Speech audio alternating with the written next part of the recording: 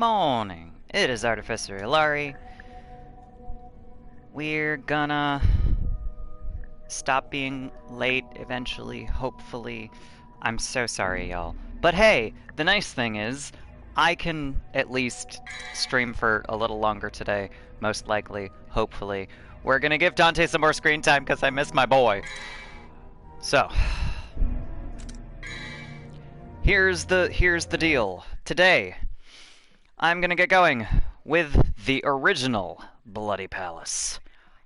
I am super excited about this. I never realized that this was a thing that I could unlock in DMC 2 when I originally played it on my PS2. But now that I have the PS4 HD collection, I can do that and actually enjoy, hopefully, the original Bloody Palace. I'm hoping that this is gonna impress me because I definitely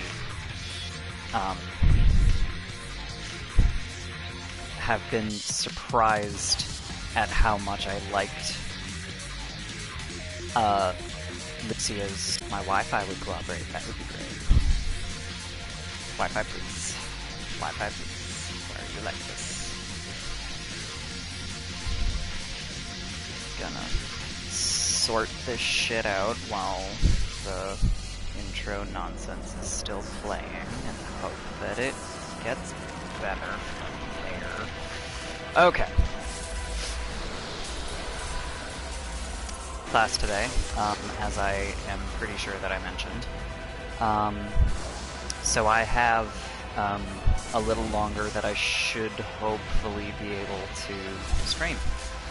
So I'm gonna, this was perfectly timed, cause you may have noticed this, I really like Bloody Palace. I enjoy it so much. So, we're gonna... No, we're not ever playing hard mode. Never. Never, never. I have to turn this up because I am not experiencing this music the way that I want to be.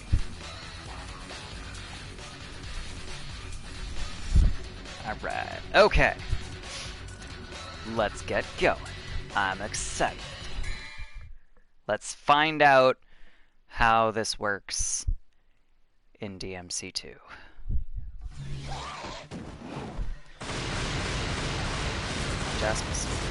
I've also been playing DMC 5's Bloody Palace a lot, so I'm just like, wait, I can hold down the button and just shoot the hell out of stuff. I forgot. Because that's not a thing in 5, and now I'm trying to handle shitty Wi-Fi problems. There we go. All right. Trying to like play the game with one hand, handle my MacBook having issues with Wi-Fi with the other hand. It's a challenge. I don't particularly recommend trying to game in one hand and computer in another. It's not smart. Give me my orb though.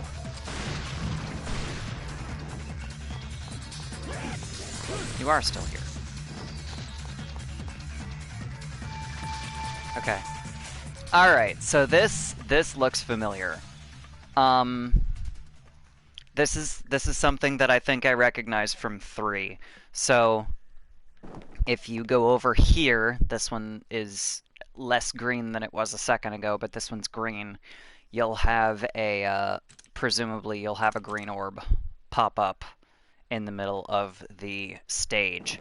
This one is white/purple, so you should have a white orb which replenishes your devil trigger pop up in the middle of the stage, and this one presumably has neither one because it's just an empty circle. So we're gonna do empty circle because I don't think that I really need anything at the moment. So let's see how this goes. Let's go. Level 2. Mancer ghosts. No. I got no face.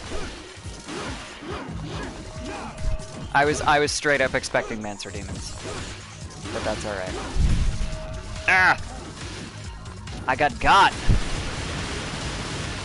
Fuck you. Throw your shield at me. I hate that Rainstorm is just straight down, because I always do that by accident. Nope. Denied.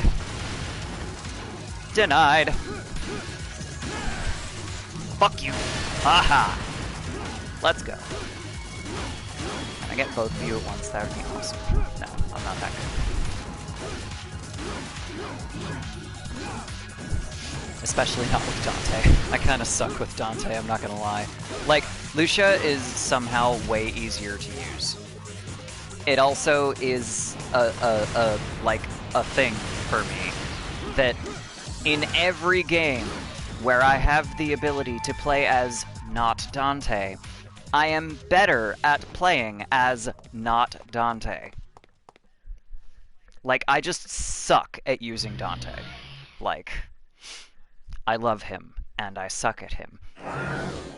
Oh no, okay. That was like alarmingly in the screen for a second, and I was just concerned. Also, yes, I am aware that the thing that I just said is poorly placed. Anyway, hi, hello, good morning. There's many reasons why this is a mature channel. Accidental sex jokes galore. Oh, that's where okay, alright. I mean, I feel like I should have been expecting Orangara, if I had recognized the stage. But I did not initially recognize the stage. So, that's fine. Now we get these motherfuckers. Ow. Ow.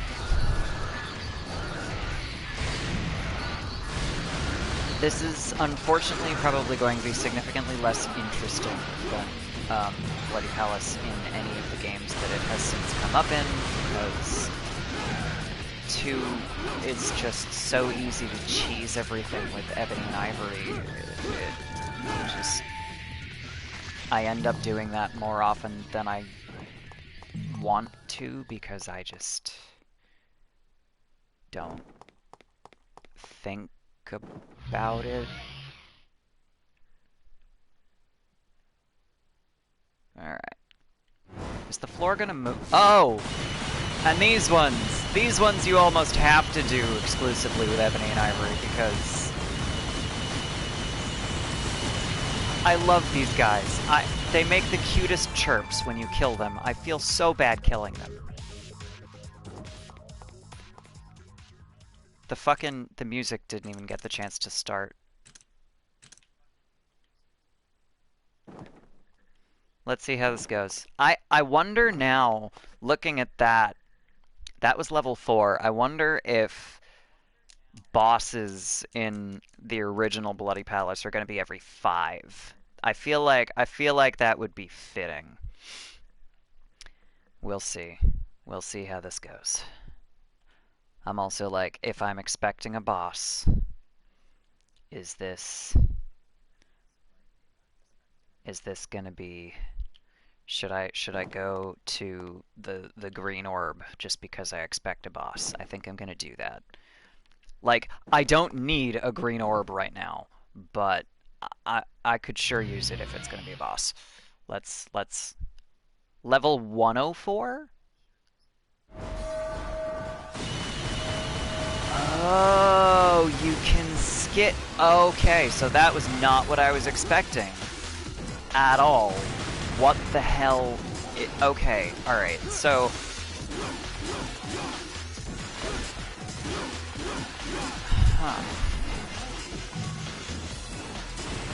because in 3 you can't skip levels. You just, the order of the stages is the same. You have to do all 99 of them to beat Bloody Palace.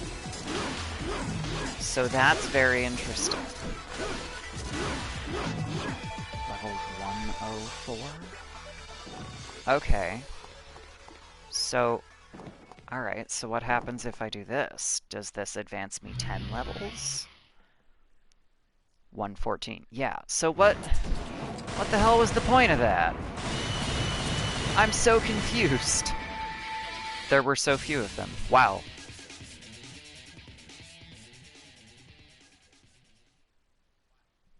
What? Okay. I wonder if this is gonna be like, now that you... I'm so confused. Like, I can't be like, yeah, there's 99 levels. Now it's gonna be, you know, there's only 50 more, because now I just did 114. I'm so fucking confused, you guys. Alright, well, we'll see how this goes, I guess. This is fine. Coffee. Okay. Level 115. This is the boss. Nope, not a boss. Just a bunch of Demonochorus. Demonochori? Demonochorodes?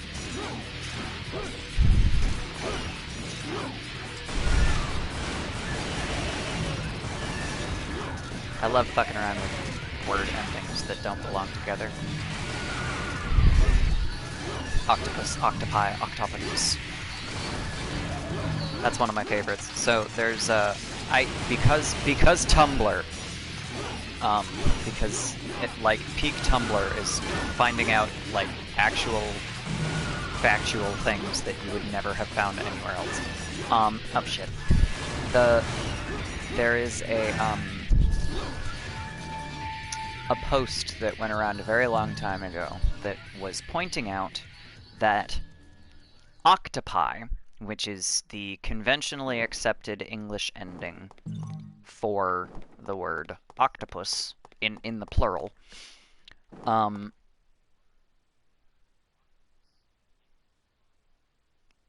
is not technically what it should have been, because I forget if it's... I think octopus is drawn from Greek, and the I ending that we use is a Latin ending for things that end in US, but the Greek way to pluralize that sort of ending would be ODES, so it should be octopodes, and I've found that utterly entertaining ever since.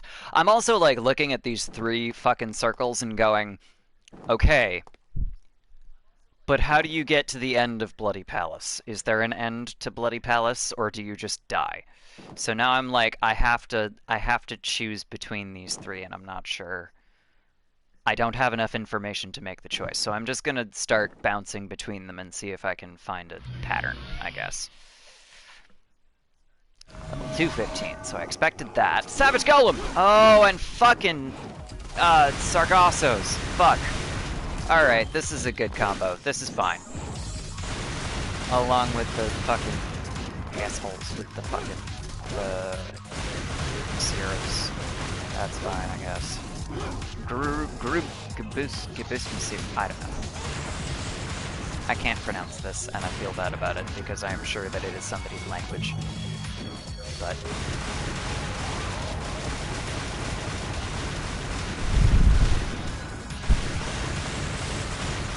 then again, according to the wiki, it was based on, apparently, Mashira in Japanese means tail, so they named it Tail. And then just kind of did a weird thing with the translation instead of, you know, doing something logical, like keeping the fucking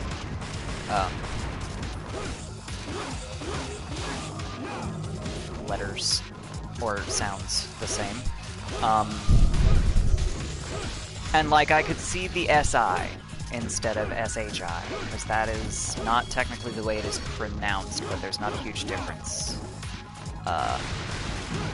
like there isn't an SI sound in Japanese, so it makes sense that got changed. But it's a little bit bizarre to me that they took out the A in that first. So I don't know. Localization is weird, y'all. Oh, right, I have Devil Trigger. Why am I not using it?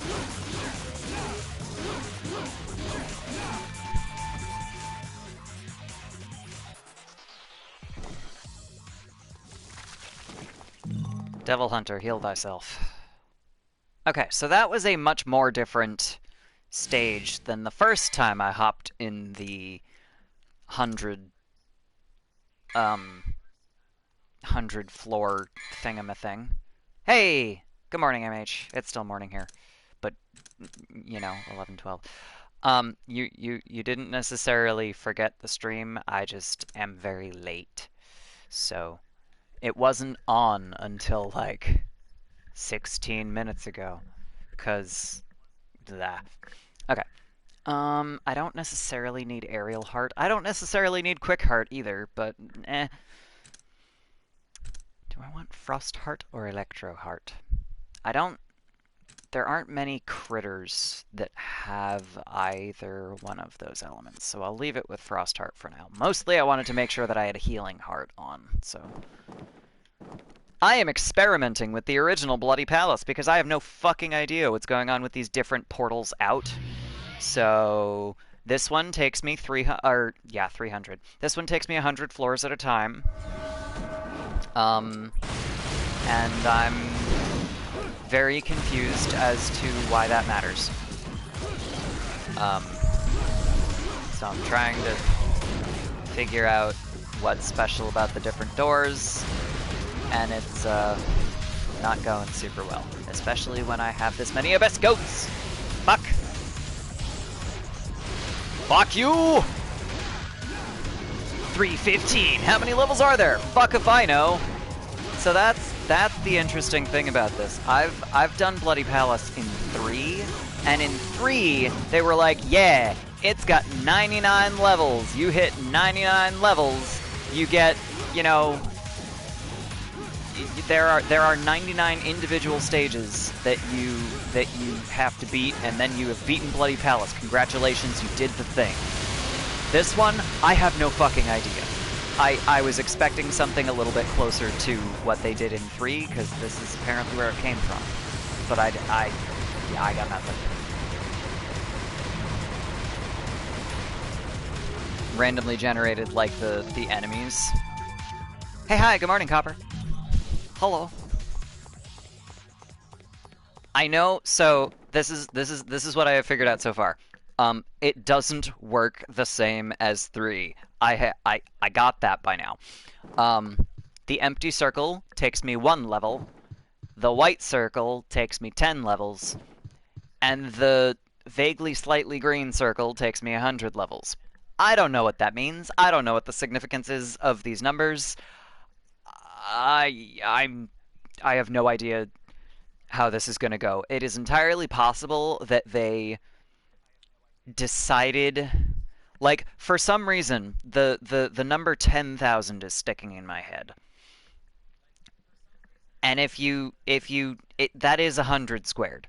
So if you divide 100 by 100, or rather if you divide 10,000 by 100, you get 100. So it is entirely possible that they decided RNG, and if you stick with the green one the whole time, you'll get to 10,000.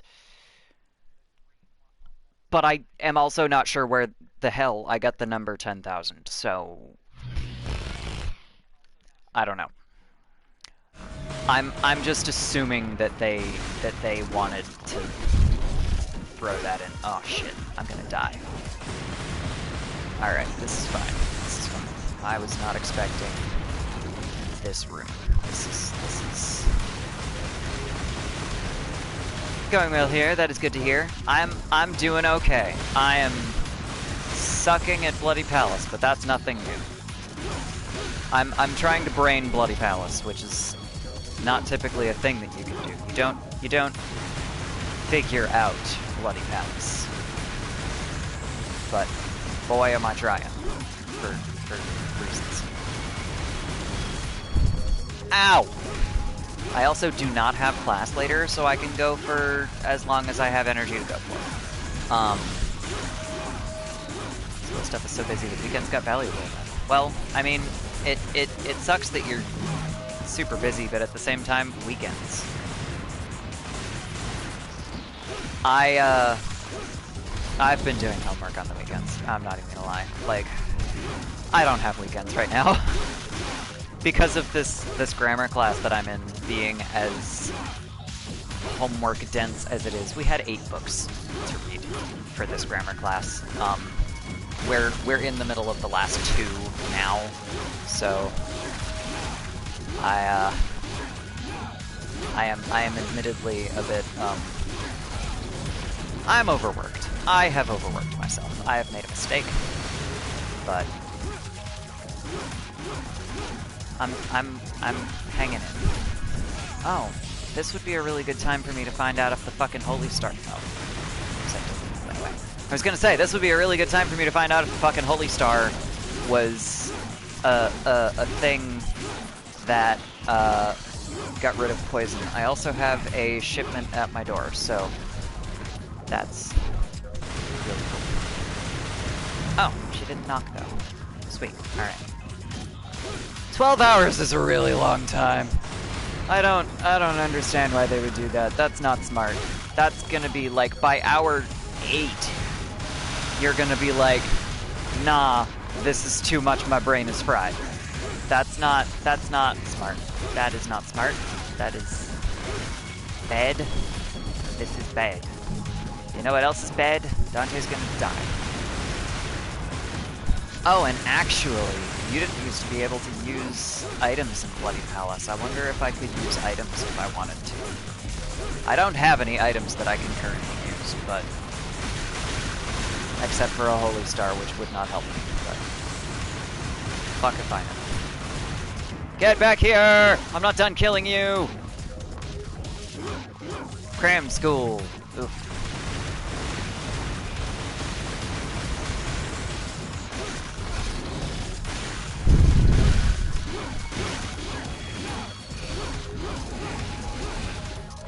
Yeah, I mean, all my shit's online too, but that doesn't... Ah.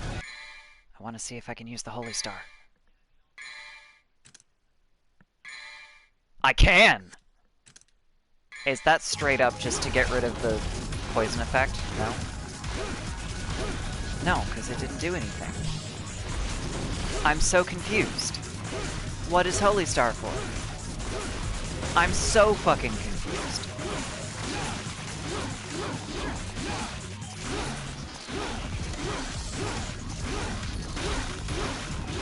Both online, that makes it worse. Yeah, that's... Because then you're just sitting there in front of a screen for 12 fucking hours. That's too long. That's absurd. You know what else is absurd? I hate that these guys regenerate. Ow. This one stage is gonna take longer than any other stage. I'm so mad.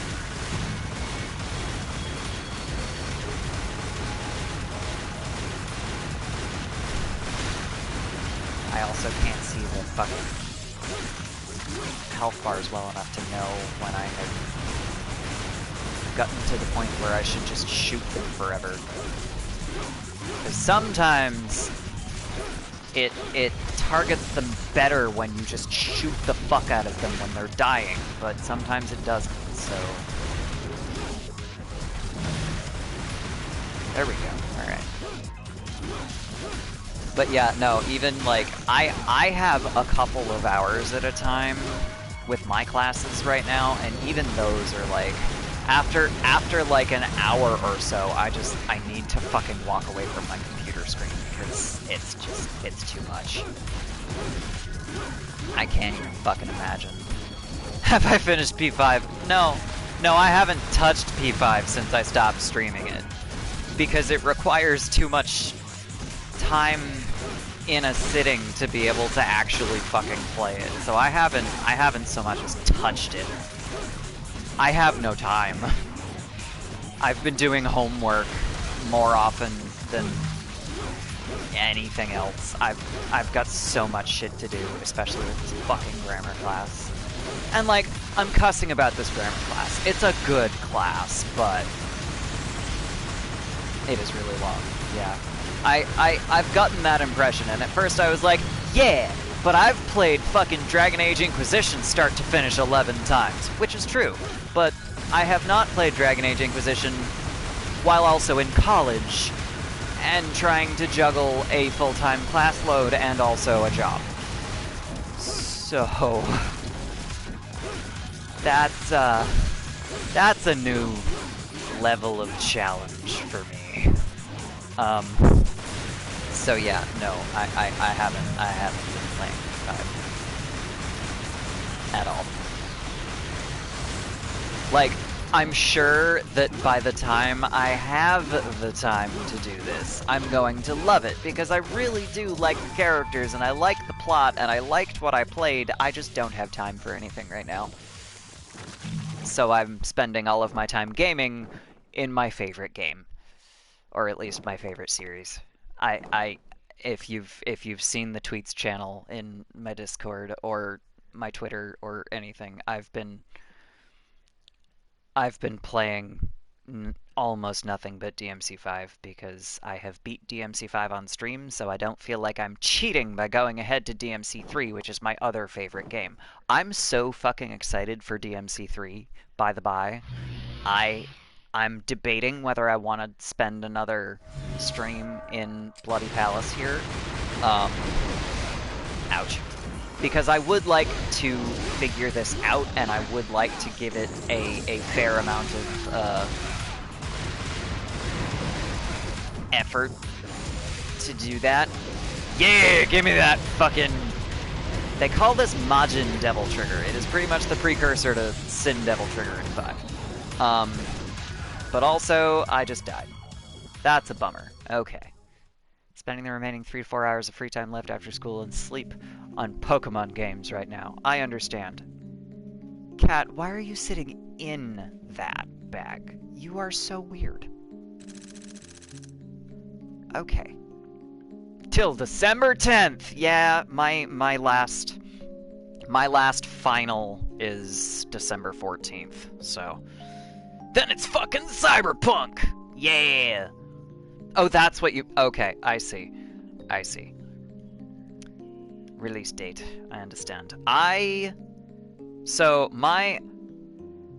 I know myself. I'm just gonna spend all of my free time playing Devil May Cry for a long time. Unless I decide to restart DMC... Or, yeah, DMC. Unless I decide to restart, Inquisition somehow. But again, at that point, I'm gonna be like, do I have time for Dragon Age, or do I want to just beat up some fucking demons and have fun with that? I think I'm gonna do that. So, you know.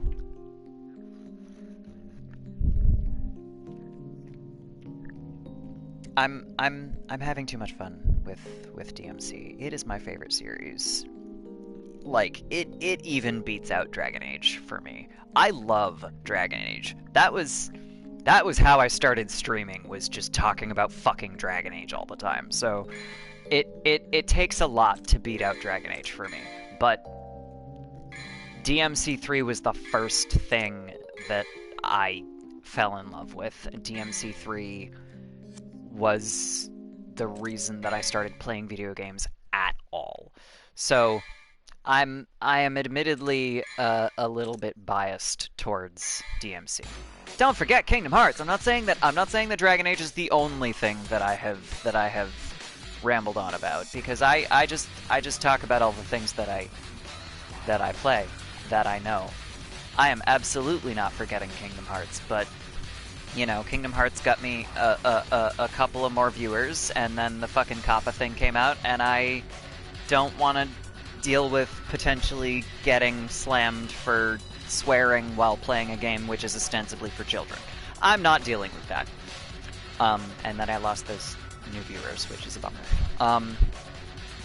But yeah, so I do like Kingdom Hearts, but Kingdom Hearts does not touch the level of I love this game that Dragon Age and DMC have for me, because Devil May Cry is my favorite game series of all time, and it just, like, I'm really glad that I decided to stream Dante and Lucia's parts of DMC 2, because now I appreciate DMC 2 a little bit more. And I'm also really glad that I just decided to stream the DMC HD series, because I appreciate DMC 2. A couple more children viewers while playing Kingdom Hearts. No, they were actually not the young kids. The young kids stumbled in while I was playing Assassin's Creed, which was obnoxious, and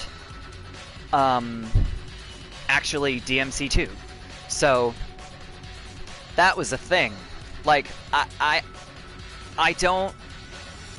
Obviously, I'm not interested in streaming for kiddos, because I'm playing mostly mature games.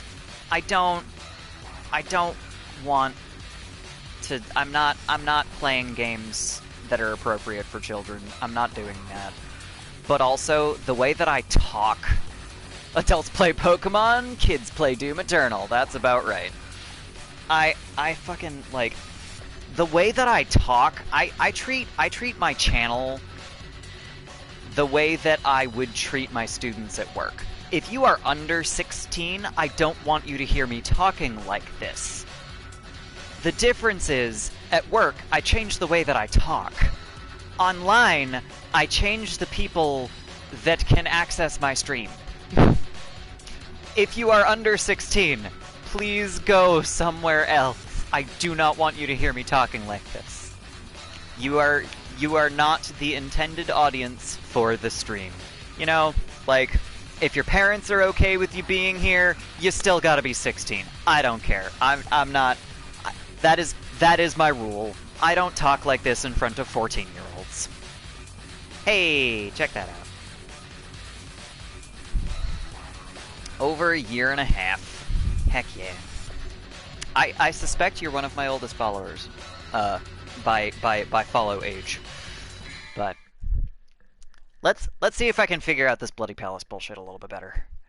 Cause I want to see, first of all, I want to see if I was right that it's level, like, 10,001 levels. I want to see what they did with this one. But also, fucking Bloody Palace. Hey, wait a minute, I got a green orb from that. I think I got a green orb? I'm pretty sure I got a green orb. Give me that orb. Give me that orb. Fuck you!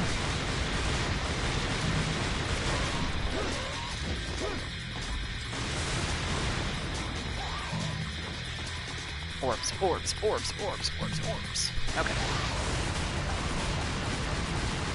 Gonna be 17. Meanwhile, me, 28 and a half. This is why I'm not streaming for kiddos. I am not a parent. I am not going to be a parent. I am not appropriate for children on my stream. It's not happening. Okay. Let's see what there is to see. Aha! Now see, that's not the same floor. That's very interesting. Maybe this isn't orange. I'm about to be way more impressed with the fucking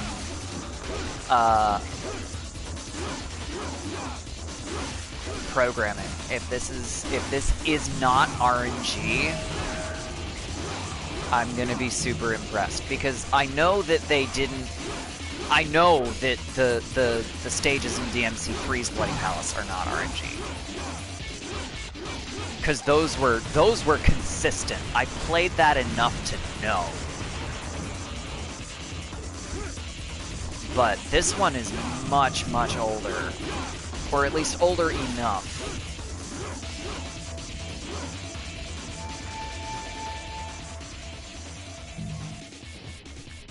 It's not... I believe that the enemies might be randomly generated. I believe that.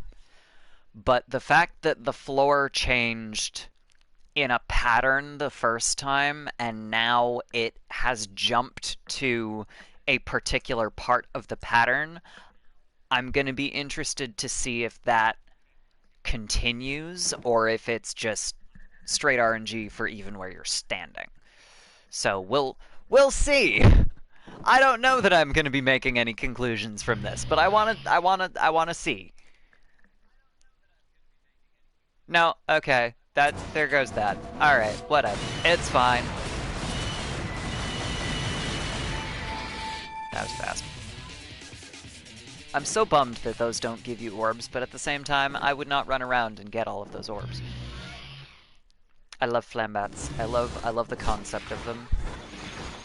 And here's the Demonochorus. Oh, and flambats. That's interesting. I also had, like, registered that they all kind of chirp.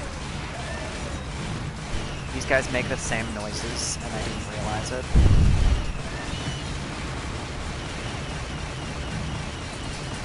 Yay! Oh my god, I love those! I love those silly emotes so much. They're so cute.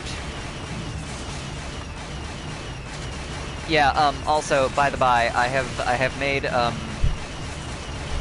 couple more. I now have 5 emotes in our Discord server. I have a few DMC ones and a couple that I made from,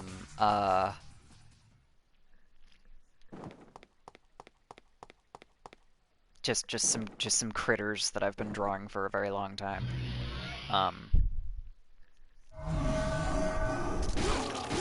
Sargassos and Mancer Demons. This is great. This is fine. Shit. Ugh, I don't like this. I also don't like that that orb is behind the fucking gate. That's rude. Okay, but I got it. That's acceptable. This is fun. Fuck you. I'm also really entertained that, like, pretty much the only demon that stuck around from the original to 2 is the Sargasso.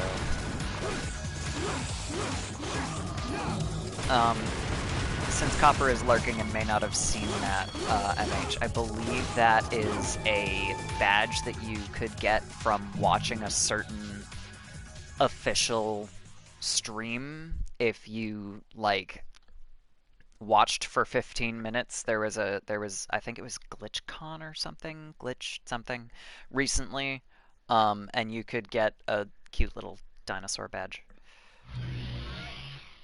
I missed the time. Yeah, GlitchCon, from saying one singular message. There you go.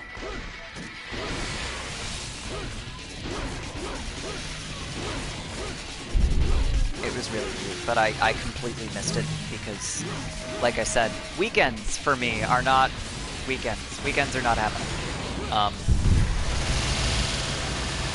Fuck you, Mancer Demons. Ow. Fuck you, Abyss Goat. No, Goatling, not Abyss Goat. That's an Abyss Goat. Hello. No, that's a Goatling. Why do I fuck those up all the time? Ow! Shit. Shit. Ah, I'm gonna die! This is fine. This is fine. Ow. Ugh. This is why we have healing hard on. Ow! I just realized what it sounded like I said. That was not what I said. Healing heart. Hearts of the amulet. Ow. Get rid of these fucking goatlings. That'd be great.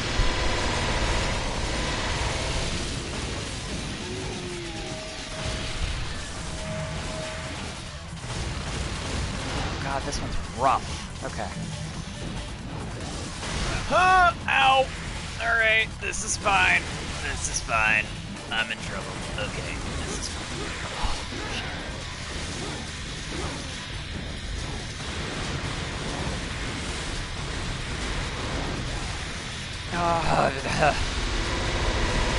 Fuck you! Ow! Fuck.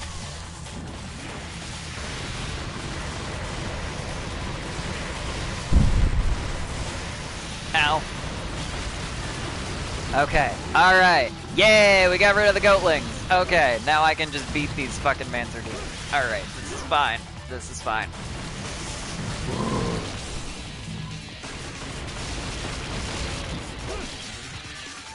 Fuck yeah. Actually, something else just occurred to me. Allow me to Google something while I am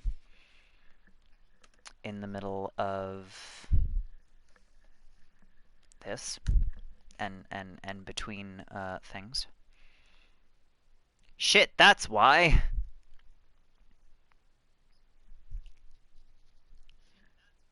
It was eventually released for PS4, but was it physical or digital? Shit. Alright. My cat is making... Boop-a-doop. No, I am actually not looking for any of those things. You fail! Not that one. Wait, that's only 40 bucks?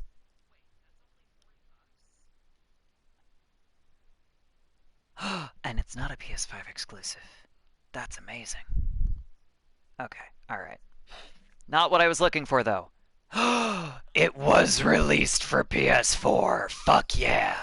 Okay. Alright, so here's here's a thing that I just discovered.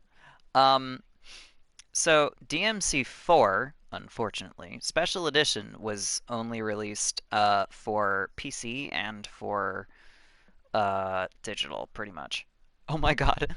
The 360 version is now $3 at GameStop, though. That's hilarious.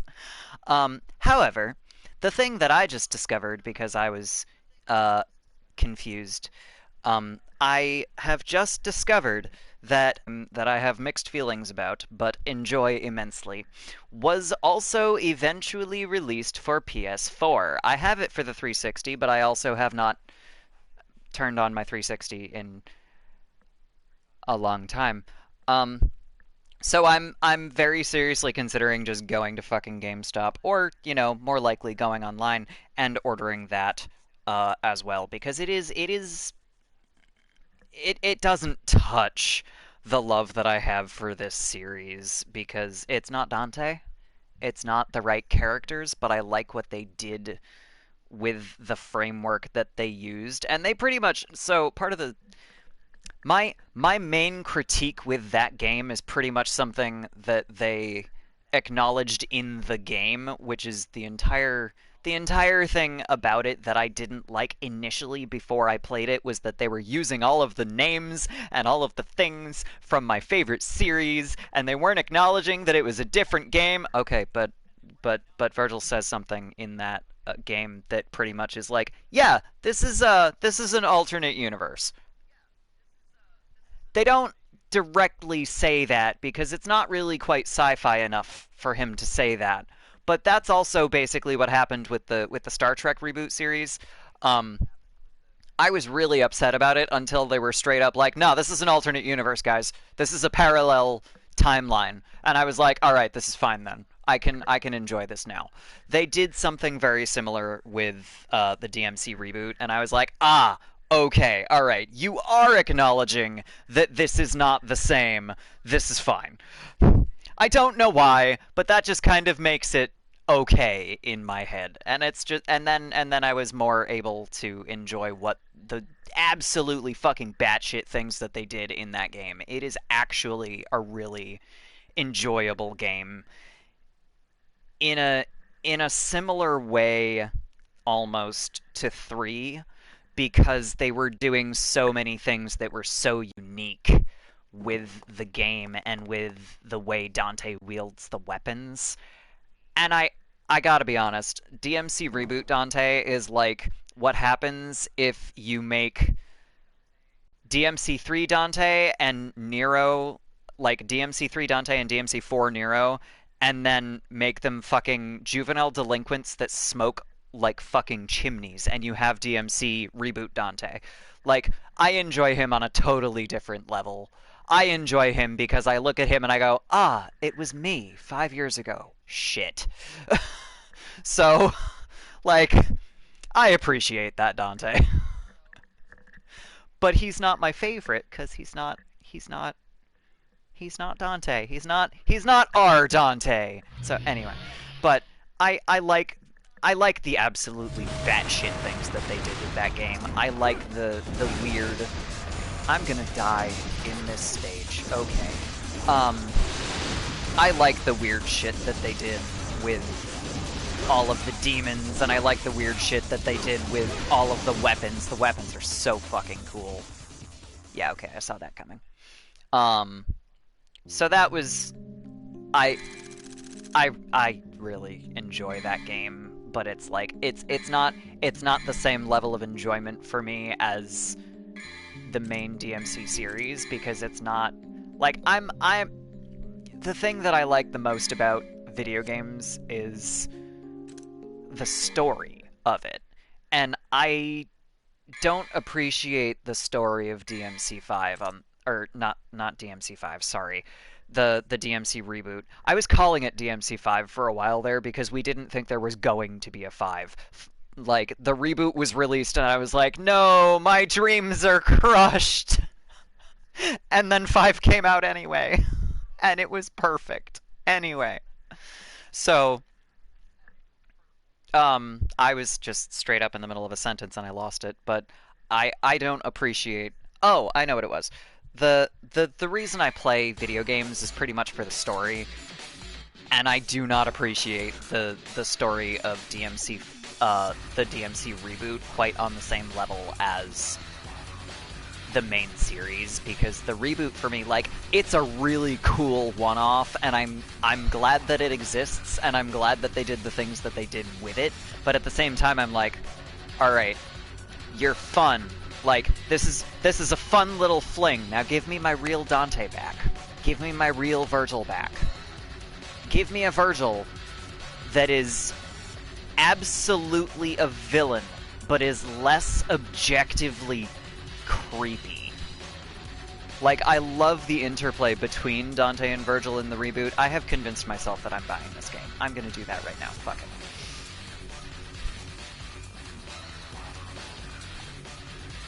Yes, I am 17 or older. I'm not logged in, am I? Shit. Okay. I've convinced myself that I need this on PS4 because I haven't, like I said, I haven't turned on my 360 in so long that I don't play any of my fucking games that are 360 games anymore, and that's a bummer. But did I have any GameStop coupons that I didn't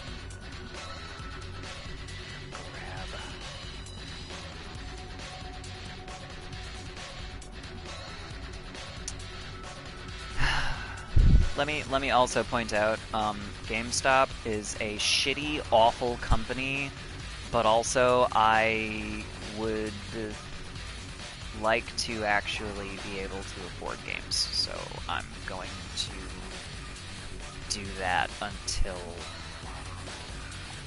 I get a better answer. So, no, those are all very specific ones. Okay. These are all like hyper-specific coupons that are not going to help me. That's a bummer. Okay. That's fine. Actually, I wonder if I leave this in my cart for a while, I wonder if it will eventually give me a coupon, because it might do that. Because sometimes they do that.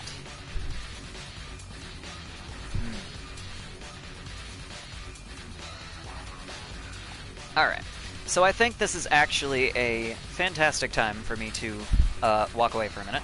I'm going to drop a BRB into chat, I'm going to run an ad, and I am going to get my package off the front step and run to the bathroom. So, I will be right back.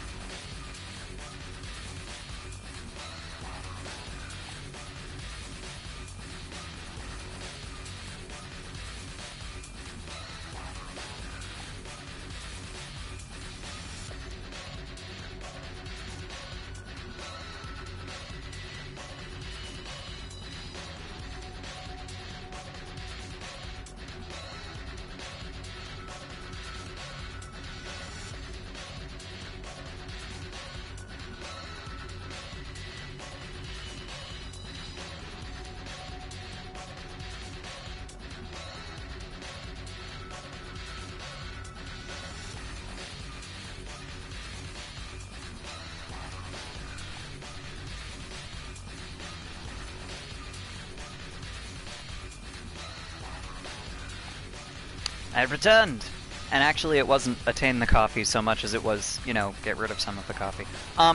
But so, I am super excited because the package that just arrived is a new work bag. So I've been using, a friend of mine gave me an old, very, very large, very, very useful bag that she had for her kung fu stuff, which is really helpful for me with my karate gear because she knows what has to go in the goddamn... she knows what has to go in the bag. So, she had a bag that was large enough for all of her kung fu shit. Hey, good morning, alien. Welcome. So, TLDR, I had a really big, excellent bag, but I was like, it has one pocket. And single pocket bags kind of make things difficult when you have a ridiculous amount of gear and weapons and things to throw in them, because then it's just like, where do my weapons go? Where does this other thing go? What is...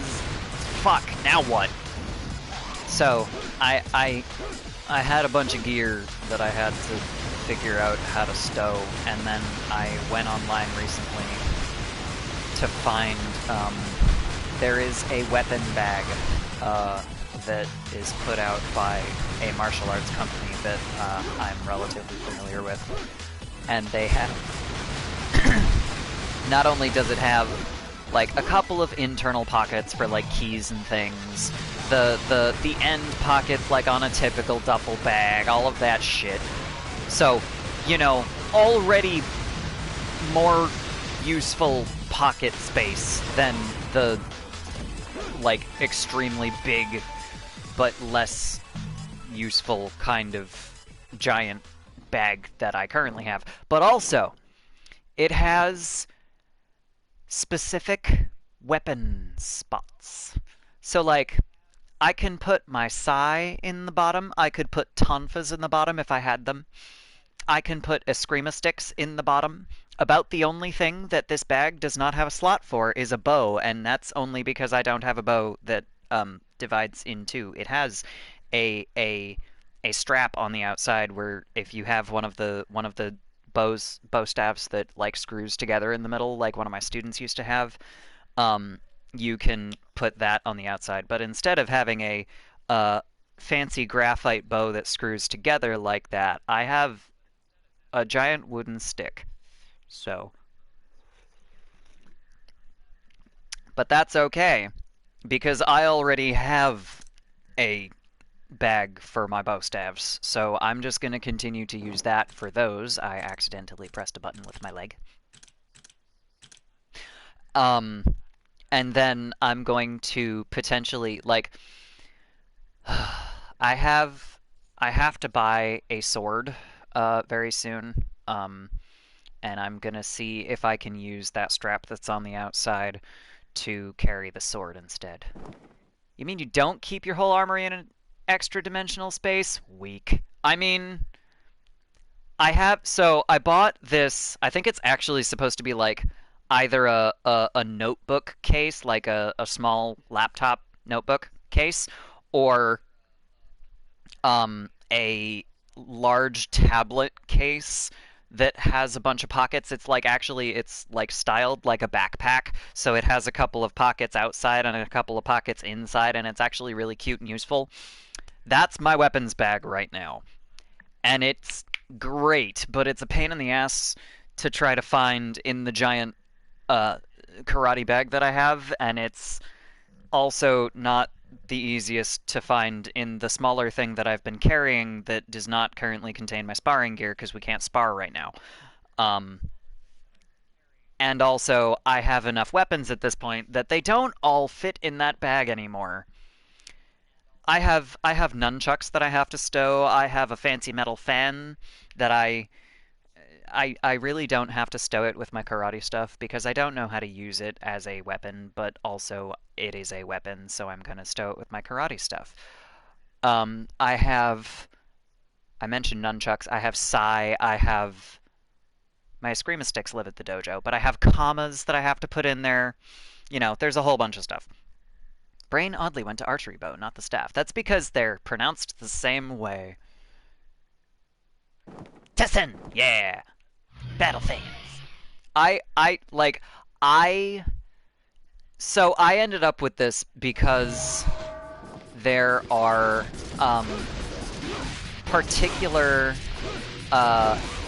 there was one just kind of chilling in the back in the office, and my boss, when he bought the dojo, he was like, we don't need this in here. I don't know why this is here. It's sitting on a shelf.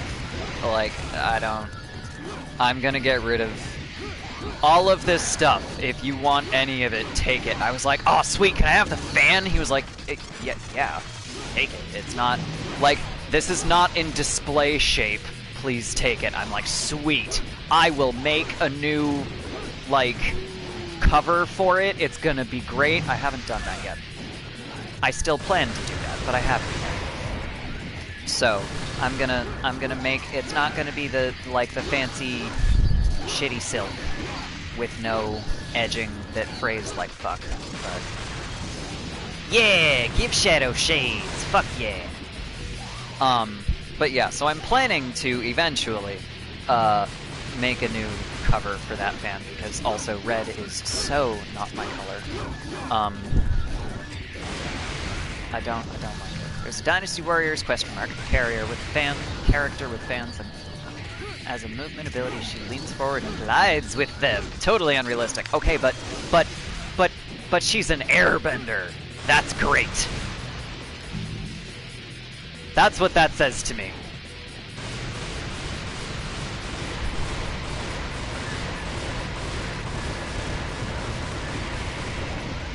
Okay, alright. Why are there three of you? Fuck. Fuck you! Yeah. I'm so excited about this bag, you guys. I'm so excited. I'm gonna be able to actually fit all of my shit in my karate bag for the first time since I was like 15. This is gonna be great. 'Cause I actually had an old, my grandmother, who was the one that got me into lessons in the first place, gave me an old karate, not an old karate bag, a bag for karate, which originally belonged to, her and my grandfather, and it was a Boy Scout bag that was like the typical like ridiculously large 30-inch by a foot round kind of duffel bag. So it's the size of any given karate bag. I have no idea what was originally in this thing, but it was, you know. Oh, god damn it! I have Demonochorus's and the fucking monkey things. Ow. But so yeah, I had one of those, and it worked pretty well, and then it was made of nylon, so it died.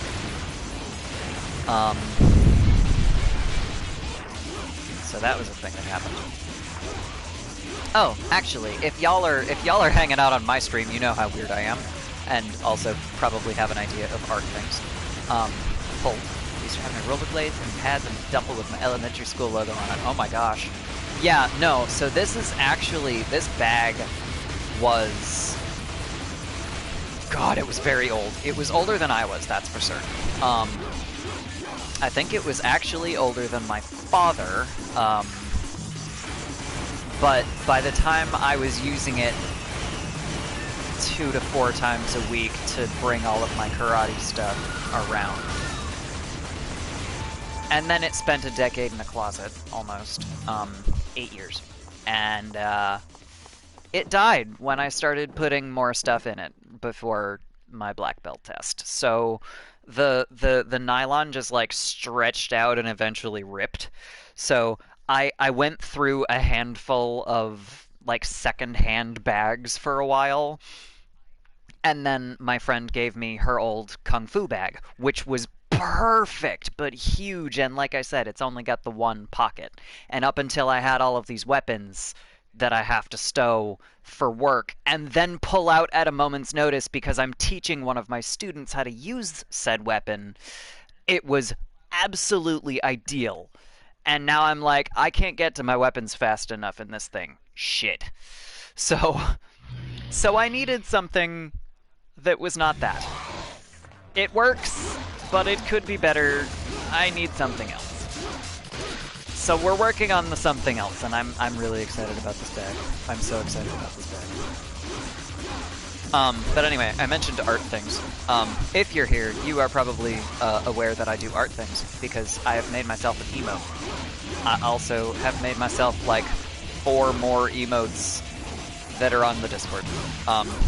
Actually, speaking of which, Discord! Also, emotes! I'm taking commissions, guys. Anyway, so I have also decided that I'm making an art book because there is a lack of a particular thing that I am gonna keep secret for now, but suffice it to say there will be monsters, and I'm excited about it. Yeah! Aw, Shadow looks awesome. I'm actually really pleased at how that one in particular came out, and I'm super excited about that because that was my first emote that I ever made. Like, I'm so pleased with how Shadow came out. And it, like, he came out so good, and the contrast still looks good in black and white. I'm super pleased with that one. I also made a few emotes for a friend of mine, who is actually the same friend that gave me the Kung Fu bag. Galaxies in Necromancy. She is a horror streamer, and she's been playing a bunch of shit that I just like. I would not want to play that shit on stream because I feel like I would just peek my mic constantly, freaking the fuck out. She played Phasmophobia recently, and that's always a fun time. Um, she's been going through with she played Control. She's been doing a Five Nights at Freddy's series. So if y'all are ever interested in, can I spell this?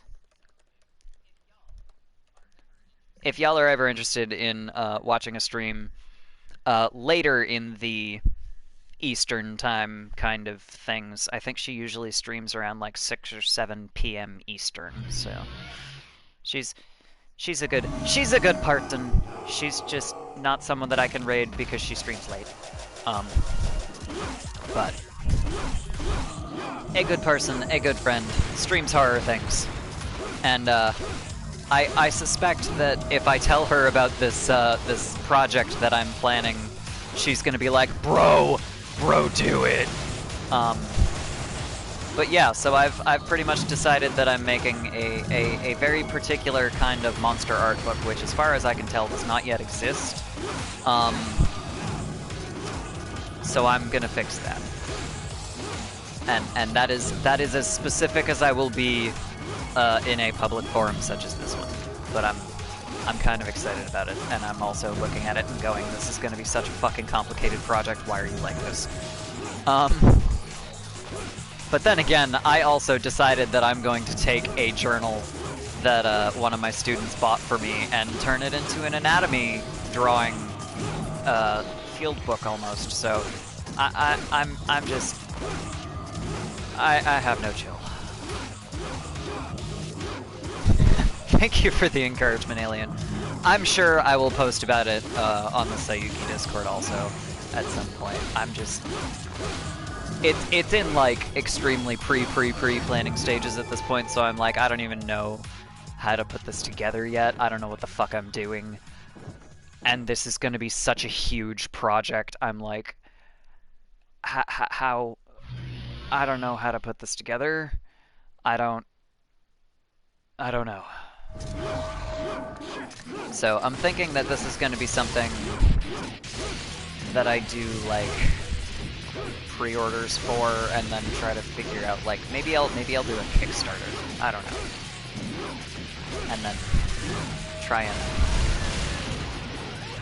go from there. But then I have to figure out how to fucking put that together. I don't know. I'll figure it out once I've actually got the art part done.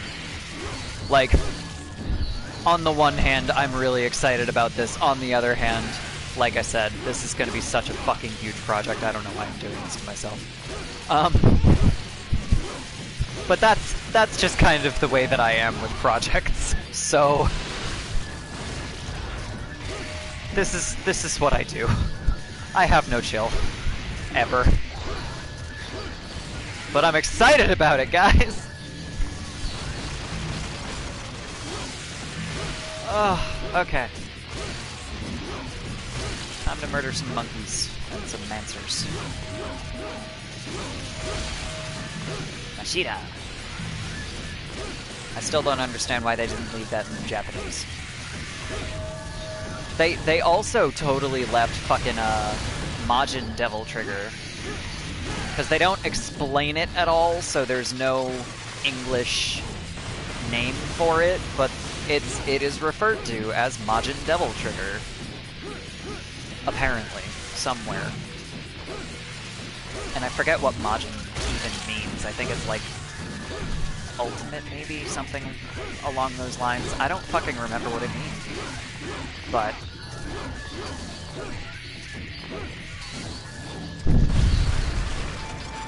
yeah! Hi! Okay, so I'm also realizing something. One other thing that they definitely streamlined in DMC3 was the fact that at any time from your main menu... Brontomancer makes me think they control dinosaurs! No, that's Copper. Copper, come back for a minute and show Alien your dino!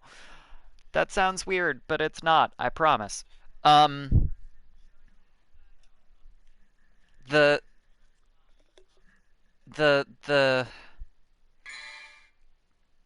Majin should mean something like devil or demon. Yes! Maybe it was... Hang on. Demon Devil Trigger. I don't fucking know. I don't recall. It is under file, isn't it? So the enemies, these are all like the names came from fucking weird places. What badge? No, Copper. You ruined it.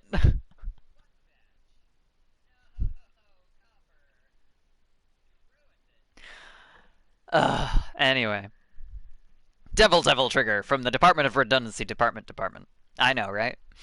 Um but yeah, the basically it seems like the precursor to Sin Devil Trigger in 5 because it's this badge, that badge. Yes. Um I'm not going to finish this sentence. It's gone. Um but the Majin Devil Trigger is something that you can only Pyromancer, there we go. A soul of the dead who has been condemned as a heretic has turned into this evil entity. Fire. Auromancer. They use the unhallowed aura to indiscriminately attack an opponent that appears before them. I think that one kind of controls air-ish. Brontomancer. Or, excuse me, Bruntmancer. That's not what that says when I'm fighting them. Um, I think that one is supposed to be Earth. Um, yeah. Maybe Auromancer is like ice? I don't fucking remember. Anyway, um, I was saying something. It's gone. Hey, I got further this time without dying. Ow. Please, one of you give me green orb, please. Oh, Majin Devil Trigger. You can only actually activate it when you are dying. It is not something that you can choose like in DMC 5, but it does come up automatically if you're fucking dying. Aura is also sometimes like, maybe that's what that one is. I haven't actually been paying all that much attention to which ones are which, obviously. So maybe Brontmancer is the one, or Brontomancer, whatever the fuck, is the one that I'm thinking of that does ice. I don't know. I don't remember. Pyromancer is the one that's obvious. You know, they do fire. They blow fire at you. They set you on fire. There is definitely a lightning one. There is definitely one that I have looked at and gone, I don't know if that's ice or air, so that was probably the other one. Maybe, I don't fucking remember. So, maybe it's the Brontomancer that does air, ice, whatever bullshit. And Auromancer does lightning. That would be logical. Especially given the way they phrased it. They called it aura, and in Devil May Cry, what is your aura if not, you know, demonic energy? So, and demonic energy is almost exclusively represented by lightning in Devil May Cry, so that would be logical. I'm gonna just assume that that's what it was, even if I am completely wrong, because it's logical. I don't know why I'm expecting games to be logical, but, you know. Wow, that actually did a lot of damage when they come flying at you. That's a bummer.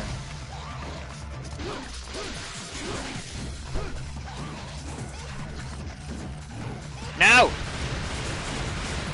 Denied! Fuck you!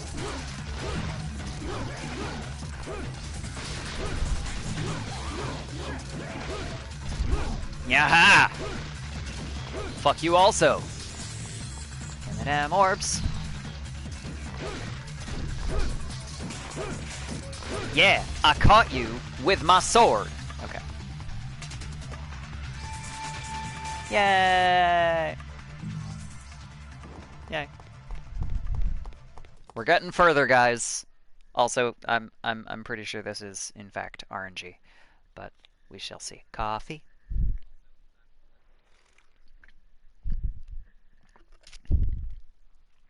Also, I'm really glad my shoulder is way less fucked than it was a week ago, thank God. Pro tip from someone that A, knows better, and B, still did the dumb thing. Don't overdo it.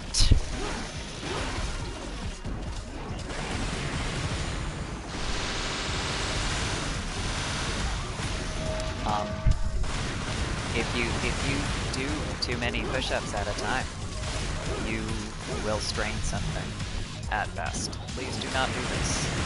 It is a bad time. Fire! Yeah! Give me more. I definitely hurt myself. But I had my arm in a sling for like 2 weeks and now it's mostly okay, so. Noodle arms! No, that's not even the problem. My arms were actually okay. I strained the pectoral muscle. So I couldn't use my right arm, my right shoulder for like a week and a half. And also I managed to, like my entire shoulder girdle got messed up. I did a bunch of fucking noodle limbs like it's a clamp manga. Yeah. No, so this was the exact opposite problem actually. My arms were okay.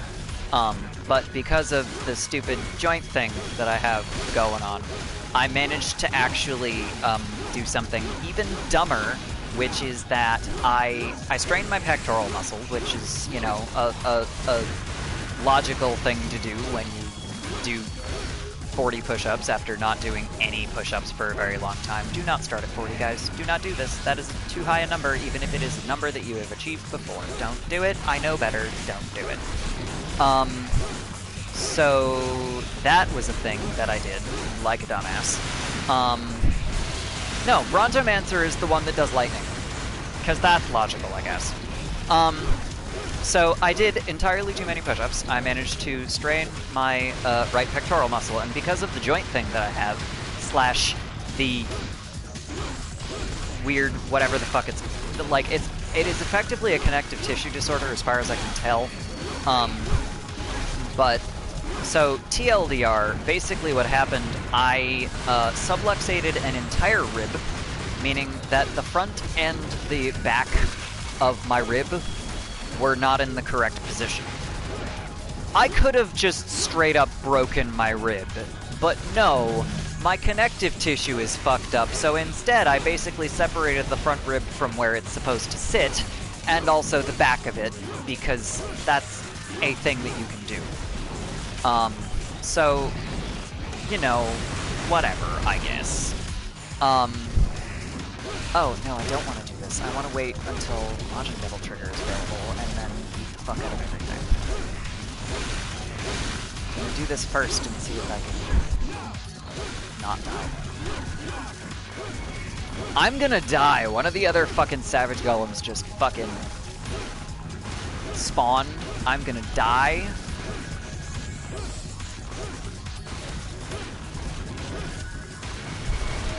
I am going to die, and there's another one. I'm dead, I'm dead, I'm dead.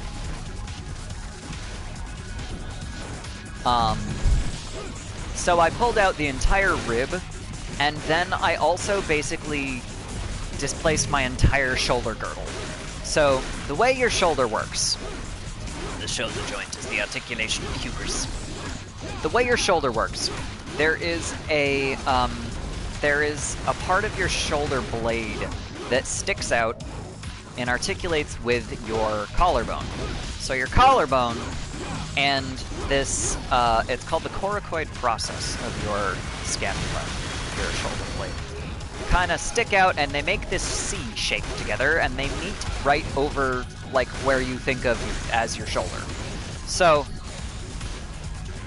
alright, Majin Devil Trigger, let's go! Fuck you! Alright, I'm still gonna die.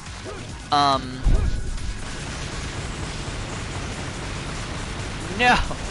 Oh no, it worked. Okay, alright, this is acceptable. I'm down to one. I'm down to one. I'm down to one. I might not die. I might not die, guys! Let's see if I can not die. So, the entirety of that,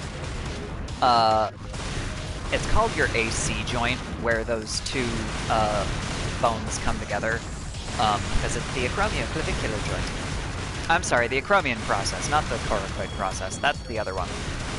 The coracoid process kind of comes around and cradles the top end, the superior end of your humerus, which is the upper arm bone.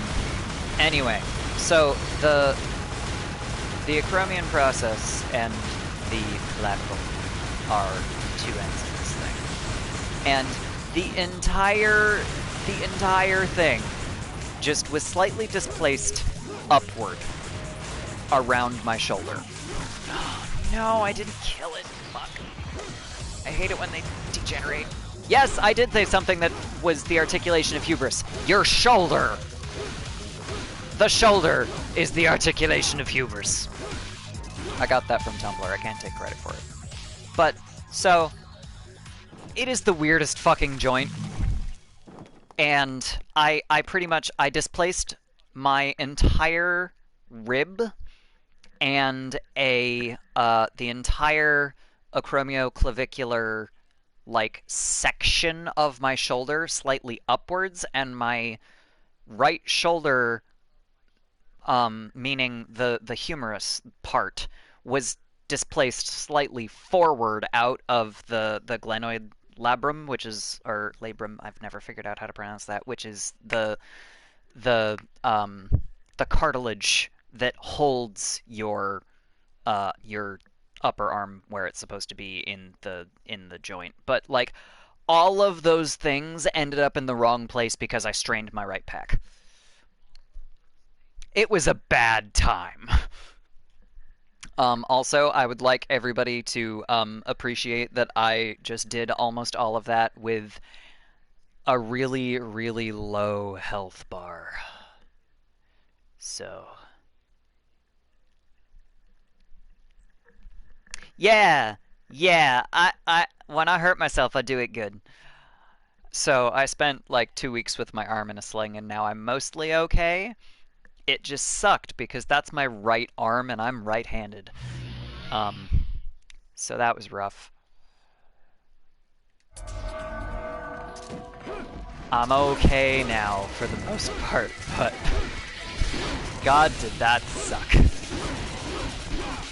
Found a Phineas and Ferb meme that looks like it is from both Reddit and Tumblr at the same time. It's almost like people like hang out on both of those websites and edit things at the same time sometimes. That is a thing that happens. Oh, I'm gonna die!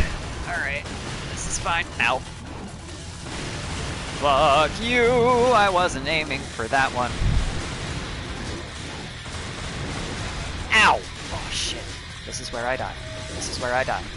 Level 901, y'all. Ow. Gonna die, gonna die, gonna die. And down he goes. Nope, nope, not yet.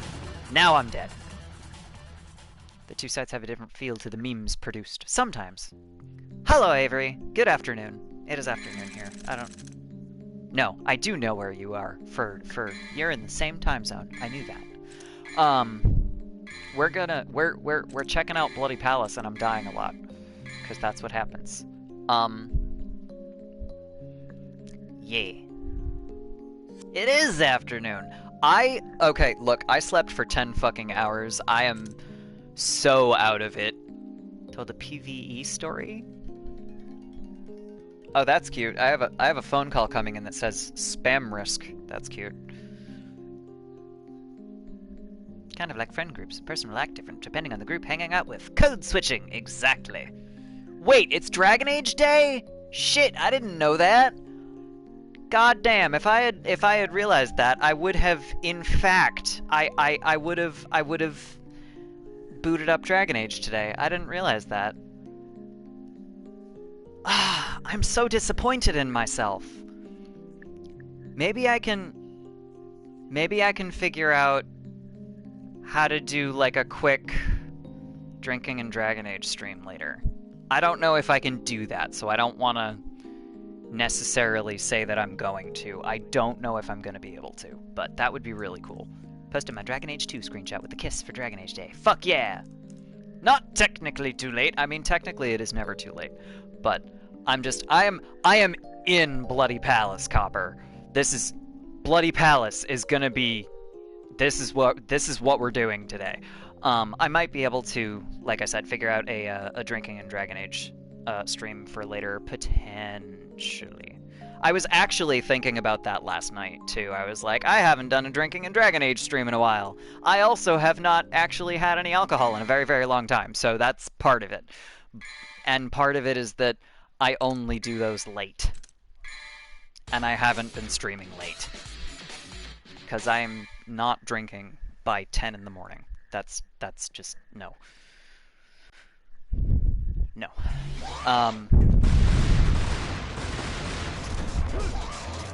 But yeah, so we'll see if I can put that together. If I do, it will probably be very, very, very late. Not gonna lie. Like starting probably after 10 p.m. most likely. Oh no, you know what? I can't do that today. I have a thing later. I have a game later, so it would end up being like tomorrow already. I gotta pay more attention to this shit. Anyway, that's alright. I also briefly considered that at some point I might do like a Drinking and Dragon Age series, and then I was like, no, I would have to drink so much for that, and I'm not doing that. Even if I had the viewers, I'm not drinking enough to make that happen. Like, it would have to be a regular thing, and it's... no. Drunken Age! I like that. I'm amused by that. I'm gonna share that with my Discord later. Like, a different Discord. Because there are more people in it that wouldn't have seen that. Alcohol and tabletop gaming is always a good mix. That is true! Just may not turn out so good for your character. No, my dice hate my character. I can drink and still play my character. My dice, on the other hand... my dice just want me to fucking die. Especially, so I've mentioned the vampire game. The vampire game, in fact, is what is happening later on tonight. I also would have to go out and get alcohol. I'm not gonna do that. But the vampire game is what's happening later on, and the vampire game, my fucking vampire dice just want me to die. I can't tell you how many times I have either had a messy crit or a crit fail recently. I'm just... like, it has not been pretty. Time to burn the dice in front of the good dice to give an example of what happens if they go bad. Nah. I mean, so, I might have actually made it worse. I left my vampire dice in the sun for a day and, like, moved them across my desk as the sun was moving, kind of a thing. Which, you know, would be logical if they were not fucking vampire dice. That was probably the opposite of what I should have done. But I didn't think about that. And now they're twice as mad. Oh, so now they're weighted badly. No, worse. It's not even that they're weighted badly, because I turned them over in the middle of it. So... you know, I could get more of the dice. I rearranged them. But also, I made them mad. I left vampire dice in the sun. So now they hate me. I need to, like, figure out how to be nice to them. I also have to put them in a new bag, because the bag that they're in is very small and kind of, like, it's that slightly shitty, like, not quite velvet that a lot of, like, smaller items like jewelry and dice will come in, and, like, it's not bad, but I could make them a nicer one, and maybe they'll be less upset. I don't know. Put them near the blood of a calf! Okay, but that would require me to have that, and I know. I'm a vegetarian, Copper. Also, I'm Jewish. I ain't dealing with no animal blood. Not my problem. I ain't dealing with no blood. Not unless it's my own. And that's, or a student. I shouldn't say that, because there have definitely been students that have, like, ripped open toes while playing dodgeball or sparring.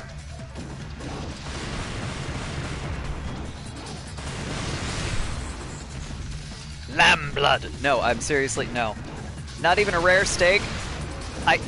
Alien, I'm a vegetarian. I miss steak. I do miss steak, but yeah. I played Vampire, Werewolf, etc. My dice hated me too. I feel like having huge dice pools just increases chance of failure. It slightly does, if you think about it that way, because you have more chances to get a 1, but at the same time, like, think about, so the way vampire dice work, Alien, if you've played Vampire, you will know this, but the way vampire dice work, for those of you that may not know, is that you have specific dice based on your hunger pool.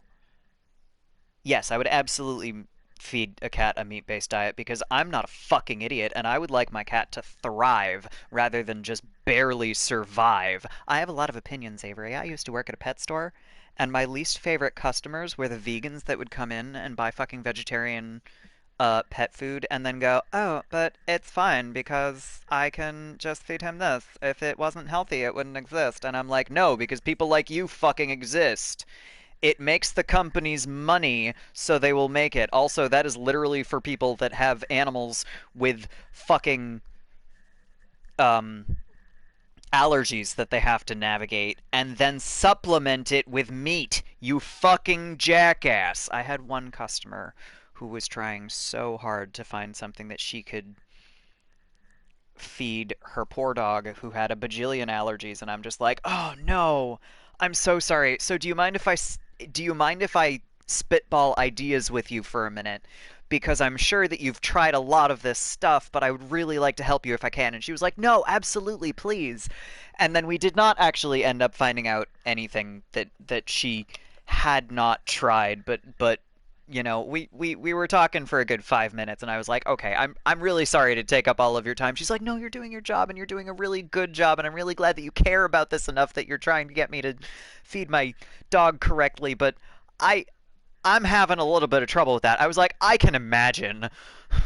But yeah, I have a lot of opinions about this, and also, for the record, if you are feeding a cat anything but a meat-based diet, including a meat-based kibble for those of us that are not able to afford things like a raw diet, that is animal abuse. Cats are obligate carnivores. Fuck off. Ditto dogs, but dogs are opportunistic omnivores, so it will do smaller amounts of damage over a longer time. Ah, no, copper. So that's actually a good question. Gluten-free dog food, um, that comes from a couple of different things. There are often grains in dog food that are not really good for dogs, but they're sometimes okay. Like higher quality ones like oatmeal are usually okay unless the dog has a grain allergy. However, you have to put stuff like that on a pet food bag in case the owner is allergic to gluten. Because there are people that if they so much as contact the gluten when they are feeding their pet will have an allergic reaction. Nora's food usually has oats. Yeah, that's like I said, that's kind of like there are higher quality grains that you can feed dogs if they don't have that allergy.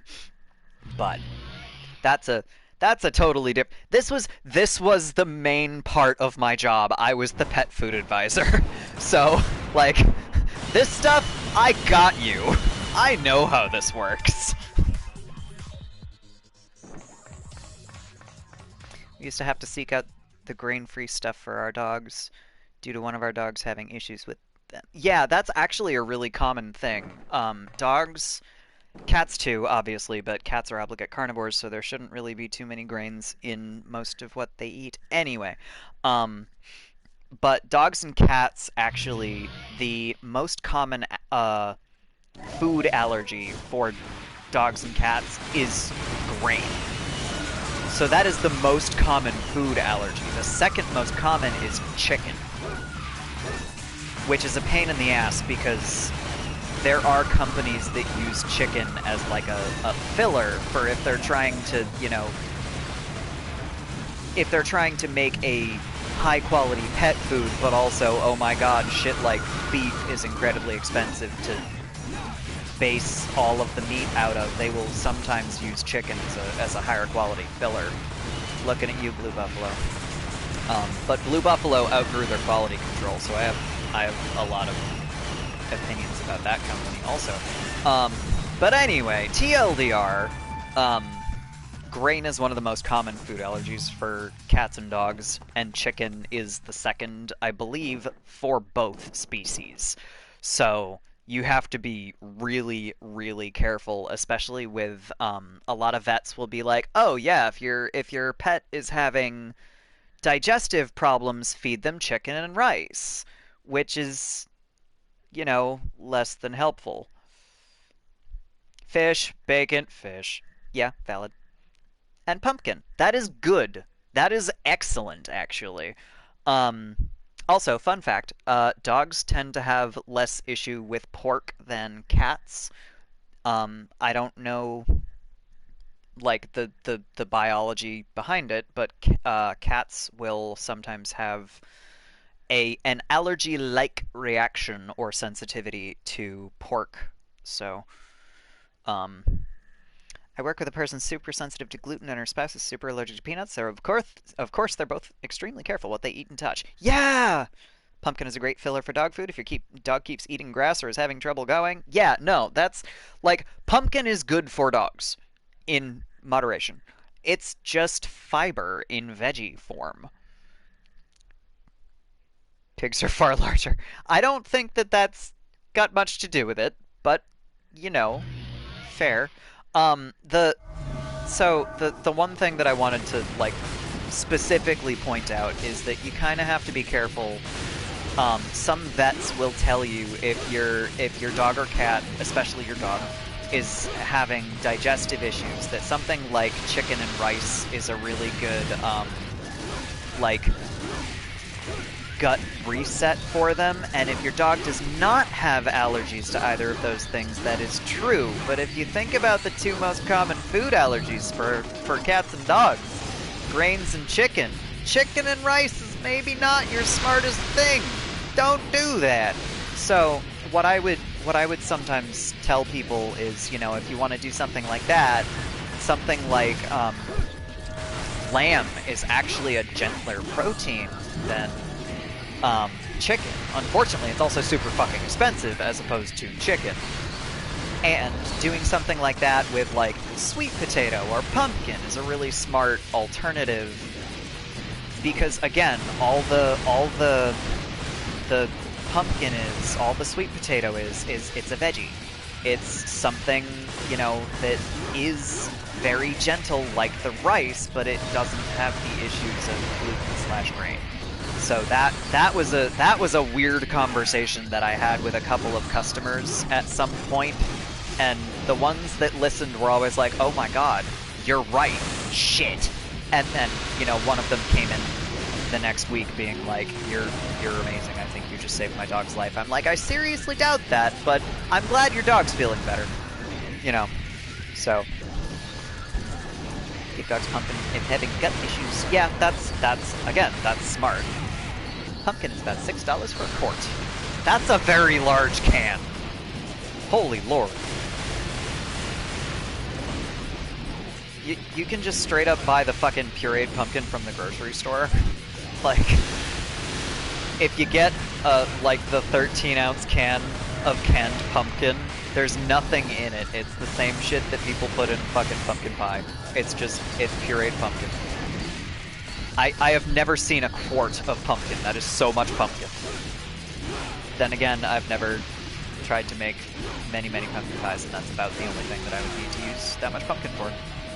Get a can of pumpkin, put it in an ice cube tray, freeze it. Cubes in the bag, freeze more, and put those in the bag until it's all frozen cubes. One cube is about a dip. Interesting. That actually would be helpful for me the next time I try to make smoothies that are unusual, because that... I could make myself a fucking pumpkin smoothie. That just sounds delicious.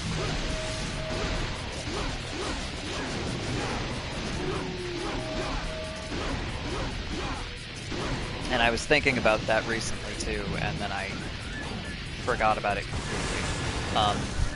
because it's pumpkin pie season.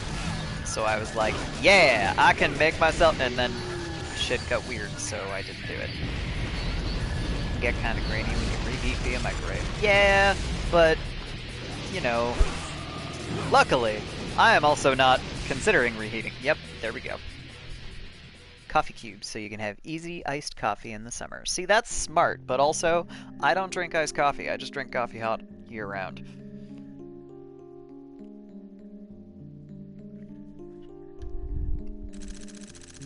Prices are cheap when you have farmers in the region. Yeah. Yeah. That is a fact.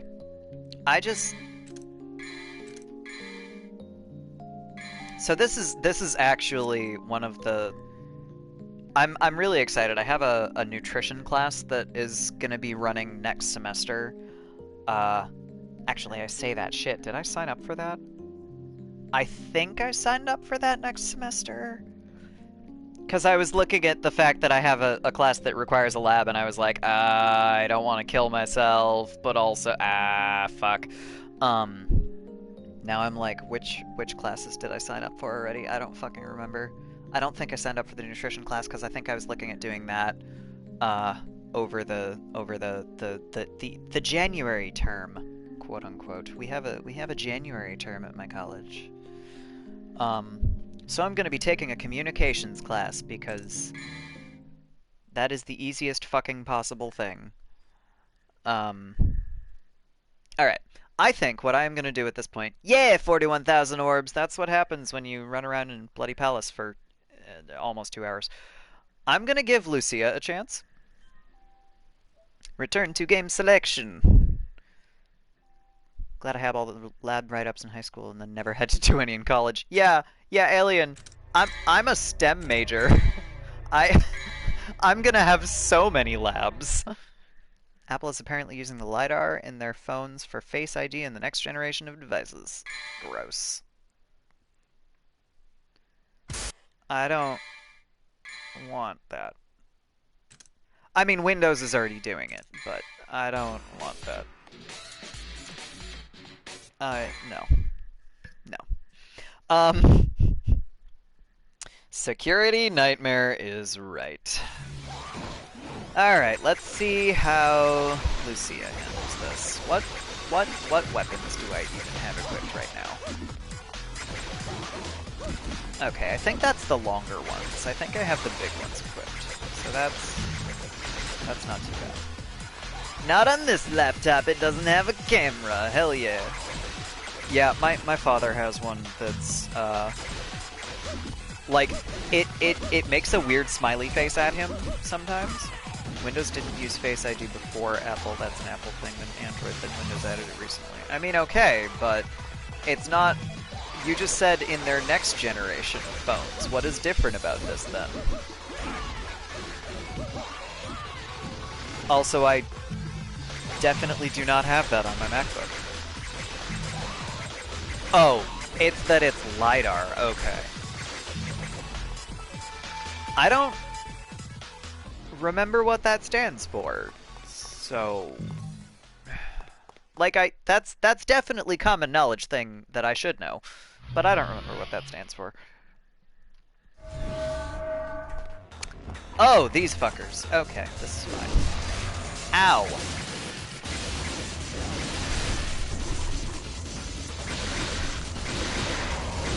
Fuck you, Abyss Goat! I say, like I didn't have a video chat with a virtual turkey on the head on Thanksgiving. Yeah.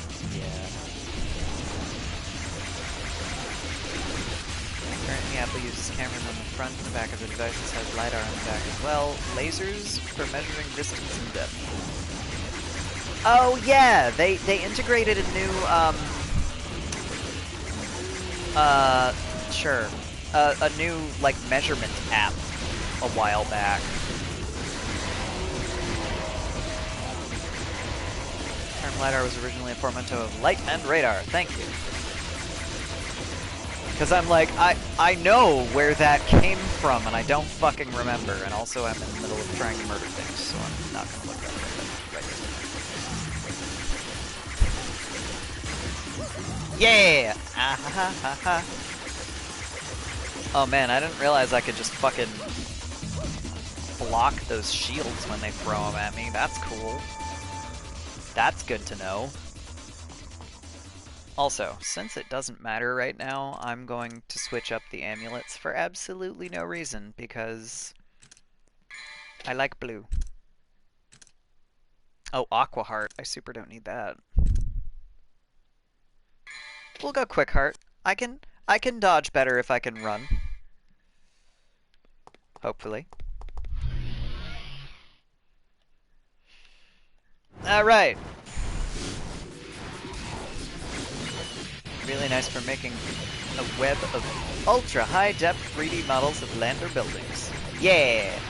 No, that much I knew. I know the differences in use for the most part, but I didn't remember what it stood for. But light and radar makes sense. It doesn't have to actually have things that it stands for it to make sense. Then put it into a 3D model program and turn it into a nice model. I know, right? I believe that was actually, I say that. I was gonna say, I think that's how they did some of the Assassin's Creed shit, but I don't think that that was how they did some of the Assassin's Creed shit. I think they were actually just going off of art. Like, shit like that. But anyway.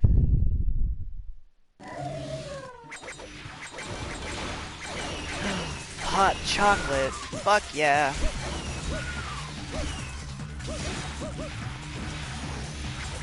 That's genius. That is genius, Avery. Like, maybe I'm just easily impressed, but man, like, fucking, the advent of refrigeration is just so amazing to me. I'm so glad that this is a thing that we can do.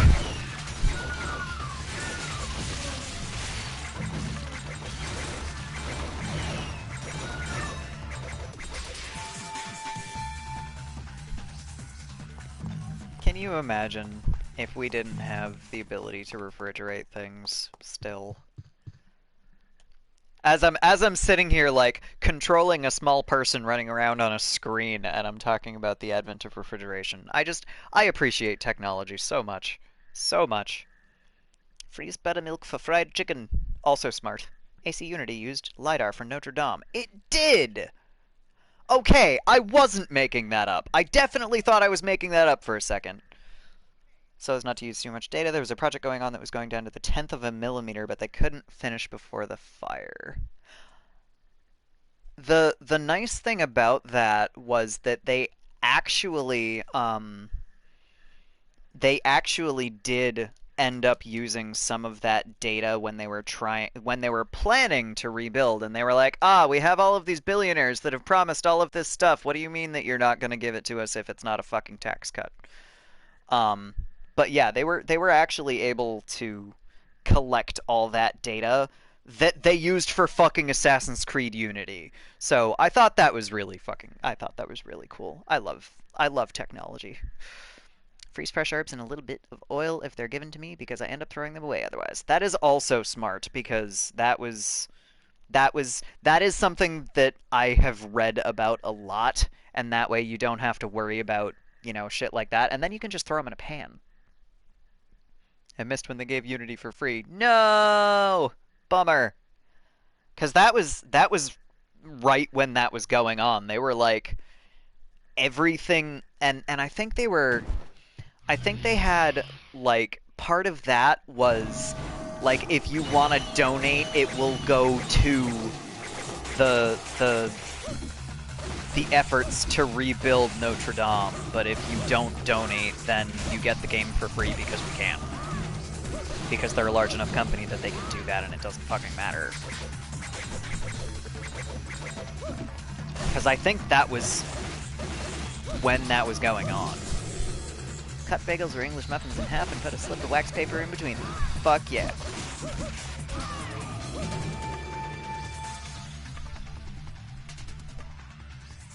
I actually just have frozen bagels that I cut after I cook them, because then you have like nice fresh bread inside kind of a thing. Gave it out for free to give more attention to the donation thing. Yeah, that's what I mean. They were like, hey, so if you can donate, do that, but also we're giving this away for free if you can't donate, so get our game. Also, Notre Dame is super fucked and needs donations. Please help. I don't actually know what happened with all that. I just know that a bunch of fucking billionaires that could have afforded to fix it with fucking pocket change pulled their donation promises when they realized it wasn't going to be fucking tax deductible.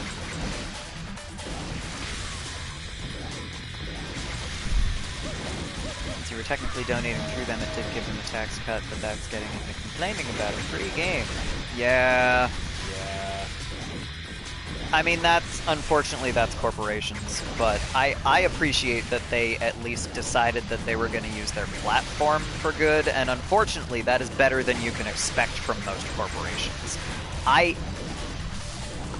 At this point, I'm like, corporations are too much to fucking target at this point.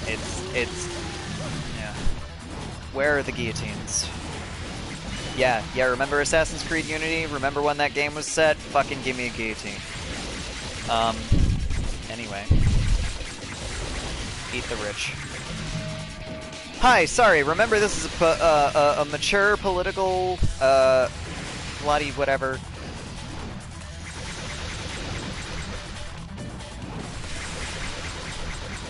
I'm sorry, I'm dying, so I'm gonna ignore chat for a second. Because I'm super dead.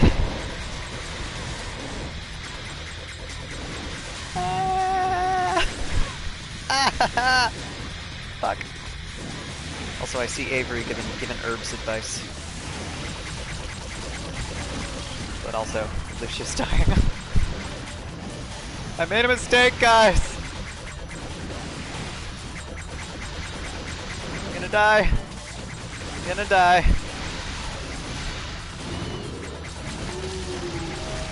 Alright, progress.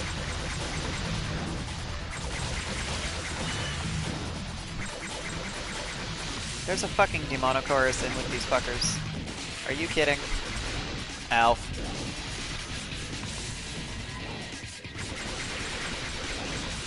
I'm dying. Ow, ow.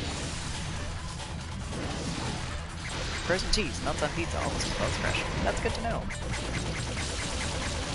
I'm actually considering that I might have to find, like, vegan cheese substitutes at some point, because, like, I swear to God, every time I have something with fucking animal products, I just don't feel great, honestly, and it's not like, I don't mean like, oh, I feel bad. No, give me my fucking steak if that was the problem, but, like, my guts don't like food.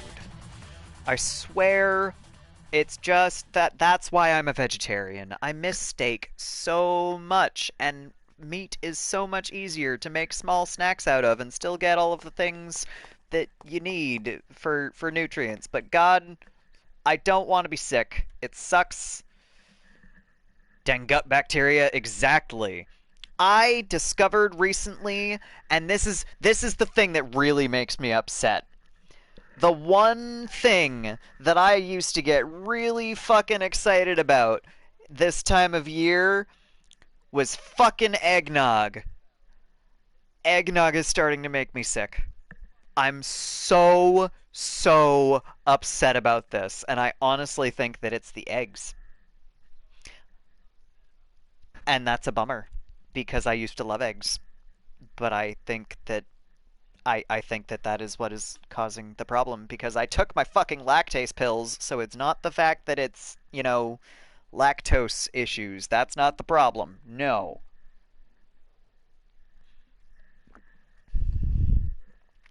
Fucking...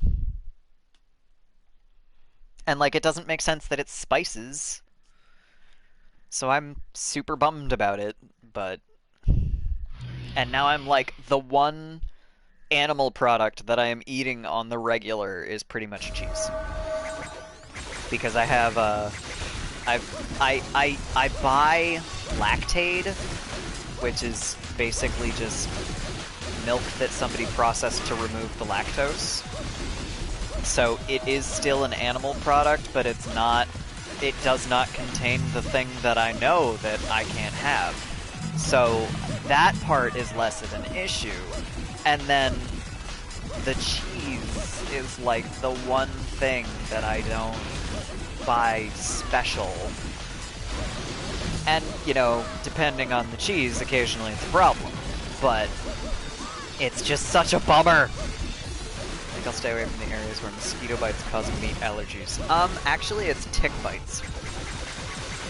As far as I know, this is not a thing that has happened with mosquitoes, but there are ticks that carry that. There is a protein in their saliva that pretty much, that just, it causes the meat allergy, and it has been specifically linked to a Lone Star tick. I used to work at a pet store. There were a lot of ticks that we dealt with, especially when I was working in a grooming salon. So, yeah.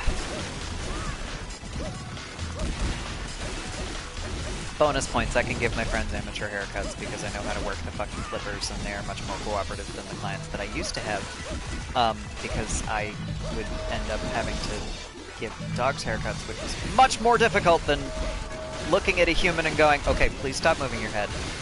And then they go, sorry. And that's it. Much more difficult to give a dog a full body haircut, not gonna lie.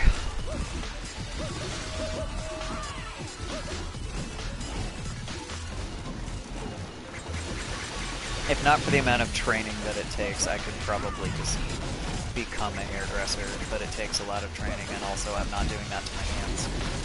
Anyway, yes, ticks are definitely worse. Ticks are awful. I fucking hate them. Ah, I didn't know those could do that.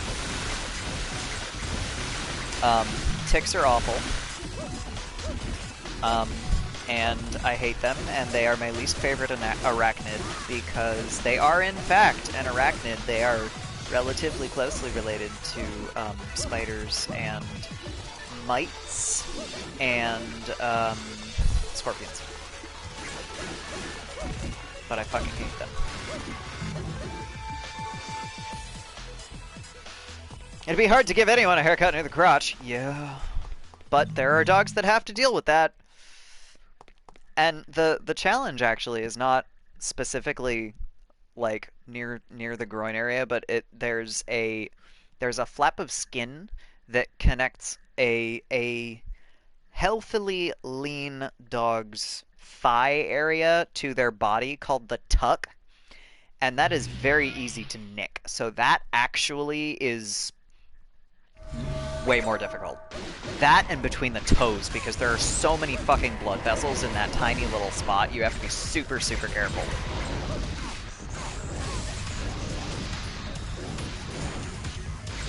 But, you know, yeah. I wasn't. The webbing, exactly. There's tons and tons and tons of blood vessels in the feet, and you actually have to use a very, very, very short blade when you're dealing with the toes, because otherwise you're not going to get all of the little tiny hairs, and the dog will slide around, and that's part of the reason you trim that hair anyway. You know, we used to, one of my coworkers in grooming used to call it, when a dog had that hair grow out really long, she used to call it hoo feet, like the Who's from Dr. Seuss. Oh, I had a gold orb. I didn't realize I could use fucking gold orbs in Bloody Palace. That's wild. Huh. Alright. Cool, I guess. Oh, and actually I mentioned this earlier, and I don't think I ever finished my sentence. One of the things that they super streamlined in 3 is that you can access the divinity statues from your main menu. They started that in 3. So, like, I can just buy stuff with orbs from my main menu. You get the customized screen in the main menu, so if there was anything that I needed I could just do that not only before a mission, but before I really loaded any files. Not quite before I loaded files, but like you load so that you know how many orbs you have, and then you can go, I'm gonna replay this mission, so I need this many vital stars or whatever. I'm still gonna die. Even after the gold orb, I'm gonna die. Note to self, the levels that are full of goatlings are made of murder.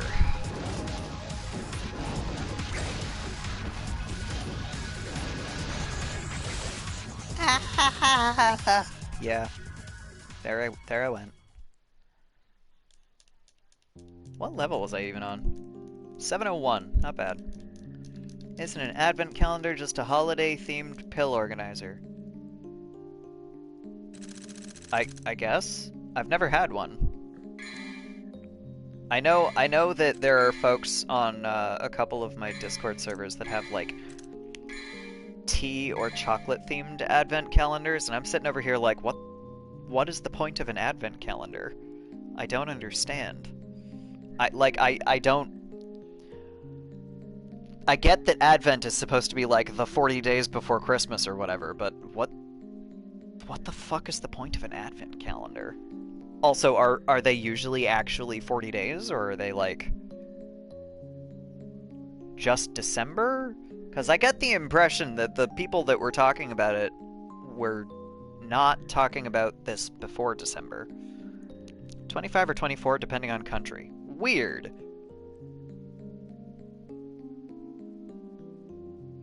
Did I make that up? Is Advent not actually supposed to be 40 days? I don't actually know this shit. I'm Jewish. I don't pay attention.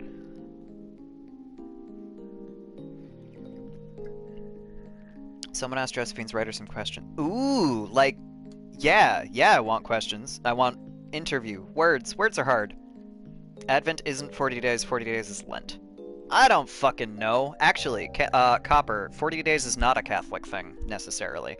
40 days, like, 40 days being applied in this context might be a Catholic thing. I don't know. But the origin is actually from the Hebrew. There is a phrase that is used a couple of times over the course of the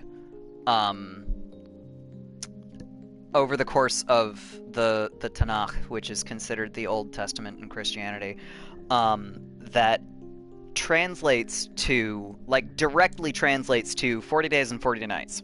So when the Israelites were wandering in the desert for 40 days and 40 nights, that was not literal. Or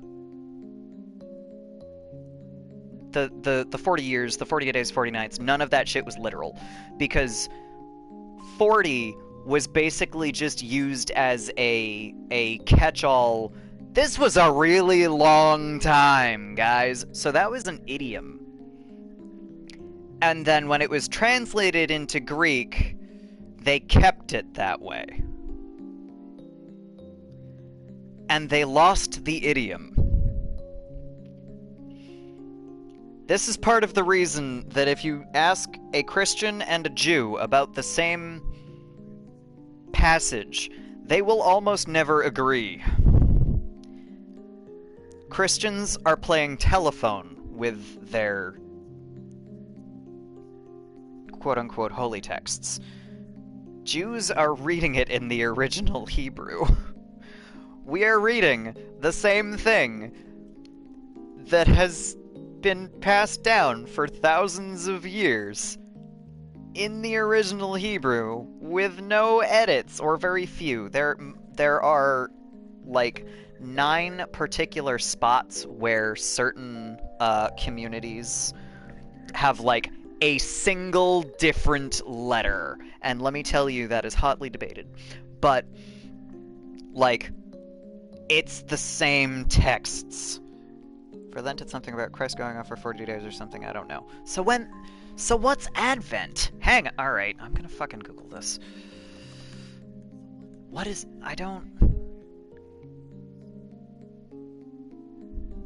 Advent is a season of the liturgical year observed in most Christian denominations as a time of expectant waiting, blah-de-blah-de-blah, whatever. But how long is it? Wikipedia?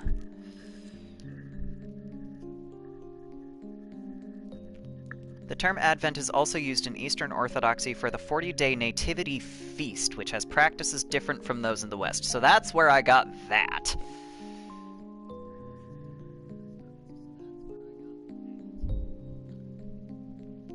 I know some Eastern Orthodox folks.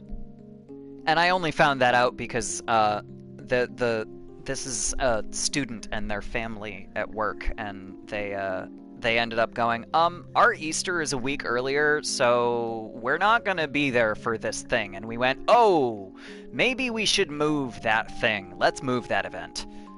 4 Sundays before Christmas Day. So they just went, all right, let's do 4 weeks instead of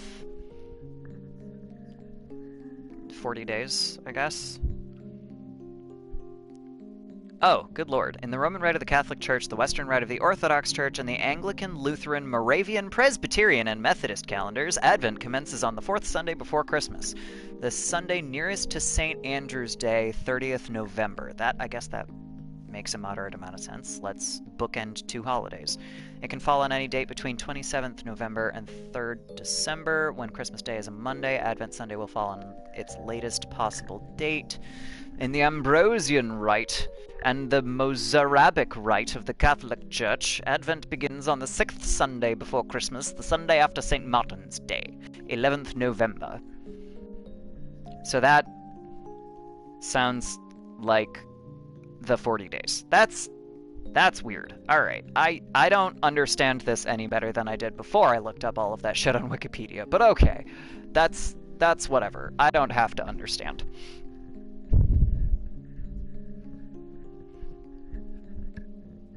The devil supposedly tried to tempt Christ into giving... Oh, weird. Christmas is supposed to be a 12-day festival? Christianity is confusing. Christianity is confusing. I don't understand.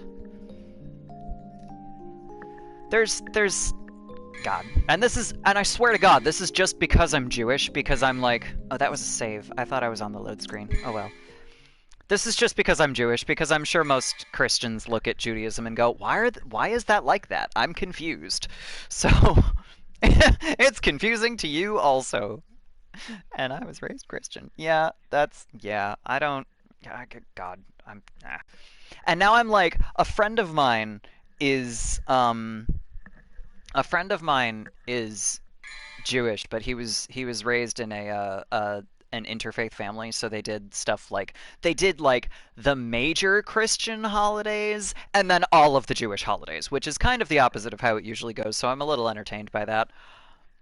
But we would have more books in the Old Testament if it wasn't for 12th century Catholicism. How exactly do you mean that? Because I feel like you're taking that in a direction that I would mildly disagree with. Because there were a bunch of books that Judaism straight up rejected that Christians considered for a lot longer, and then there were things that they were going to add in later, and then the Old Testament, quote unquote, is also a total rearrangement of the Tanakh. So even though it's mostly the same books, they're not in the same order, so the narrative got all fucked up. So this is part of the reason it is read so differently in Christianity, because the books were rearranged in such a way that it reinforces the whole Christ narrative that they found. Oh god, alright, gird your loins. Tell me what you were taught about Hanukkah, Avery.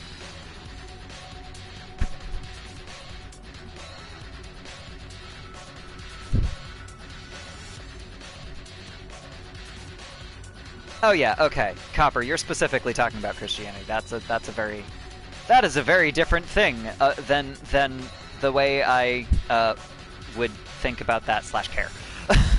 Personally.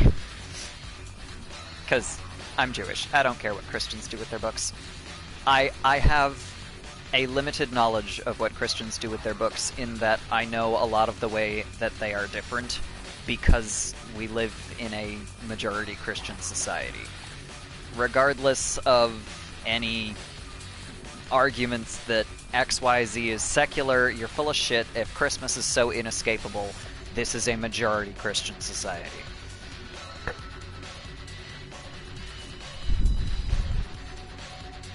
I'm waiting for Avery to tell me. I was taught that it's a Jewish festival about oil lasting for 8 days instead of 1 because of divine miracle. Broadly not wrong. That is the thing that we told people so that we got to celebrate, and it didn't seem like we were celebrating a revolution and, you know, were any kind of a threat. So technically not wrong. That was the story. That was the rabbinic holiday that was made because of the miracle of the oil lasting 8 days instead of 1 after the sacking of the temple, which is the part that you were presumably not taught. Never taught context. Yeah. I also am a huge religious nerd, and like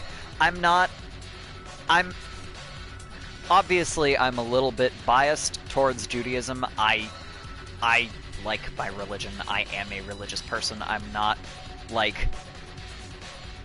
I'm certainly not Orthodox, but I have a lot of interest in how Judaism handles a lot of things in different movements, so I do read a lot about shit like that, but, like, if someone has a really interesting tradition, I want to know about it, regardless of whether it's a Christmas tradition or a Hanukkah tradition or whatever.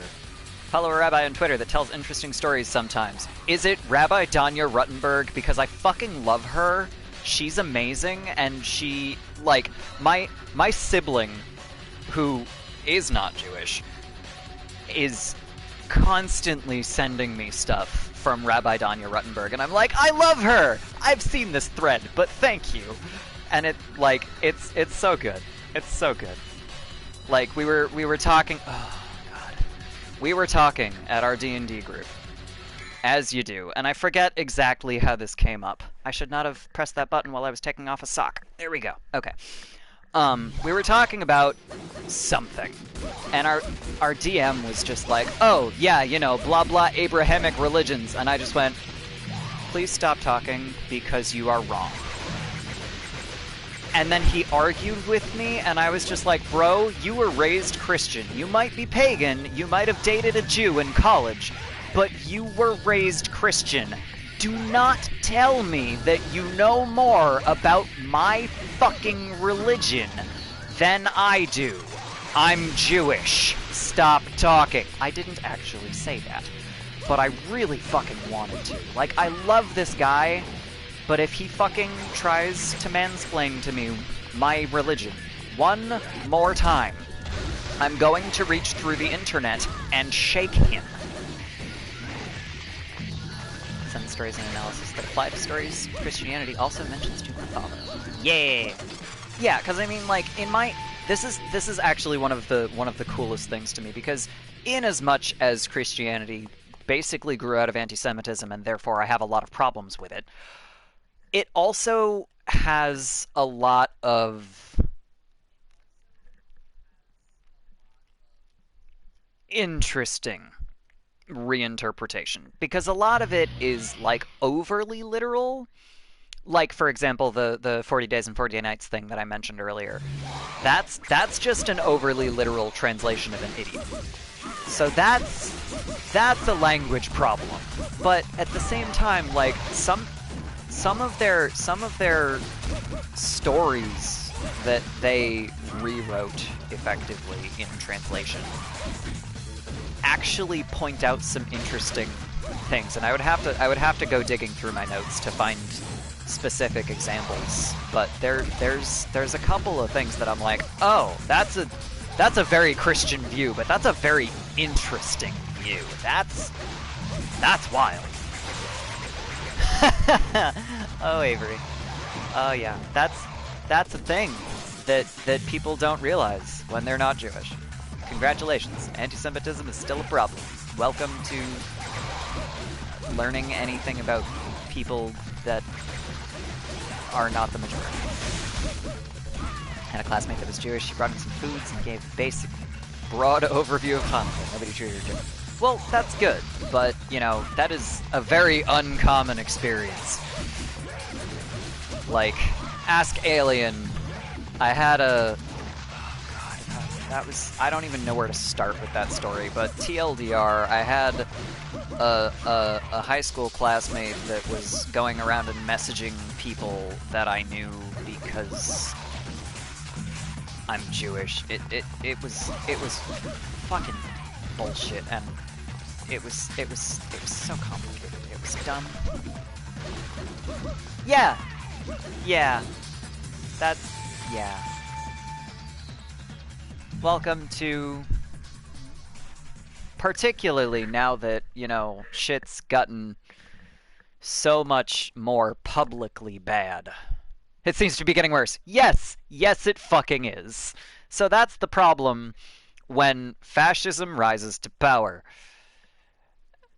Like that's what's happened. It is now safer to be full of hatred than it is to be Jewish and or queer and or, God forbid, black. Like I have a couple of black students at work, and I'm just, every time I see them in person, I'm like, okay, he made it here safe. Do I have to check in with your mom? Oh my god. Yeah. Yeah. All bigotry is now safer than what it is directed against. That's the problem.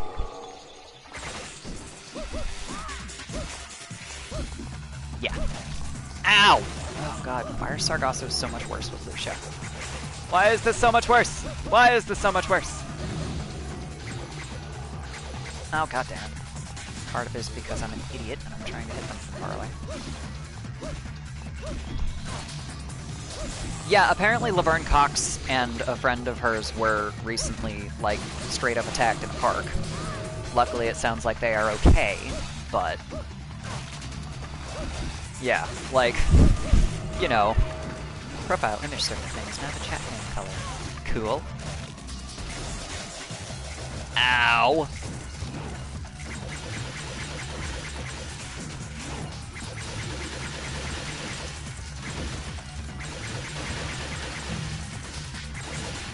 I don't actually know what you're talking about because I'm relatively certain I have a different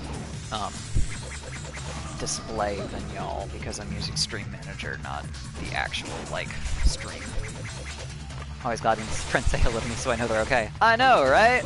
Like, there's a couple of... We've actually been talking about this on the Sayuki Discord because a bunch of our older mods are inactive, and a few of us were talking about it recently, and we're just like, I miss them. I hope they're okay.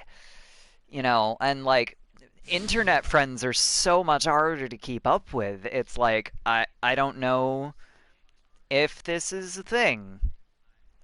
Kale sometimes drops in my stream, and I'm always worried about him. He's a large black man living in North Carolina. Yeah. Yeah. Cal. Okay. Well, either way. I definitely read that as just the name Kale because I know someone who had a dog with that name, so I'm like, this is a name. And that was how it was spelled.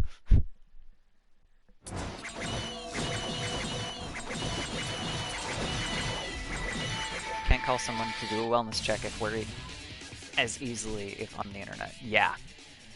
And, it also gets really hard when it's like, they're inactive on the one site that I could communicate with them on. Like, I don't know if a couple of these people, I don't think they've logged onto Discord in months. International friends, yeah, that's actually where most of these folks are. Most of our inactive mods in the group that I'm talking about, one of them is Italian. One of them is, oh, I forget exactly where she was from, but she's somewhere in Southeast Asia. We've got a bunch of Southeast Asian users. I forget where exactly in that area she was from. We've got one person that actually just bopped back into the mod channel for like 5 minutes. That Indonesia. Maybe? I'm not sure. We've got a bunch of folks in Singapore, so my brain is just automatically going to Singapore, but I don't think that she was one of them. Um, but we've also got one person that just bopped back into Mod Channel for like 5 seconds the other day that is from America, but moves around a bunch and is a mom, and just like nobody's heard from her in so long, and it's nice to hear that she's doing okay and is just super fucking busy, but also I'm like, please continue to be okay. Ah. So, it's hard. Like, we used to have a relatively large active mod team from all over the world, and we had, at least one mod in any given time zone that would be on at any given time of day, so it was really cool. And then now there's like 3 of us that are active, which is okay, because we actually have a relatively wide spread of who's awake when, but it's a little bit, it's unfortunate, because like it's not even that we have a mod team that has to take action particularly frequently, because we don't. We're just hanging out and occasionally being like, hey, this should go in this other channel, and people go, oh, oops, okay, and move. But like, for the most part, we don't have to do too much, so it's not like, oh no, we need more mods, but it's like, I missed them, I hope they're doing okay. As far as I know, one of them just straight up dropped off the face of the internet. I don't know, but I hope she's okay.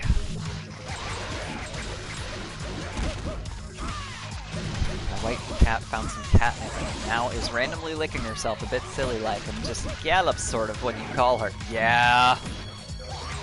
People posting NSFW in general. No, that is not generally how it goes. It's generally more like, occasionally I'll say something and like jokingly call the not safe for work whistle on myself because I said something that could be, taken as spicy, if you will pardon the parlance.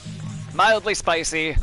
Blow the not safe for work whistle, get thee to the NSFW channel. No, but nothing like that. Generally, it's more like, hey, guys, this is the video game channel, and you're kind of not on video games anymore. Do you want to scoot over to off topic? And they'll be like, oh yeah, sorry, cool. And that's it. Mildly Rule 34? No, nothing that bad. Nothing like that. It's more like, I'll say something that's like, just kind of, suggestive. Nothing Rule 34 of the internet, but, you say something suggestive and then I go, alright, that's enough of that in this channel. That's about it. Nothing has ever been, as far as I know, nothing has ever really been, like, 18 plus posted in the wrong channel kind of a thing. Rule 63 being semi-popular subgenre. Is that the one about, like, gender bending? I am aware of Rule 34 of the internet, but I forget what all of the numbers are.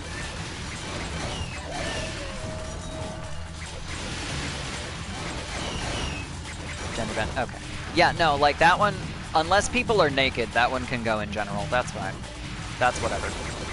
If you wanna draw Sanzo as a pretty lady, that's fine. You can do that. Just as long as they're clothed, they can stay in whatever channel you put them in. That's whatever. As long as it is, appropriate content for the channel that you're in, it's whatever. But, Rule 63 tends to imply not clothed, as far as I am aware.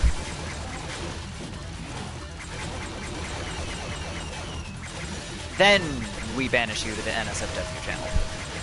A pretty lady in a business suit. Yeah. That can go in general. That's fine. God, there is actually... So I've been trolling Pixiv a lot lately. There is actually, apparently, a lot of Devil May Cry fan art with the boys as not boys.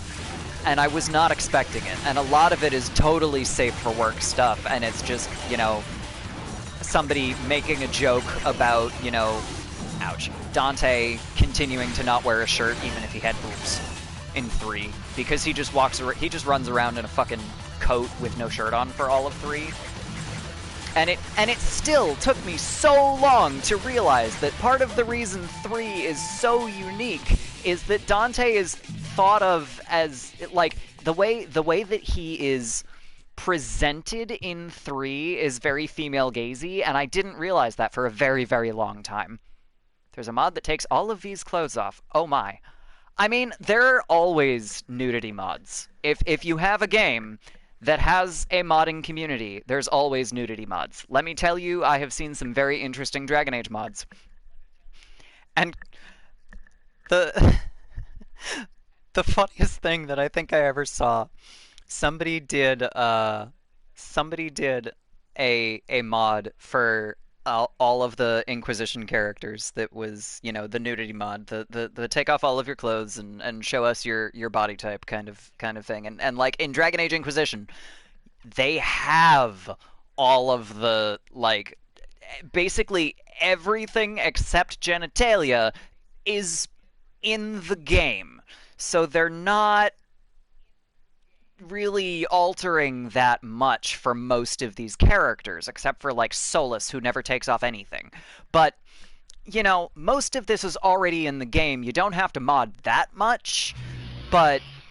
And obviously the models will have everything but the genitals. But the fucking...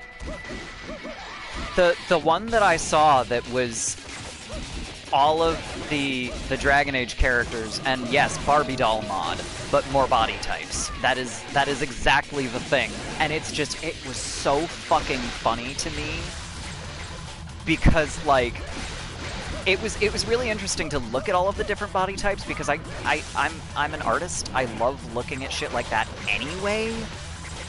And I'm also a martial artist, and I'm a kinesiology major, so I like looking at different body types as a general thing. And, like, this is my jam. So, like, shit like that, and then you get the Barbie doll mod where there's still just a vague kind of genitalless doll, and it's so fucking funny to me. It's so funny. I swear to God, I just turn into a 12-year-old. It's so funny. But DMC 3 was when they realized women play this series quite a bit. Also, I'm very queer, and I am totally okay with watching a guy run around shirtless for an entire game. I'm good with that. Like, I'm fine with that. Let me tell you, when I realized that you can unlock coatless Dante and coatless Virgil in a vest with his fucking ridiculous-ass guns out for you can run around in the game, that's... Fuck yeah, let me see Virgil's guns. Dante's got, you know, bang-bang guns, but Virgil's got some guns. Give me them swordsman arms. Any day. Okay. Anyway. They still don't realize LGBT exists so often, but it's something. Yeah. They actually, I feel like BioWare is starting to. They took a while to do it right, but they did well, eventually. It just, you know, took them a while. Martial arts movies seem like a good point for reference study. They can be, but a lot of the time, you have to be careful about the exact movie that you're watching, because a lot of it is wire fu. So sometimes it's very interesting, and sometimes they're just like, fuck it. This isn't a thing that we can actually do, but let's make it look cool. Hi, Alien. Welcome back. You did, in fact, miss some Advent stuff, mostly Copper and Avery trying to explain to a confused Jew what the fuck Advent is and where it is what, and I'm not less confused. So, I keep trying to move the camera. You can't do that. Bruce Lee, Jackie Chan, etc. Yeah. And you know, those are... Jackie Chan is actually where it starts being, okay, how much of this is wire fu? Because, one of my... So, alright. Buckle in. So, for my 16th birthday, my boyfriend at the time took me to a zoo and to see, the movie in theaters at the time, Forbidden Kingdom. This is a terrible wire fu movie, but it's also really cute, and it pokes at the Monkey King and the Journey to the West, and it's really, really cute. So, like, it is honestly kind of a terrible movie, but I love it anyway. So, we went to see Forbidden Kingdom, and the entire fucking movie is fucking wire fu, and it's mildly racist because nobody told them not to be, or at least not enough people told them not to be. But it's one of those things that I can look at and go, wow, this sucks, and I love it anyway. So, that.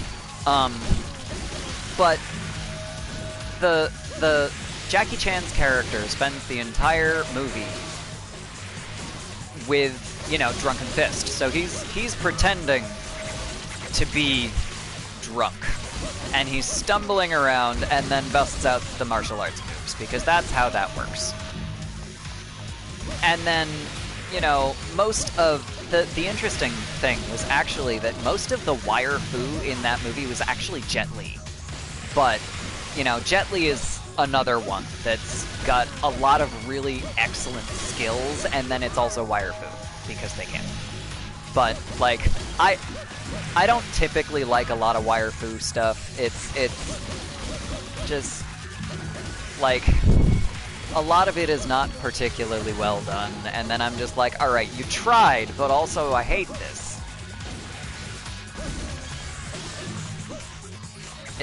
Nah. But whatever. I like Jackie Chan. I liked that movie. It was bad, and I liked it. You know, it was also like super fancy date night for my 16th birthday, and that was about the only thing that I got for my 16th birthday, so it felt really special. Anyway. And his folks were also really, like, we were teenagers, so it had to be a chaperoned date night, but it was a lot of fun, and his folks were really, really nice and super sweet, and like, we went out for Chinese food after at a buffet, and it was really good. And, you know, it was like, it was really nice. Anyway, but yeah, I am also kind of, I'm also a fan of old Bruce Lee movies. He was great. He did so much to try to bring something that was important to him into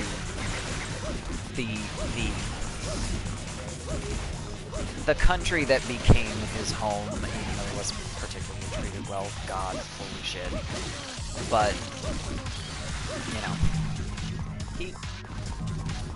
he really did well for himself.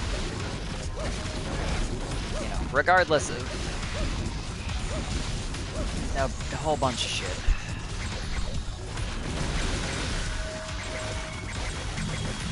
Alright. Now I have 5 Savage Golems to deal with, so I'm probably not going to be the most talkative for the next minute. 3. Oh god, I'm going to die. Okay, alright. This is fine. I have enough health that I will be okay. I believe in me. I feel like I shouldn't, but I do. No, get back here. Ouch. Just got slammed to the floor. Please don't regenerate. Please don't regenerate. Of course you regenerated, motherfucker.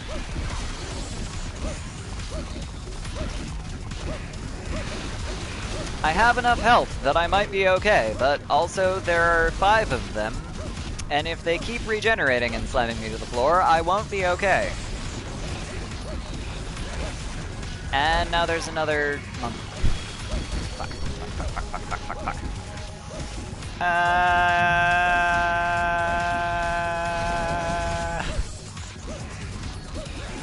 got this. I got this. Ow. I don't got this, maybe.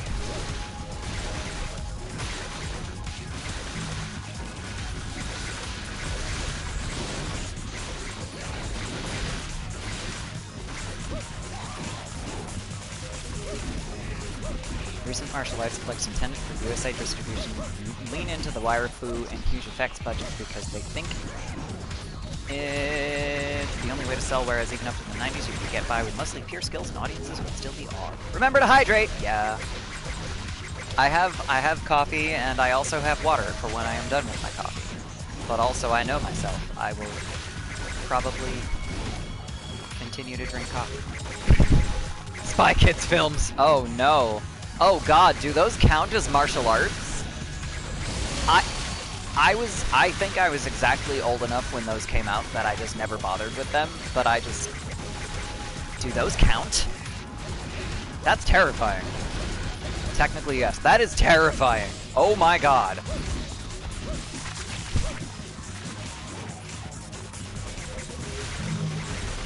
Martial arts spy flips. I feel like those are two different genres, though. Maybe that's because I didn't watch them, but... Yeah, okay, I might die.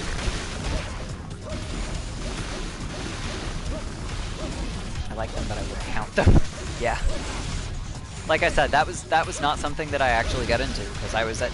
You know that age that you get to with a lot of things where you're like, I'm too cool for this, regardless of what it is, or if you're actually too old / too cool for it. I think that was where I was at with Spy Kids.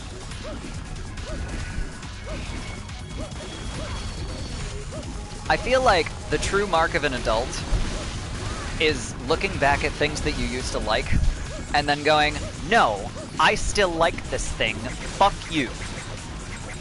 Which I have recently done with a whole bunch of things that I used to like, so I feel like I am finally an adult now at 28.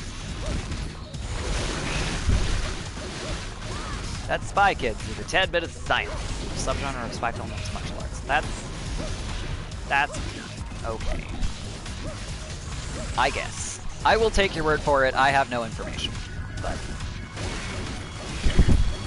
I don't really do like spy flicks anyway, so I'm just going along. I'm just vibing during this conversation. I got nothing. I'm dying. I keep getting to the point where I almost beat one of the fucking Savage Golems, and then it gets away, and then it regenerates, and I'm never gonna beat this fucking stage. Because I no longer have the health to do it. I'm gonna die.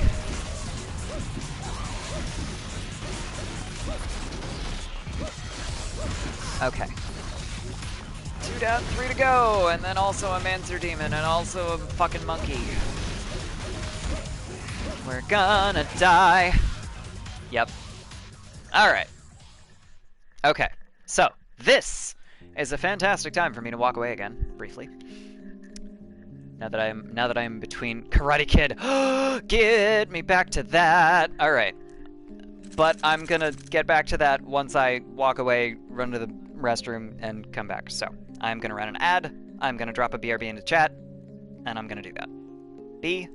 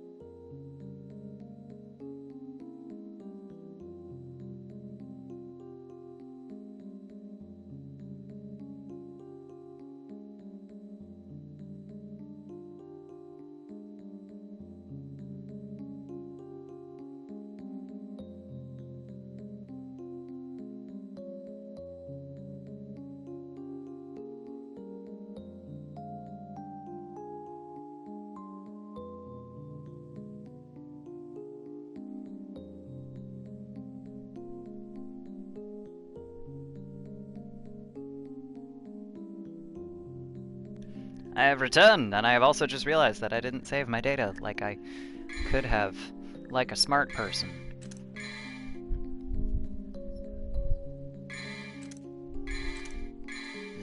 Okay. Let's give Lucia... No. Let's give her another chance to get a little further in Bloody Palace here.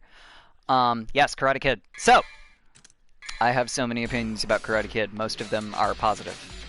The only things that I will say about Karate Kid is that it is an old series, and therefore it gets weird, and a lot of the sequels fall into the same problems that a lot of sequels did of older movies, meaning that they ran out of plot and then kept going because they could get money out of it.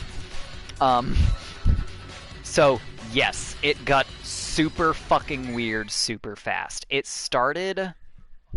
Honestly, I really like the original, in general, because, like, it's you know, it's the Italian-American, but, you know, the Italian-American kid that's got, you know, their challenges in New Jersey, and then they gotta go to fucking, you know, they move to a new place, and then everybody's bullying them, and nobody likes them, and everything's shit. Like, that's so typical teen movie, and then they just applied something that basically every white martial artist is going to look at and go, oh yeah, that's my martial arts career. That's what happened. I went to the dojo and then everything got less shitty. Aw, cool, he's an instant black belt. That's not how it works. But, like, most martial artists can at least look at that and go, I can appreciate this. Greg the Jerk went after Mark Dara. I think he regrets this. I have no idea what those names are, Avery. I'm sure that should mean something to me, but it does not.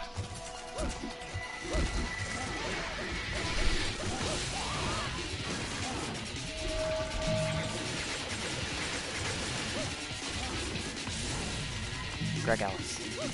I know that name. I don't remember why I know that name, but I know that name. Mark Dara was one of the Dragon Age writers.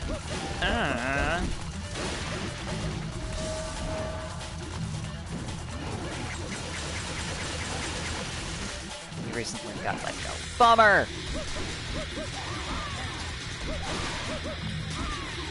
I don't pay as much attention as I should to writers' names.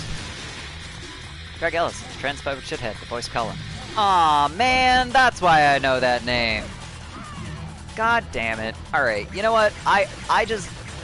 Dude's got a great voice, but for fuck's sake, this is why I don't follow news, because so many people just suck so much, and then I'm like... God fucking damn it. Yeah, he got told! I'm not surprised. Like, you know. Got coffee! Fuck yeah! Get that coffee. I should have got coffee. I am running low on coffee. This was a mistake. What did you come back to? One of the fucking idiots that is somehow still involved with Dragon Age because he's got an excellent voice, apparently went after one of the Dragon Age writers like a jackass. Because he's a jackass. So, that's what you came back to. This is why I don't pay attention to things behind the scenes, because then I'm just disappointed by everyone all the time.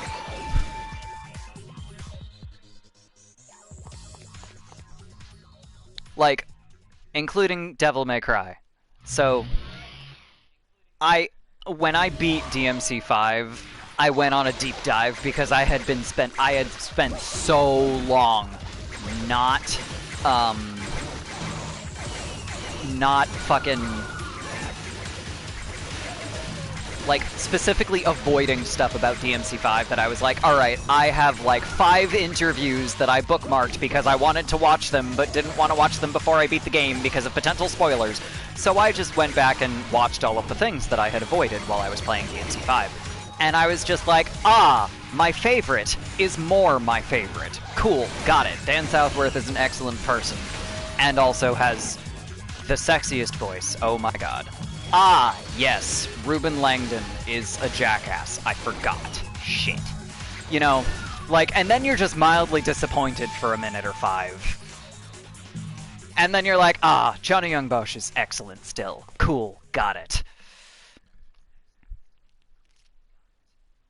Did I see the developer cutscenes for DMC5? Probably? Karate Kid, some family knew Billy Zabka, the guy that played Johnny back in high school and during filming. That must have been interesting. The things they did to explain to the CG people how it goes. No, I must not have. So, like, one of the things that I loved about DMC3's special edition was that they included the mocap movie. So they have a short compilation of a bunch of the fucking actors doing their motion capture in the stupid suits. It's so funny. Action figures and cardboard and costumes. Yes, I have not seen this, and I would appreciate you so much to send that to me. They're in DMC5 Special Edition. That will have to wait until I can afford it. So, you can replace the actual cutscenes with them? That's hilarious! That sounds like something I need to stream at some point, because that sounds great. That sounds awesome. That sounds so stupid that it's gonna be perfect. But yeah, unfortunately, my opinion on the shitbags that are involved in my favorite series is pretty much like, you can't really change their voices at this point.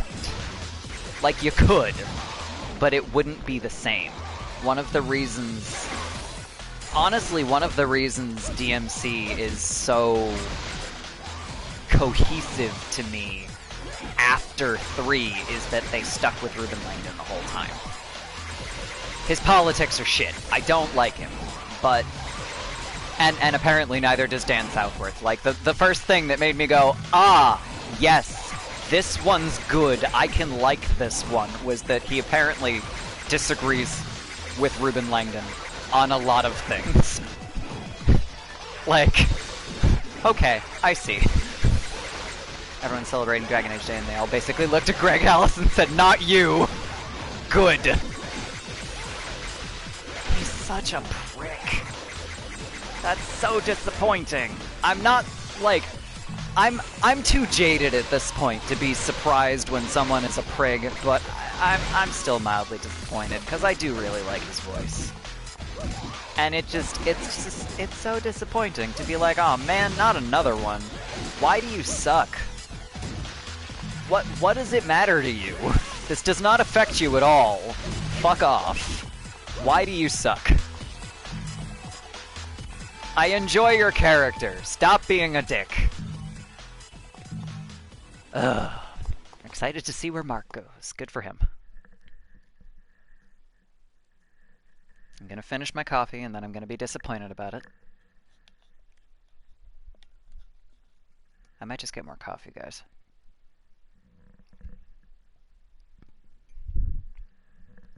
It's almost 2 in the afternoon. I haven't streamed for this long in so long, and now I'm like, coffee. One of the reasons these writers are leaving is they're being constrained creatively a lot. Shocker! You mean BioWare isn't letting the writers do the things that they want to do? I'm shocked. I don't... There's something to be said for having video... EA. Even worse! That's right, EA fucking obtained BioWare, didn't they? Shit. Fuck. Fuck EA games so much. But, like, there's something to be said for having narratively interesting video games, but also... you really can't expect much because the it's not the focus of the medium. The focus of the medium is how much fun can you have playing in this world, and they don't always care about the narrative, even though they created sometimes a really fucking good one. Like, my favorite thing about Dragon Age is the fucking world building behind it. That's why I love Inquisition so much, because they foregrounded their world building in Inquisition. But then, you know, it EA says market research says people like XYZ, the companies have to do that, despite it being a really dumb idea. Yeah. Yeah. That's a thing. Okay. I think what I'm going to do, I'm going to go through the rest of this, and then grab another coffee, and then probably do one more run through words are hard. See how it goes. But we already have XYZ! Yeah, and then nobody takes risks, and then it's shit. Like, it's one thing when people go, hey, we really liked this character, the way that he is. People hate movement. We love movement. What? People like guns, lasers, and huge explosions. Let's put that in every game. No exceptions, even the datas. Okay, but that actually has made for some really hilarious, like, inappropriate for the genre kinds of decisions. That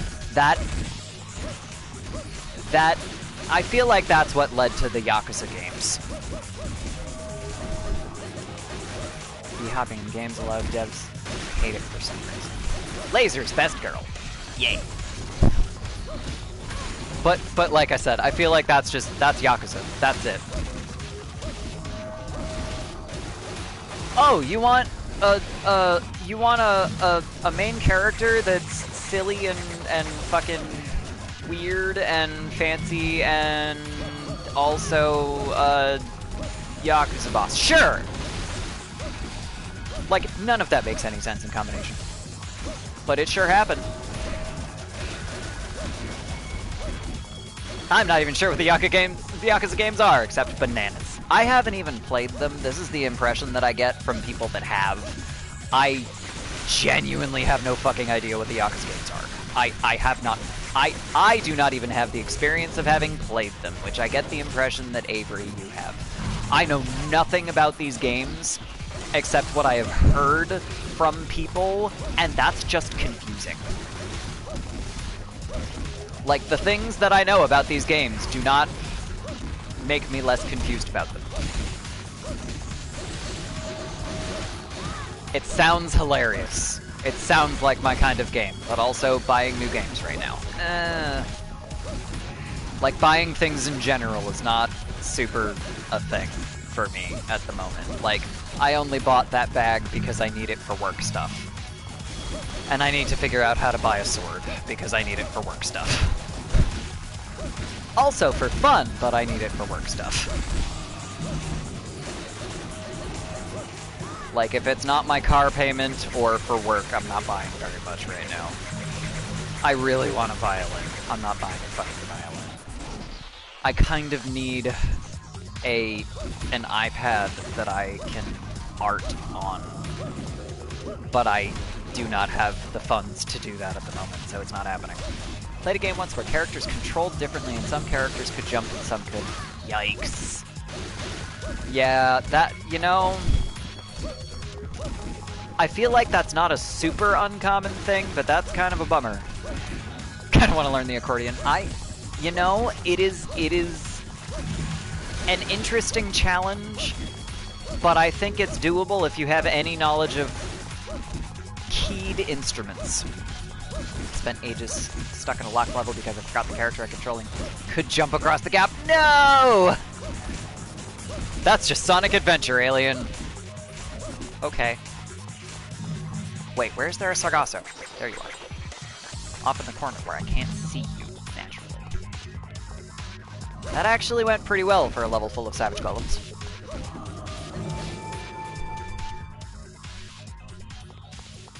accidentally succeeding is like the name of video games for me. Also, I just realized that I forgot to add in casual playthrough to my tags, because I feel like casual playthrough should just be like a pinned tag on my channel.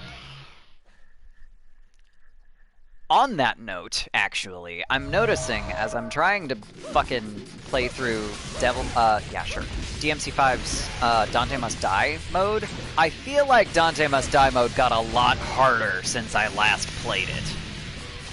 And I don't know if that's just because I got good at it in 3, and then it was similar enough in 4, and then I suck at 5 real bad, which is true, I do suck at 5. But, like, man, I feel like Dante Must Die mode got way harder between games.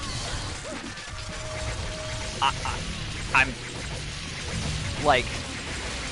It took me 2 gold orbs to get through one of the levels with B.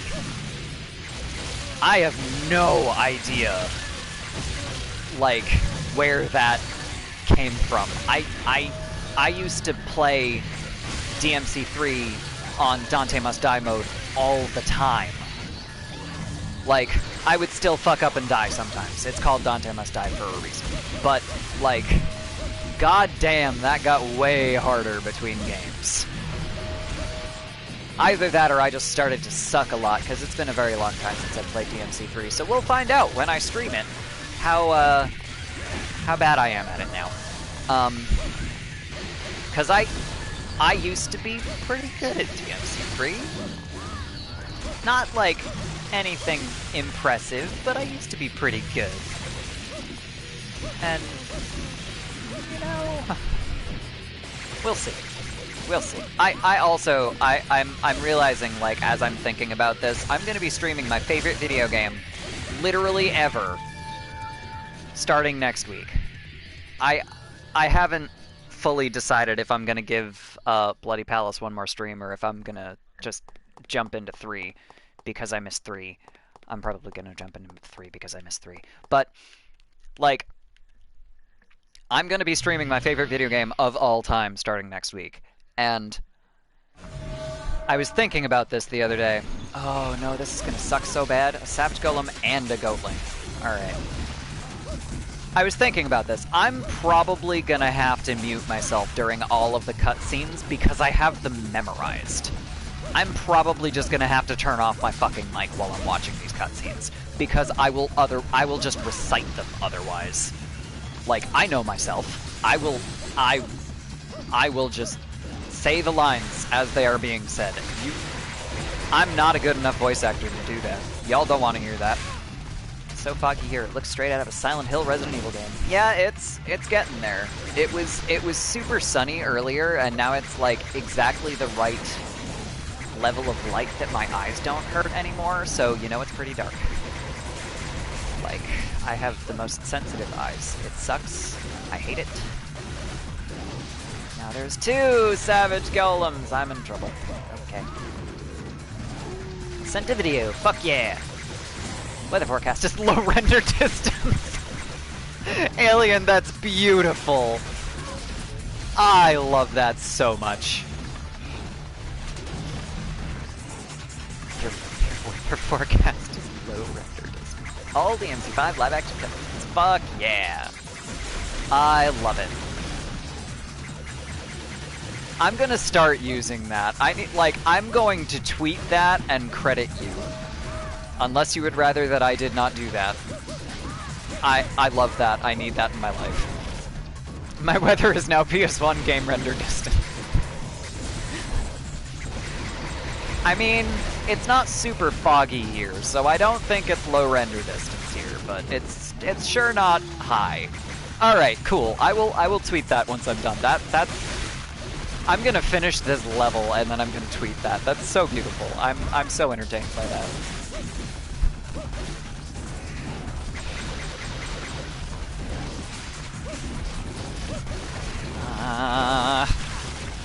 Also, I'm just gonna... I just glanced down at my stream chat for a second. I would like to appreciate the color combination that y'all have going on with your usernames right now. It's pretty. I like it. Feels like venting. No judgy judge. We're moved. What?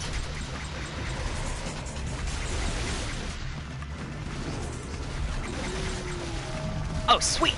Alright, cool. Ow.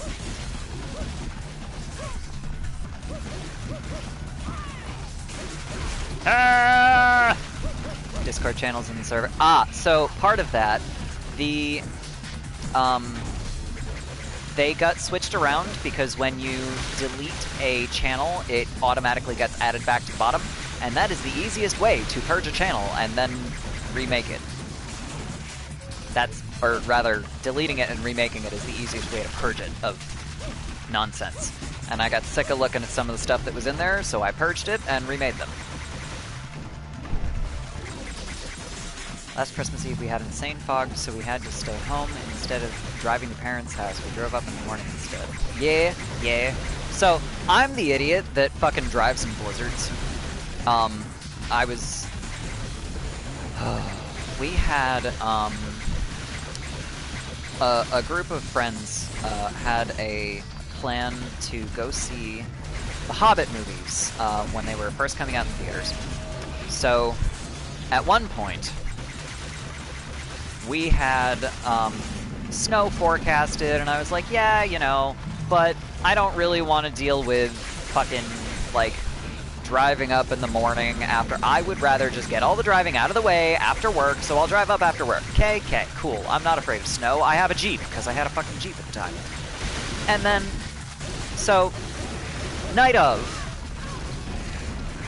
it's not just snowing, it's fucking blizzarding so hard that I was still a manager in the grooming salon at that point. So I sent home one of the groomers and was like, look, I will dismiss all of your dogs. You have a really long drive and a really shitty car. I have a Jeep. Go home. I will dismiss your dogs. And then I'm glad that I did, because the parent was like, the pet parent was out somewhere and they got stuck in traffic and then snow and then shit they were like an hour late picking up this dog. That dog was the entire reason we were there as late as we were. So, by the time we got home, we technically closed the store at like 5:30. We didn't get out of there until almost 7 because this one person had to come and pick up her dog and just got fucked with a bunch of coincidences. So, all of that shit. And then I was like, you know what? I said I was gonna fucking drive up. I'm gonna fucking drive up. I'm not afraid of a blizzard. This was stupid, but it was not actually a bad thing. Because at the time, I still had 4-wheel drive. So I just turned on 4-wheel drive and did not exceed like 35 miles an hour for an hour and a half drive that would usually have taken me like an hour. And then we went to see The Hobbit the next morning in the iciest conditions ever. So that was a thing that I've done. I don't necessarily recommend it, but I'm honestly more afraid to drive in the rain than I am to drive in a blizzard, because at least in a blizzard you can kind of be like, alright, this is granular, it's gonna suck, I'm gonna slide funny, but I have 4-wheel drive, so it's okay. I no longer have 4-wheel drive, but, like, the concept of that bothers me a lot less. I'm not particularly looking forward to finding out how a Honda Fit handles in the snow, but we'll see. Discretion is the better part of valor, that is a fact. Don't be me. I've driven in pounding rain and other bad conditions. It was scary, zero visibility, and we would have had to go through a city where none of the other drivers would have been able to see us, so we waited. Yes, that is the smarter thing to do. Do not be me. Yeah, I actually ended up just, like, letting the dog hang out in the salon with me for a little while, because I was like, alright, you know what, you're the only other being here. There's no reason for me to leave you in a kennel the entire time. You are very well behaved. You can come out and chill with me. So I just played with the dog for, like, half of that time when it was clear that the client was going to be late. I was like, you know what, fuck it, you can hang out with me. This is fine. And then it was fine. And you know, the client came in and was like, oh my god, I'm so sorry, I'm so late. And I was like, it's okay. This year we'll be staying home anyway and having video chats with more virtual silly hats. Excellent. Yes. Blizzard conditions, 4-wheel drive, all-wheel drive, or front-wheel drive are the only types of vehicles I would trust. Also, tires need to be good. Yes. Good tires can make a rear-wheel drive better than front-wheel drive with average tires. Interesting. I am as I don't actually, I assume that my Fit is front wheel drive. I know it's not four wheel, but I don't, like, I haven't heard of any modern cars being rear wheel drive. Like, that's not a thing that I even think still happens. And I have a 2019, so I can't imagine that I have rear wheel drive. But I don't actually know. So enjoy your lunch, Avery. Depending on if you're streaming later / when, I might end up being able to raid you. But enjoy lunch. I'm gonna probably get coffee after this, but I'm super not done with Bloody Pals. I love Bloody Pals. I'm having entirely too much fun with this. Also, I haven't been able to stream for a long time. In a long time. So, I'm having fun. Most cars are rear wheel drive. Really? Honda likes front wheel drive for economy class cars like the Fit. Huh. Maybe I just don't pay enough attention then. I just... Like, is rear wheel drive more efficient or something? I can't think of a reason that would be a smart thing. But I also don't really know cars, so maybe I'm just wrong. I don't know. Rear wheel drive has better weight distribution. Okay. So it's less likely that you're gonna have weird, like, balance issues. I guess that makes sense. I just... I don't like it. I live in a place where weather is a serious concern. I live in Rhode Island. It's not quite New Hampshire, but we got some weird fucking weather, and we get ocean effect bullshit, so I don't... Hey! Hi, Ethan. I don't see you here very much. I appreciate your presence. But also, I don't usually stream at this time, so... That is going to change after this semester. Because during this semester, the pandemic got really weird, and now I work nights.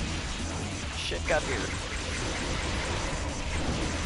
Things are going well, for the most part. I'm dying a lot, but that's what Bloody Palace does, so... I am enjoying dying a lot. Four-wheel drive and all-wheel drive tend to be selling points that cost extra and are more likely to be standard on trucks rather than cars. That is at least approximately correct, yes. Those are typically features in, like, SUVs and trucks and things that you're expecting to use for, like, work stuff, rather than, I need a car to get to work. And back. And occasionally drive to school or whatever. Like, if it's a car that is designed more for driving than for work stuff, that'll generally be extra. All-wheel drive, four-wheel drive is Alright, hold that thought, I'm dying. Lucia, get up! Lucia, get up! Ah! Ow. Ow, ow. Alright. Devil Trigger, let's go! Let's go! I should have waited for Majin Devil Trigger. That's fine. This is fine. This is fine. We're fine. I'm gonna die. Fuck you, little Demonochorus. Ow. Heck. Ow. Okay, this is fine. Ow. Gonna die. That's right, she doesn't get Majin Devil Trigger. That's a Dante thing. I'm an idiot.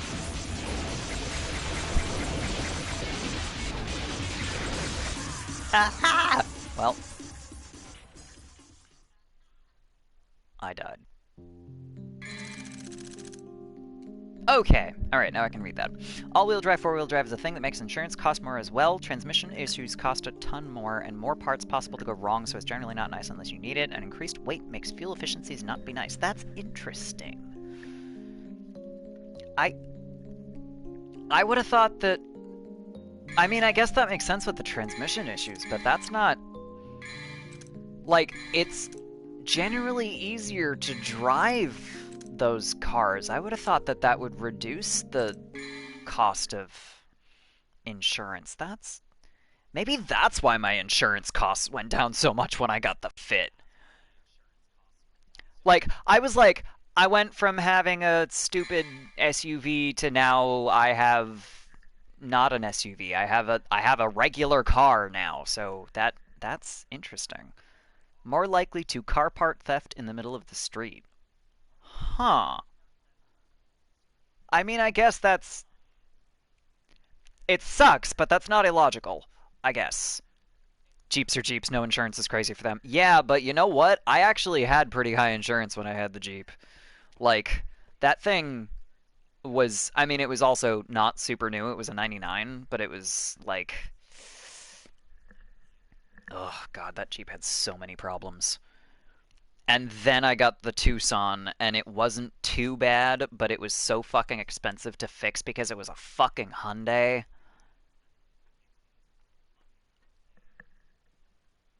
Easy theft, easy carja. Alien, I see what you did there. I see what you did there. I'm amused. You never know when your Jeep will just fly away. Oh, my cat's being super cute on the floor. He just stretched out all cute, and all I can see is the toe beans from the other side of the heater. He's so cute. Easy carjacking, easy theft. Blah. Blah. Okay. I'm gonna briefly walk away twice because I'm going to microwave my coffee and then come back because it takes a bit. Um, Baby streamer. What's that supposed to mean? I mean, if you mean that I have 73 followers and no subs, you are correct. It is because I stream at a weird time generally. Also, hi, welcome. Still high on the easy to hotwire chart? Really? I mean, I don't know how to cars, so all of this is going to be news to me, but that's just God, I this is part of the reason the Fit was such a good thing for me to get because like it's a newer car, there are no problems, it's a very new car. I have a 2019 now, guys. I was once like you. I understand. All right. I also have to be a jerk. I hate to do this right the second somebody walks in. Hey, thanks for the follow. But I'm going to walk away and do coffee really quick. So, BRB, I'm going to super quick run an ad now and then not do it when I actually get my coffee out of the microwave. So, BRB, like super, super quick. Burb.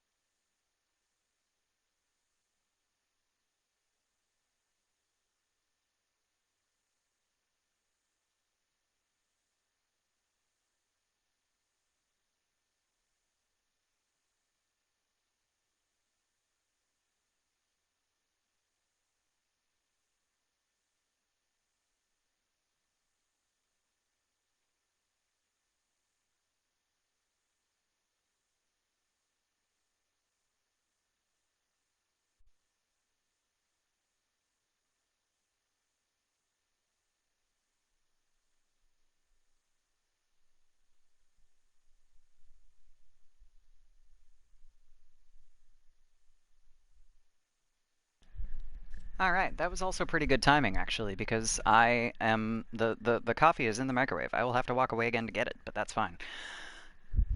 Didn't get to see a Porsche ad, just got a weird Logitech ad. I'm sorry, Copper. I'm a little bit entertained that you're disappointed about the kind of ad that you got, but I can't control that, man. I can't help you. Anyway, hi, welcome to the channel. I'm Artificer Ilari. I go by Ilari. Most of the time, I just talk about random game series that I like, and sometimes I talk about things that have nothing to do with video games. Hi, welcome to a mature channel. Also, I swear a lot. I'm in the middle of streaming because it's my favorite video game series, and I beat DMC 2, second route this time, and realized now that I've played it again, I actually do like DMC 2. I'm a little bit... I'm really pleased that I decided to do this, because I actually really enjoyed this time. Now that I've, you know... The last time I played DMC 2 was in high school, and I did not have anywhere near as pleasant an experience with it, partly because I only played Dante's route, partly because I did not have quite the amount of context that I have now for the rest of the series. So, because I bought the DMC3 was the first video game I ever played, and then I bought a PS2 and the trilogy at the time, and I played DMC3, and then I went back and played 1 and 2, and then went, I don't really like this as much. And then I just played 3 forever, and occasionally 1. So I still have those, and I still have my PS2, but my PS2 has not been set up in so long. But that's why I decided to stream this on my PS4, because I was like, wait a minute, I can just do that. That's awesome. This works for me. Force ads in my experience show a nice action movie shot of a car going around a track. Logitech ads try that weird youth group camp feeling. Ah, gross. I mean, like, don't get me wrong. There are times that I wish that I was sent to like a Jewish youth camp, because man, the stories that I've heard from the friends that I have that went to them have been just like, I wish I got that. I wish I got like Jewish campfire songs. I didn't do any like youth group camp stuff. Then again, I have had the pleasant experience of being the karate camp counselor, so that's a fun thing. But it's a very different thing on the other side of it, and you know, it's also a very different thing than just teaching someone that wants to take martial arts lessons, because karate camp is just, you know, whichever kids ended up getting stuck at a summer camp, and then either they or their parents were like, yeah, we'll send you to karate camp. So it ends up having a very different feeling to it. And that's my coffee. Alright, so I'm gonna super quick pause the game. I will BRB in like 2 seconds, because I'm gonna pour my coffee, but I don't have to run an ad, so burb.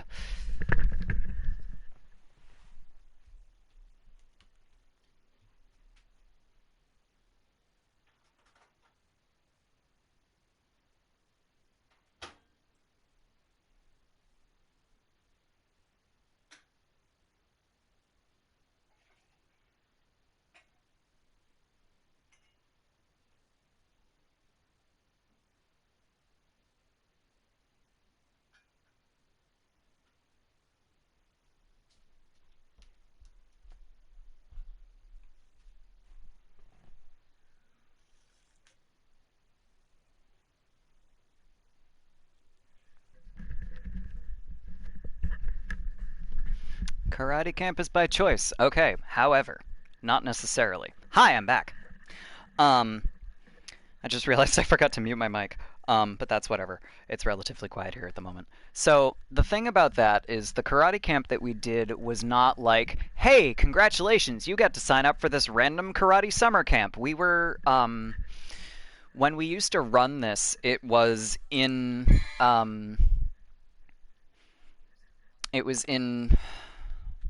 there's a word that I can't find, in connection anyway, with the local YMCA, because it's like the next street over.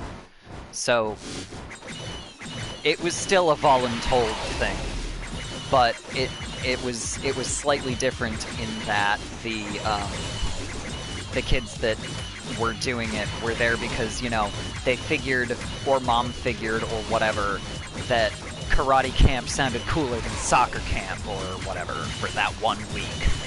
Because we had kids that would drop in for the 1 week during the summer and then would do other camps that the Y offered, or we had kids that would be there for the entire like 6-week camp. But it was definitely still a voluntold thing. It just ended up being a specific decision that people made over something else that the Y was also doing. So it's still definitely a voluntold thing. But it's a different level of voluntold, most likely. Because, like, the Jewish camps, too, were a lot of very similar, like, you know, the kids didn't necessarily want to be there, but it's not the same level of... Again, it's not quite the same as getting voluntold that you're going to, you know, some random summer camp off in the, you know, wherever, because mom said so.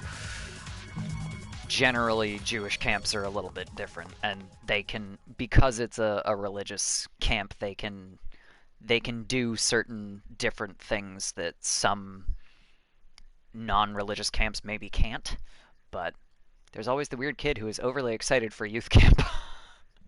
I mean, I feel like there's a worse thing than just being, like, overly into stuff. There are worse things. Like, me being overly into Dragon Age is why I started streaming, and y'all are still hanging out on my streams, so...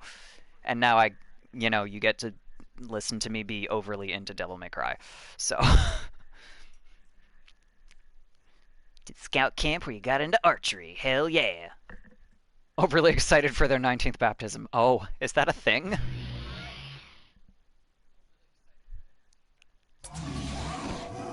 That's, alright, I guess.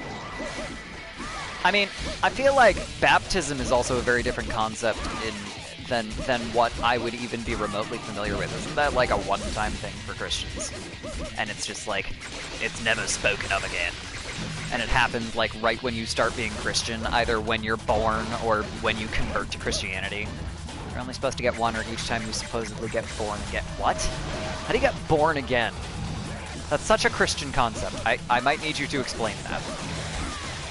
Born again. Like when you change denominations, would that be a thing?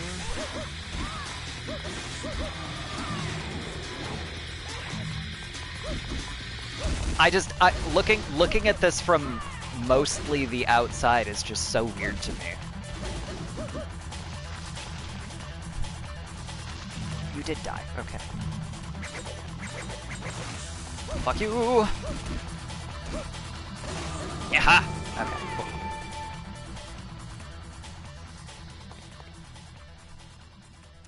$37,999 orbs. Born again is just, oh, they were raised Christians, so just going through the motions, then came back and actually are now one, so born again. Oh. Oh, is that like confirmation for Catholics where they're like, yes, I actually want to be Christian. Blah, blah.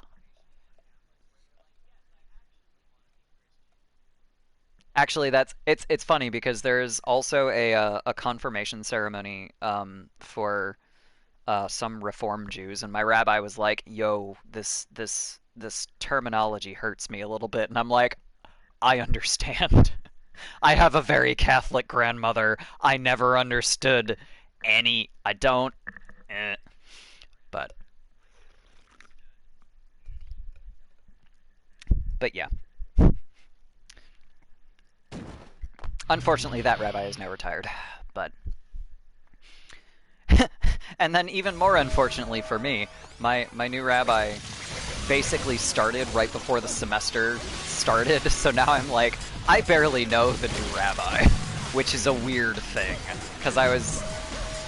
Like, I was the one young person in our Thursday afternoon Torah study with the old rabbi, so it was like... I got like 2 new Jewish moms and a random weird uncle very, very quickly. Definitely a confirmation thing for those who get baptized to birth. Huh. Interesting. Okay. I don't know. Like I said, this is a totally different concept for. So the thing about baptism, there isn't really an equivalent concept in Judaism except for going to the mikveh, which I guess is probably where it came from. But like baptism as a concept is very Christian, so it's not really the same. But going to the mikveh is specifically supposed to happen a lot. Like every time, if it's someone who is Orthodox and like trying to follow as many of the mitzvot, as many of the commandments as they can, of which there are 613, so it takes a lot of effort. If it's someone who is super, super observant and trying to do all of the things that they can to be the best Jew that they can be, like, every time a woman menstruates, she's supposed to go to the mikveh to ritually purify herself before, you know, getting back with her husband, because, you know, that's like you can't be ritually unclean is basically the explanation, which is kind of bullshit and rather sexist and also yikes. But it's also something that some women are like, no, I would like to have this marked as a different time. That works for me, so I respect that. But that's a totally different concept than being like, you do this once ever.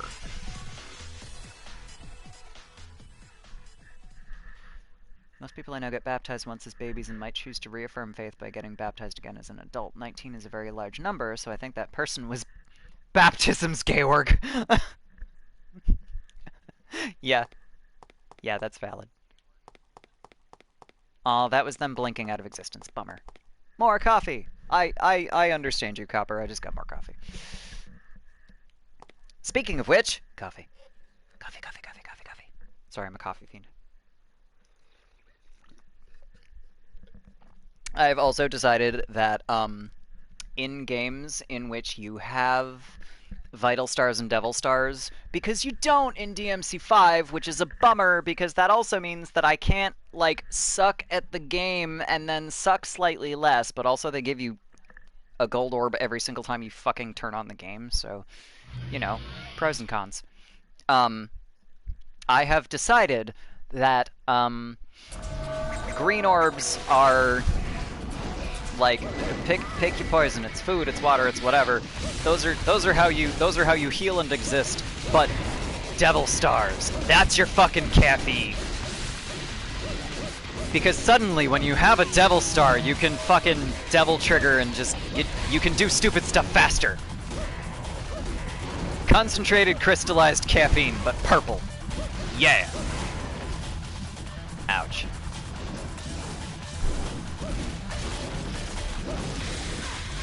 Ouch. I'm in trouble. We got savage golems and fucking goatlings. They gotta be goatlings. Those aren't goatlings. They can't be. Oh god. Oh fuck. Okay. All right. I got this. I can do this. Ah! Cornered. That is a blood goat. Shit. I might be in more trouble, guys. Ow. Ow. Please. Fuck off! There we go. Alright. Alright, let's go. We got this. Alright. Oh god, and now I'm down to fucking savage golems. I'm not out of the woods. I am still in danger. Trouble. Yeah, trouble. Okay. Fun fact, you can also spend some channel orbs if you want to make music. But also, I didn't read the thing well enough, so I don't know what the fuck I would sing, so maybe don't do that. I also have to see it, because when MH tried to use that, or no, I guess their username is now Hakan on Twitch as well. But either way, when they tried to use that, it didn't work out so well, because I didn't actually see the request, so I refunded that one, because it didn't come up on our screen.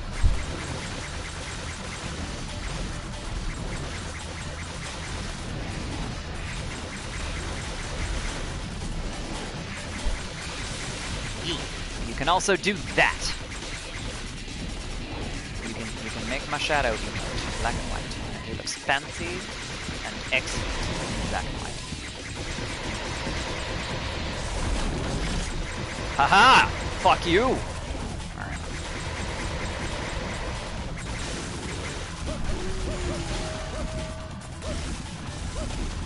Come on, come on. Ouch! Alright. I might be in trouble. I think I'm in trouble. I have 5 fucking savage golems to deal with. I'm in trouble.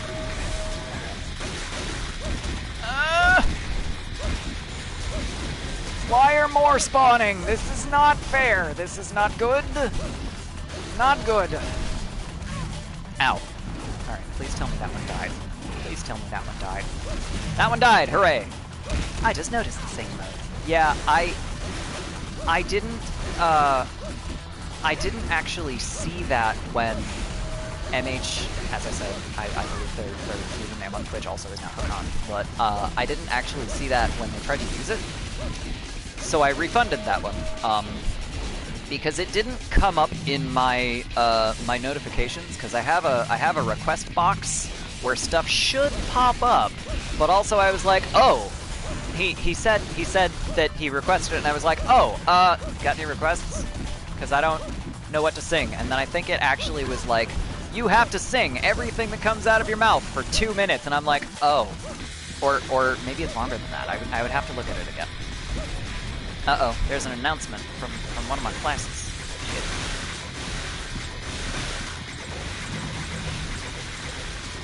Ow! Alright.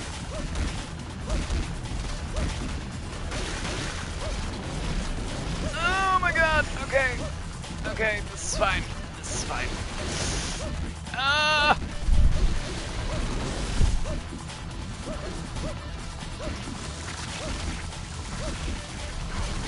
Fuck. Ow. At some point, I will stop getting poisoned by these things. Ow.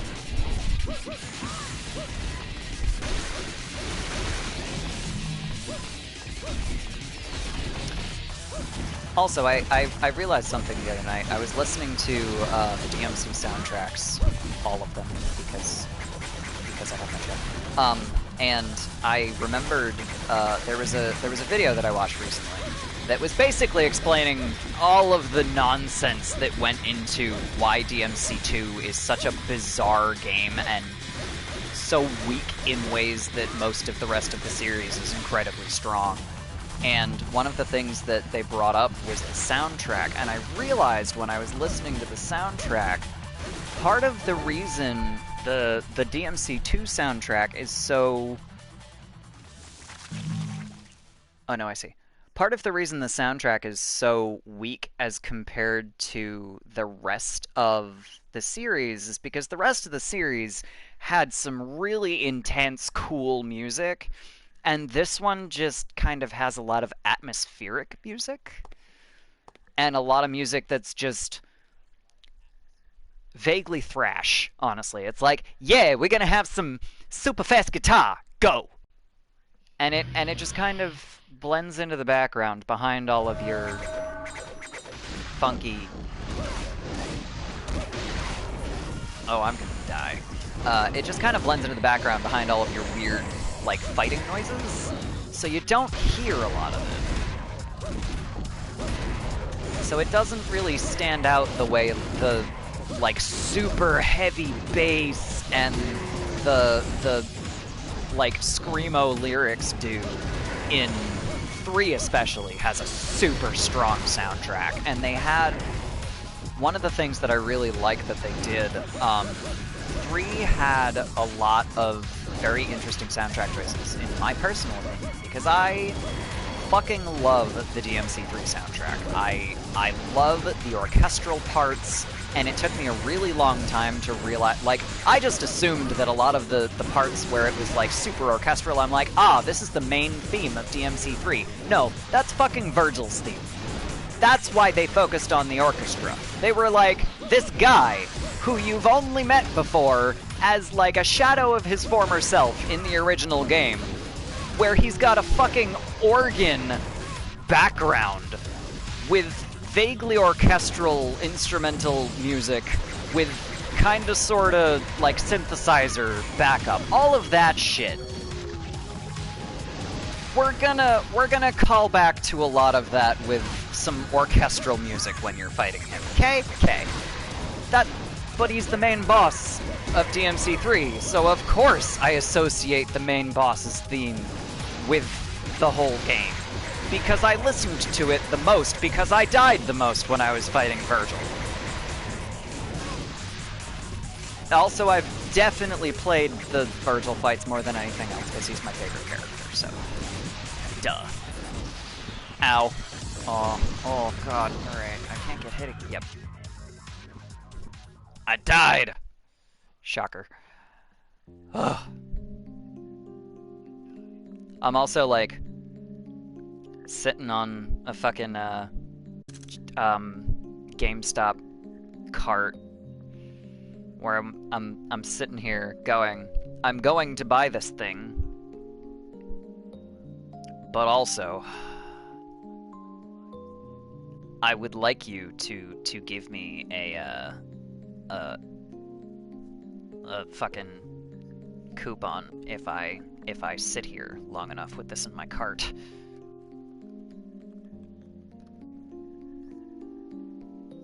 And now I have to log back in to check. Bummer!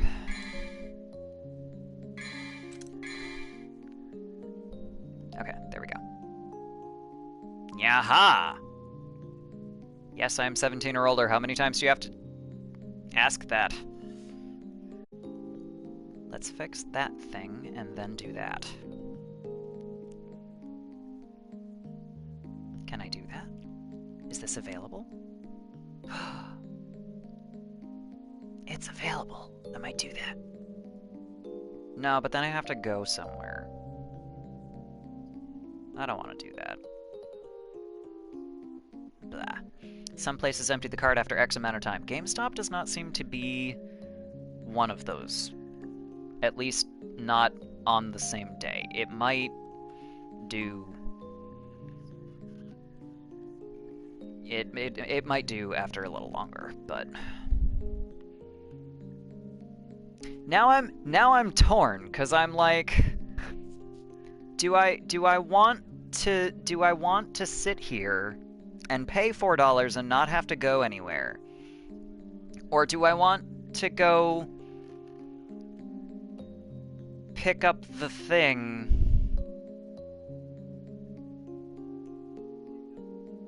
and get $5 off orders over 75. That's a bummer. But not have to pay shipping, because I would go do the thing. Oh no! Go do papers! Good luck, Copper. That's important. I also have 2 papers, but I have, like, 9 days to do them, so... I shouldn't say that. I have, like, 9 days to do one of them. And it's halfway done. And then I have 2 or 3 days to do the other one, but it's also a relatively quick response, so I'm just gonna do that tomorrow. On the other hand, we're trying to get new appliances, and even though we had them in online cart, they're actually out of stock. Bummer. That is a wicked bummer. Wait, did I save in both places? No.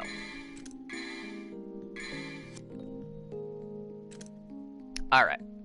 I think I'm gonna do one more of these, but I think I have also almost run out of steam. Let's see. Last one. I think I'm gonna go back to Dante. 'Cause I suck with Dante, but I feel like I suck differently with Lucia. So we're gonna go back to Dante, because I love him. Even though he's way less interesting in 2.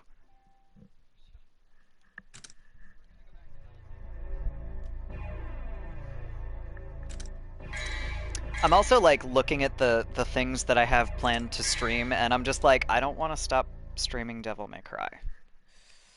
So I'm trying to, like, come up with ways to just stream Devil May Cry forever, which is totally a thing that I could do, because there are people that are, like, mainly a streamer of one game, but I'm also like, I don't know how much of a market that would have. Especially since I don't have 5 Special Edition yet. Because, like, that's gonna be a while. I really want 5 Special Edition, but I do not have anything that can handle that, and it's gonna be a very long time until I can afford a PS5. So... I'm also looking at my PS2 and going, alright, if not for the fact that I have this thing that was re-released and that thing that was re-released, do I really need to keep my PS2?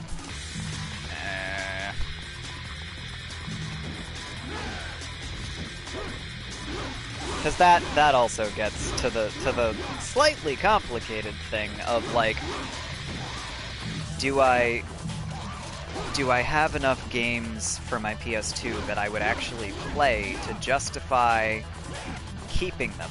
And I'm like, I have DMC 3, but now I have it for the PS4. So like on the one hand, I have my game saves with over 100 hours in them, with all of my like really amazing fucking scores. But I also haven't set up my PS2 in so long that that's, that's not the best argument. And now I have it on the PS4. Oh, this is new. Oh shit, oh god, there's two pairs. Fuck. I'm fucked. Still have all my consoles just in case. Yeah, and that's the other thing. I have enough, like, I have enough games that are like exclusive to the PS4 that I doubt that I'm gonna ever get rid of the PS4 because I like how the PS4 handles, and I have a couple of games that I only have on the 360, so I'm unlikely to get rid of my 360. But I'm not sure that I can say that about my PS2 anymore now that they re-released the Devil May Cry series in HD on the PS4, obviously, given that's what I'm playing. They did the same thing with Kingdom Hearts. I haven't turned on my PS2 in literal years. So I'm like, what else do I even have that is on PS2? Most recent console is a jailbroke PS3. I didn't even know you could do that. That's impressive. I guess I have Resident Evil 4 on the PS2 that I would be reluctant to get rid of. And therefore, it is dumb to try to, get rid of the things that I actually have, like, semi-sentimental attachment to. Like the DMC series. But I'm also like, I have this old fucking, like, Kingdom Hearts 2 box with a game that doesn't fucking work. Boyfriend did most of it and it was nerve-wracking. I can't even imagine. I don't really tech, so like any of that is fucking nerve-wracking to me. I've got a... Oh no, okay, that was just really quiet, that's fine. I got really concerned for a second there because I wasn't sure that my audio was going through. And now I'm like, I'm physically walking over to my TV right now because I'm like, what else do I even have for my PS2? What do I have? I have the DMC series, I have Resident Evil Dead Aim and Resident Evil Outbreak and Resident Evil 4. And I think that's it. Is that it? Oh no, I've got a couple of like Final Fantasy games. Oh, I have 12. That's right. That's the one. So, the one thing that I have not replaced yet that I'm like extremely unwilling to get rid of without a replacement like in my hand is Final Fantasy 12 because I have Final Fantasy 12 and I have a couple of files with literally over 200 hours because I am the extra son of a bitch that went through and tried to 100% the game with no guide, so it's probably not actually 100%, but I completed the bestiary and I did all of the hunts at the hunt club and all this other shit, and I was way over-leveled for the end of the game, and I'm not ever getting rid of that until I get the Zodiac Age for the Switch. It's not happening. But also, I'm slightly reluctant to get the Zodiac Age for the Switch because I have concerns that I would not love it as much because I don't want everybody to be, like, locked into a job, because my favorite thing to do in 12 to make all of the characters more effective for the way that I play was I would go through and fuck around with the jobs that everybody was intended for versus the jobs that I gave them because of the way that I used the character. So, like, Balthier is supposed to be a gunner, but also guns in Final Fantasy games are fucking useless half the time. So I gave him a crossbow for a while, and then eventually I think I gave him a polearm, and he's really good with a polearm, but, like, he's supposed to be a gunner. He's also kind of like the one character that you really need a healer on, like, at all times, especially if you're using him as melee. But, like, the polearm is a decent answer because he's mid-ranged at that point, pretty much. But PS3 has retro arch and can emulate most 32-bit and under consoles and still play discs and movies. That's fascinating. I didn't know you could do that. That's super cool. Yeah, no, I've got, like, I also started to say this earlier. I've got a friend of mine, Dinomation, who, as a matter of fact, while I'm thinking about this, because I always forget to shout out my friends, and I need to fix that. So, Dinomation, excuse me, I'm gonna drink coffee really quick, actually.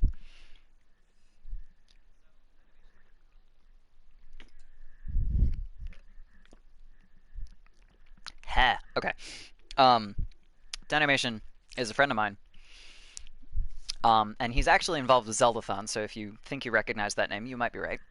Um, so he's, and as a matter of fact, that's also why he's doing Roller Coaster Tycoon, because Zeldathon is doing a side quest starting, the 27th, I think, at 7 p.m. Eastern. So they're going to be raising for charity water, which I had never heard of before. But they're doing a remote marathon this time because of pandemic nonsense. So, and they're doing, you know, things that are not all Zelda. Therefore, it's side quest.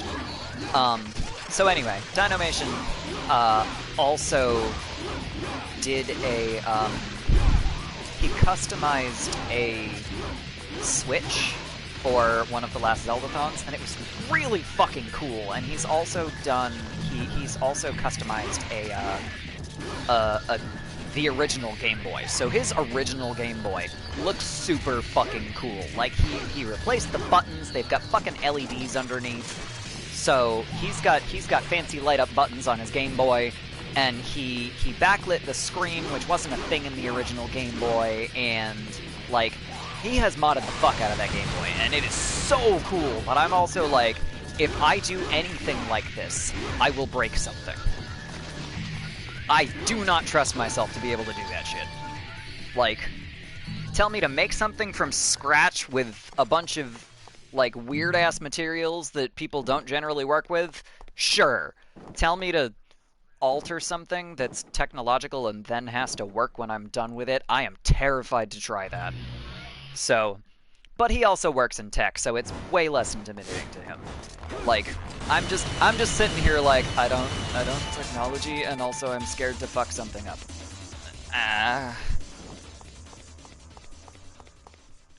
But either way, he has customized a couple of Nintendo consoles that are super fucking cool.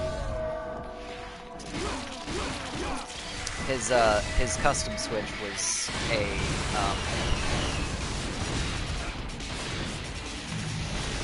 it was one of the prizes for the last Zeldathon. The last one, or I forget.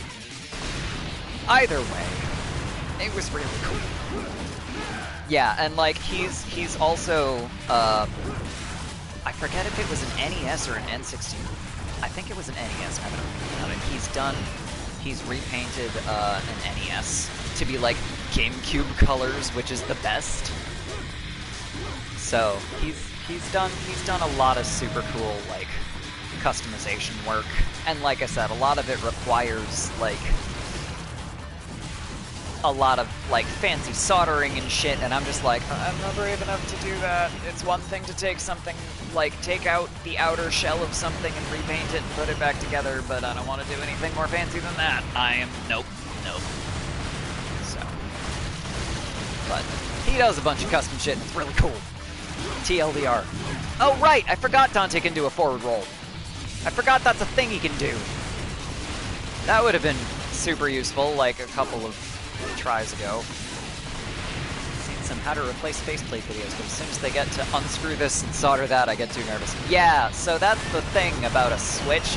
Don't ever try to take apart a Switch if you're like me and get nervous with that shit, because man, like, first of all, supposedly you're not supposed to customize the thing, which, okay, fine, they want it to work, they don't want someone to come in and be like, blah blah blah, it's broken, replace the thing, because, you know, Nintendo things, but, like, the fucking, the screen is, like, part of the structure of the Switch, so you can't really do much with it. And actually, this is another thing that's really interesting about it. When he did his custom Switch, it was right about when the light was announced, so everybody thought it was a fucking Switch light, and it's like, no, I repainted that.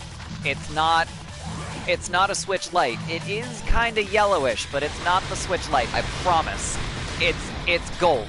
I repainted it gold. It's not a... God damn it. So, that was another challenge. But it came out really fucking cool. And, like, because he did it for Zeldathon, it was like, he painted the Zeldathon Z on it, which is vaguely Breath of the Wild-ish, and it was really cool. Had the I forget if he put the Hylian seal on it or if it was just the Triforce on that one, but it got all fancy and it was really cool because he put the Hylian seal on his Game Boy that he customized. So he's done some cool shit,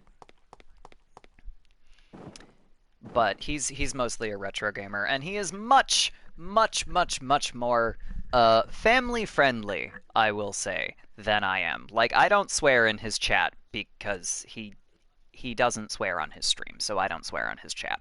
It just feels better that way.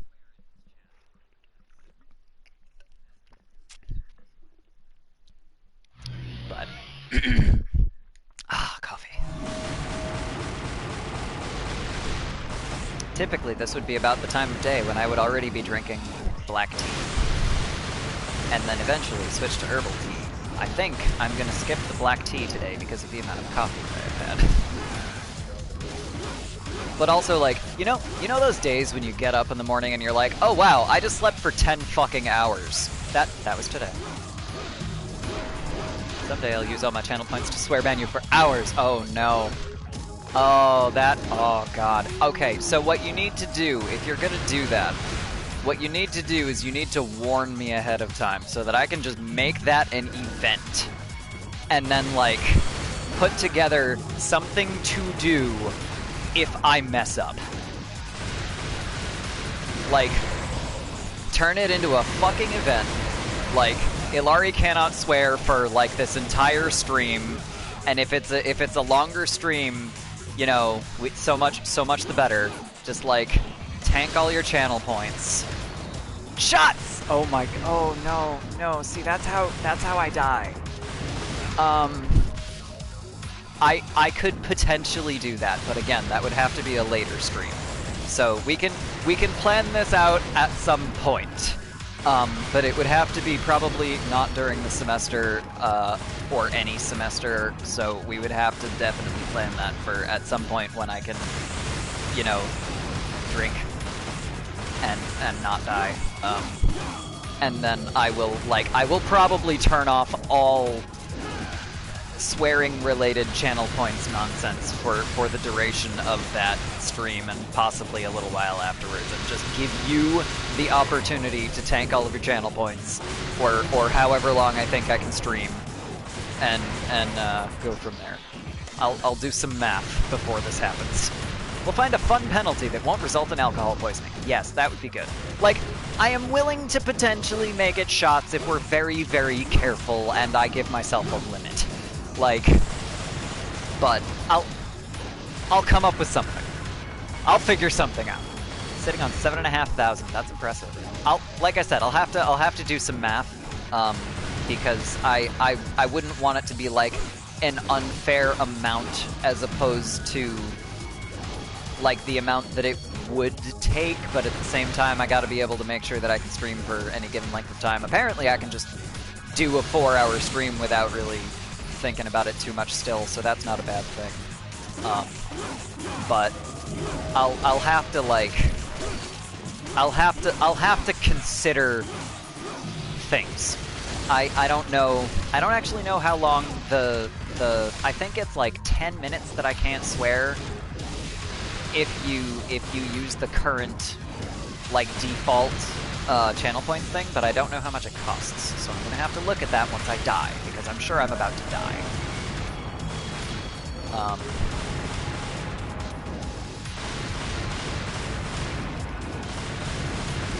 Ouch!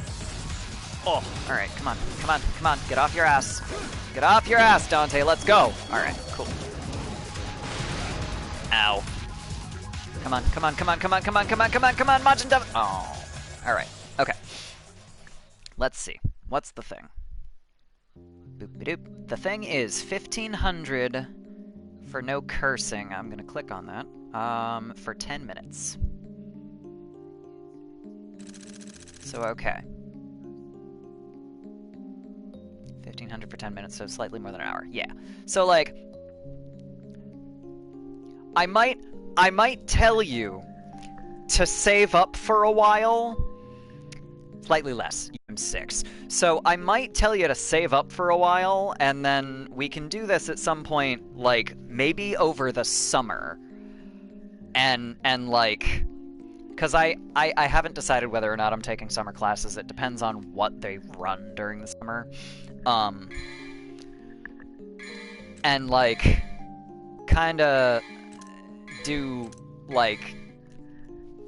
I will have a stream that is this long and then not swear at all until maybe the last, like, 5 or 10 minutes. Or something stupid like that. So...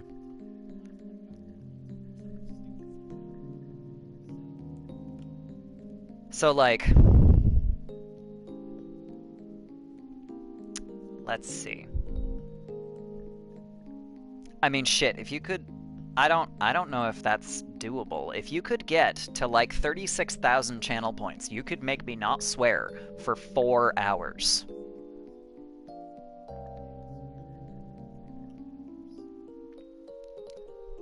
That will be a challenge for both of us, because that means that you have to stockpile them for a really long time, and it also means that I have to not swear for 4 hours. So that would be a challenge and a half.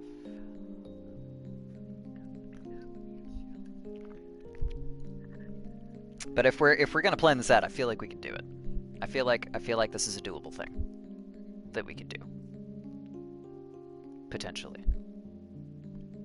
And like I said, I also have to look at, like, the classes that they run during the summer and see if that's a thing. But I don't necessarily, like, I would want it to be for more than half a stream. And, like, the way this has been going lately, your current channel points total would be about half of one of my average streams. So eventually down the line, and you know what? The other thing that I could do is I could talk to Six Alona and see how she set up. As a matter of fact, while I'm sitting here, I don't know if there's any folk sitting in my chat that don't follow her, but if you don't, go check out Six Alona. She's awesome. She's an art streamer. She does games sometimes. She's a lot of fun. She's also much more family friendly than I am, but that doesn't take much. But so I know that she had a thing set up for a while there that was I don't know if I saved this. I must have. Okay. She had a thing set up for a while there where people could, like, pool their points and use it for, like, an eventual reward. So I can see if I can hunt around in the settings to see how she did that, and if I can't find it, I can ask her and see if y'all want to, like, crowdfund a no swearing stream. And then if I figure out how to set that up, I can potentially do it sometime in January and then make this an occasional thing over time and not do it during the semester. So that is potentially a thing that I could do.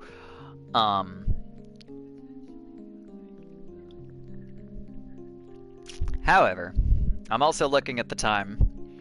It is approximately 3 p.m. here, and that means that one of the landlord folk is about to get home, like, imminently here. My cat just meowed at me because I'm trying to open the curtains. Gosh. Because it got fucking dark all of a sudden. So, what I think I might have to do is I might have to call it here, which, you know, this is a longer stream than I've done in a while. Do I want to do one more run? I think I want to do one more run before I call it. I'm having entirely too much fun running around as Dante, is the problem. I have a great love for Dante and for Devil May Cry. So I'm just like, this is part of the reason I'm like, how many excuses can I give myself to just stream Devil May Cry forever? I don't think that I'm gonna go back to DMC 2 Bloody Palace after this because it's not the most interesting. If I, for some reason, if I manage to get really good at it somehow, I might eventually, like, do another, like, in-between stream and just tank DMC 2 Bloody Palace if there's something really cool if you beat it, but I'll have to look up what that might be, because I remember being super proud when I beat DMC 3's Bloody Palace, and then being surprised that I, like, unlocked something, but I don't know. I don't really play DMC 2 that much, so I don't know that I would really appreciate an unlock at this point. So I'll check out what that is. I will plan more when I have more information. But yeah, so a no swearing stream could potentially be a thing that happens, and I can potentially try and, like, do a crowdfunding thing for that. See how that goes. And then, like, if I'm really thinking ahead, I will make it something that's gonna, like, make me swear a lot. Because, like,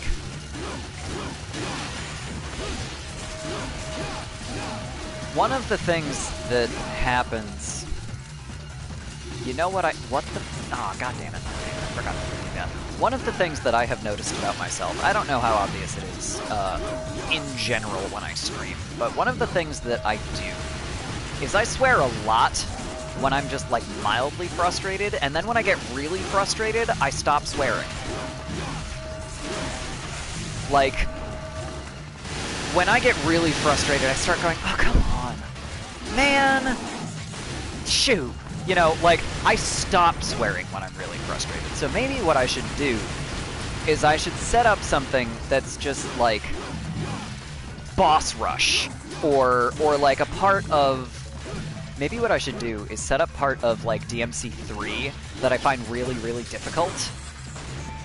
Favorite thing is replacement swears? Yeah! Like heck! That's my favorite one.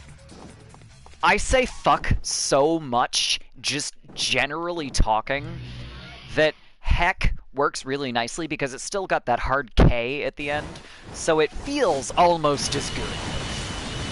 And then the fact that memes have popularized the use of heckin' just the same way I would say fucking. It works really nicely. Heckin' heck! Exactly. It's great. It's my favorite. So, like, there will definitely be times when I trip on it anyway, but, like, what I need to do is I need to make this difficult for myself so that it is still entertaining. But also not make it something that I'm gonna be mad at myself about. Like, I have a reasonable ability to not swear, and I do this at work all the time, so I genuinely need to make this hard for myself if it's gonna be funny. So like maybe what I'll do is at that point is maybe I'll try and stockpile gold orbs in DMC 3 or 5. I don't know how many gold orbs you can have in 3. I'd have to check that because I remember there being a limit that you don't have in 5. But if you stockpile enough orbs, you can get a decent amount of like vital stars and shit. Maybe what I should do is stockpile recovery items of some kind in DMC 3 or 5 and just play through fucking Dante Must Die mode. Because like I said, in 5, it's actually really fucking hard. Like, if not for the fact that I have been accidentally stockpiling gold orbs because I've been playing Bloody Palace so fucking much, it's not even funny. I had, like, 46 gold orbs when I actually looked at, like, Mission 3 of Dante Must Die mode the other day. And then I ended up going through a lot of gold orbs to actually beat that mission. And then I used fucking 2 more gold orbs on Mission 4, which is V! I was like, how did that just happen? Why did I need 2 gold orbs for that? That's embarrassing. Like, it's one thing with Nero. I suck with Nero. I'm not surprised, but God. And I'm also still saving up regular red orbs so that I can get everybody's, like, their fancy special taunt. Oh, there's the stomach rumblies. It is almost time for lunch. So yeah, maybe what I should do is like stockpile gold orbs in 5 or stockpile recovery items in 3, and then just fucking play through the hardest mode that I have unlocked at the time. 'Cause like, if Dante Must Die mode is as difficult as I remember it being in 3, or rather, I should say, if I am as okay at it as I remember being, it shouldn't be super hard for me to do DMD mode in DMC 3. Like, that shouldn't be too bad. I might just straight up do DMC 3 times in a row because I know that I love that game, and I know that I'm not going to get tired of it. And I'll do a Dante run on normal, and then if I don't remember if I know you can unlock Virgil immediately at the end of when you beat it in the special edition, but I don't remember if you automatically unlock both characters for every difficulty mode. So maybe I'll just like swap back and forth between them for difficulties or something. But like whatever, either way, I don't know if I can do that. I'm spitballing here. But maybe I'll see how hard DMD mode is in DMC 3 and go from there. Yeah. Fuck. Okay. Haha. Okay. Fuck you. That's another thing. I was just talking about like when I'm mildly frustrated, I swear a lot. When I'm not frustrated at all, I swear a lot. I'll just be like, fuck yeah! No, fuck you! That's just how I talk. And actually, if I am careful enough... Oh god, how much do I hate myself? So, another thought just popped into my head. If y'all crowdfund enough, I may be able to try to force myself through the entire DMC series. Again, but without swearing.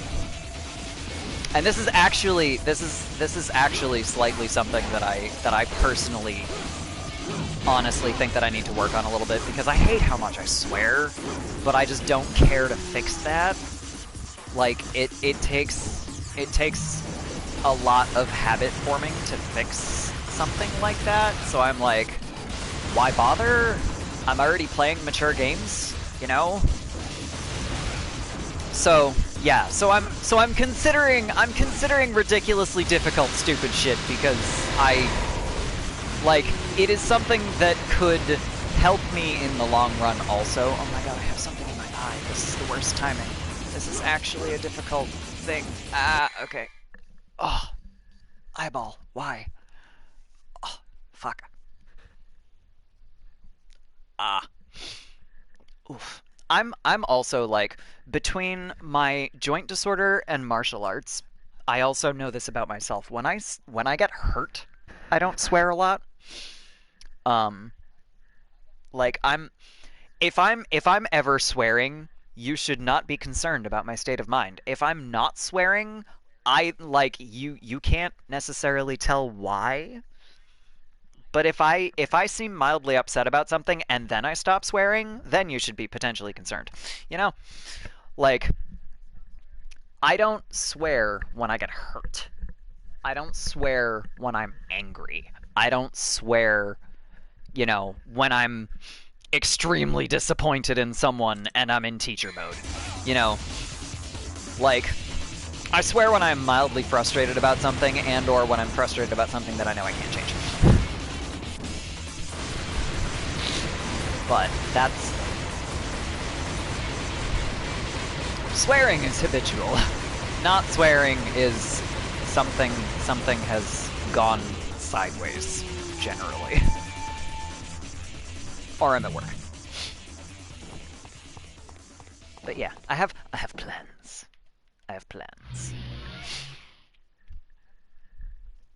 I also so I have a couple of small purchases that I extremely need to make for both myself and for stream. So I have to buy DMC 4 Special Edition because I don't actually have it and I haven't actually played it. So, like, my fave, and I don't have DMC 4. Like, I have DMC 4 on the 360. I do not have the Special Edition. The Special Edition focuses on Virgil. That's just, he's the Special Edition character. That's it. But he's my fave, and I don't have this. So, like, that part is gonna be slightly blind for me. Like, obviously, I know what the things are that it goes through, because I've played the rest of the series. But I definitely need this for myself. So I'm gonna buy that on PS4. I'm going to also buy the DMC reboot on PS4, but a disc because. And then I don't know. I'm still considering what I'm doing with certain things that I have. Like my PS2. If I can get rid of my PS2 for monies, that might be worth considering at this point. But then I would also throw that money at, for example, replacing my Final Fantasy 12 disc with the Switch one. But I also I'm reluctant to do that because, as I mentioned, I don't know if I would enjoy the Zodiac Age as much as the original North American release that did not have that. The Zodiac Age is actually, fun fact, a re-release of the Japanese version, pretty much, because the Japanese version did have the Zodiac job system, and then they took that out of the North American release for some reason. So I don't actually know exactly how limiting the Zodiac job system is, but I have concerns about that because I play around with the jobs that the characters have. So I don't know exactly how that would go. But I'm also looking at things like the Switch is a very small console, and I already have one. So if I plug that into my extra monitor that I have now, I could potentially stream from the Switch once I get a capture card. Wonder why they decided that. I don't remember. I probably looked it up at some point, but I really like the ability to just go, no, Balthier has a polearm now. Fuck you. So if the Zodiac job system means that I can't do that, I'm probably going to be pretty disappointed. If Balthier has to stay a gunner and I can't mess around with it, I'm going to be real disappointed. Ouch. So, I have some mild concerns. But a lot of the stuff that I do want to stream is also on Switch, so I'm like... I do not have the space, I don't think, to shove all of my consoles into my... God damn it, Dante. I don't think I have the space to shove all of my consoles into my room because there's nowhere for me to put that much storage space and still have it, like, function. So I don't think that I can actually stream on my PS4 from my room because I don't think that I can store the things.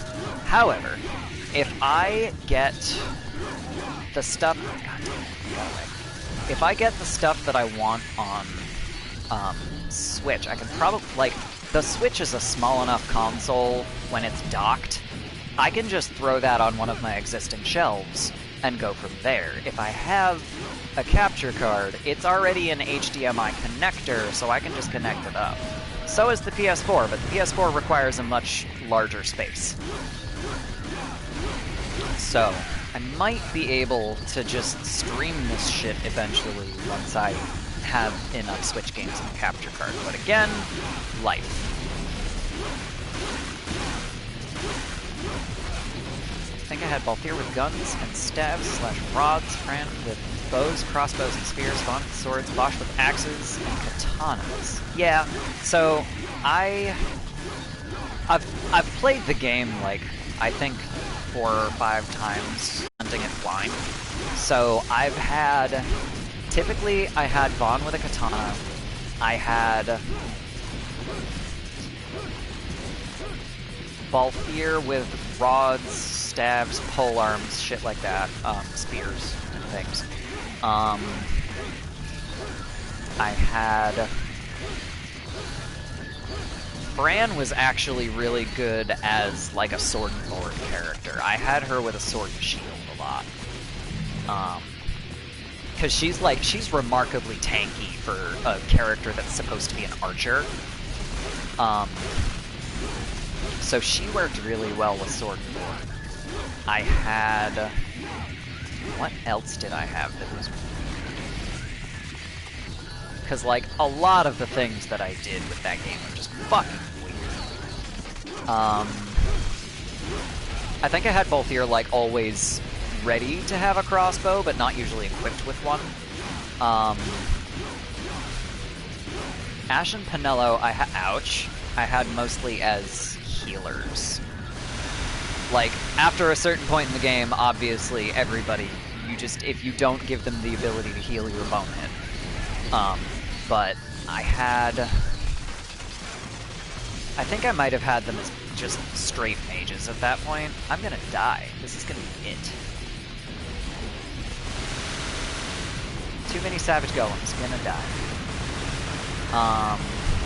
Mainly moving people towards particular quickenings and summons. Same.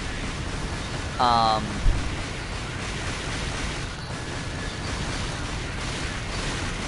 like... How did I set everybody up? Fuck. Ow.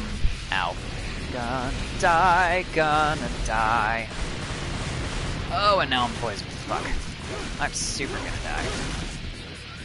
Yeah! Majin Devil Trigger because fuck you! We're gonna die. I don't have enough energy HP for this. Fuck. Gotta dance, gotta die! What is that from? That is from something. I swear that is from something. What is that from? Or am I losing my mind?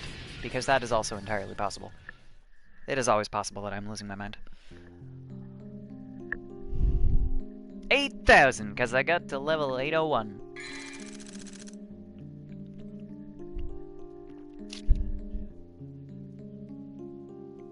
I think... Gotta Dance is some show tune. Okay, I don't know. I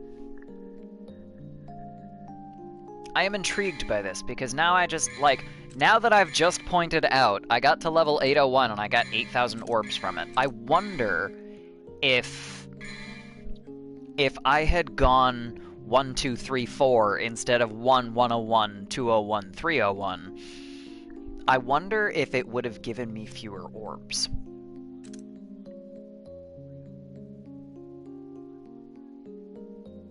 Do I have a time to do one more? I think I can probably do one more, and then I will be approximately done with my coffee, and then I will go. That would be smart. We're gonna do that. Okay. I have no chill. This is just the way that I do things.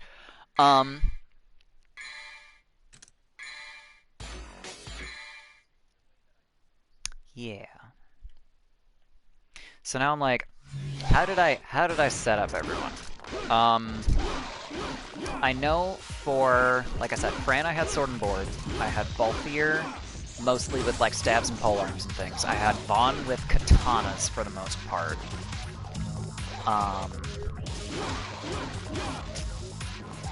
What else? I think Pinello and Ash I did mostly magic, but I don't think I mained magic with anyone, so I think Pinello I had as an archer, and then what the hell did I do with Ash? Besides not much, because of those 6 characters, I think she's my least favorite. What did I do with Bosch? Bosch I think I had mostly with like hammers and axes, because why would you not do that? What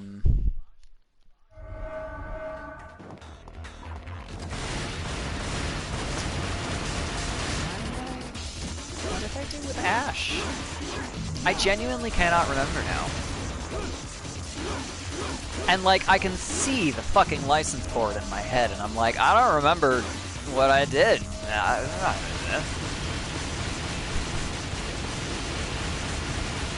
But yeah, I was also generally focused on how close can I get you to any given quickening / esper / whatever. So, like, that's the other thing. I always had like specific espers with specific characters because it just felt better, not because it was necessarily logical in any way. It just like I liked God, was it Humbaba? No, that wasn't an esper. That was one of the enemies. Right? I don't fucking remember. The big fucking Leo one was, like, I always had that one with Balthier. And I think I always had Virgo with Fran. I also, so as a matter of fact, Alien, I don't remember if I've told you this before, but given you've played Final Fantasy XII, you will at least appreciate how ridiculous this is of me to have done this. I mapped out the entirety of the Great Crystal of Girvagan. And I made up my own glyphs for all of the room names so that I could, like, I could fit it on one page and understand what I had written. So, like, I had certain shapes that were different, like, word particles. So you know how it's like you have ones that are like Ulthana, Pram, Kra, or whatever. All 3 of those things in the name of the room would be a different glyph, because I have no chill. Like, I love doing weird shit like that. Dawn and Dusk Shards equip you with silence and make your MP 0, and the game text tells you so, but some of my friends did not bother to read and thought it was glitched. No, it fucking tells you that! God! There's a reason you equip them when required and no other time! I've mentioned the maps, okay. Like, don't get me wrong, I was also going off of somebody else's map that, ah, shit, I got the fucking... Oh, God. Alright, so here's my thing. I had been assuming that this was RNG, but I was getting enough of the same critters, and I never got the Puyas or the Infestants when I was jumping by the hundreds. I don't think this is entirely RNG. I am intrigued. I might end up playing DMC 2's Bloody Palace more, man. This is weird.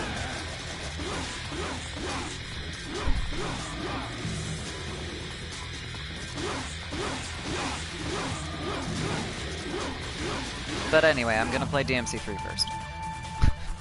I'm having so much fun with DMC 3. Or, no, that came out wrong. I haven't played DMC 3 in a long time, so this is like... It is impossible for me to play this, like, blind in any capacity, even half blind the way I was playing, like, this one and Kingdom Hearts, because, like, it's been forever since I've played it, but I have beaten that game so many times. There's that one invisible enemy in the woods in 12, and you can't even target it when it vanishes. I could never kill it to get the bestiary. Oh, oh god, what the fuck was that? Like, I can see I think it was one of the like Tyrannosaur enemies, but I like in the mist. Was that the one? Hang on.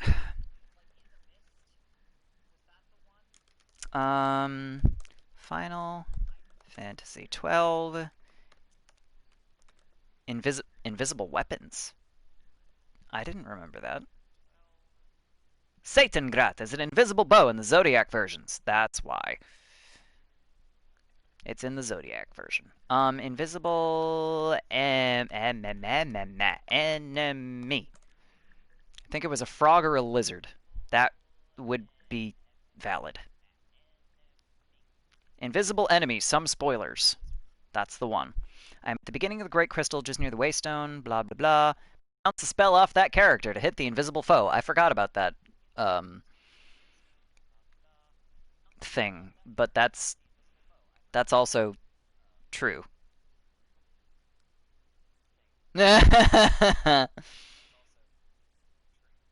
I'm amused. Found an invisible one in the Silica Wood.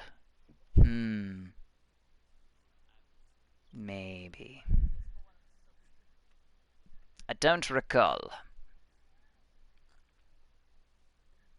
Oh god, the Reapers! Those were such a bitch.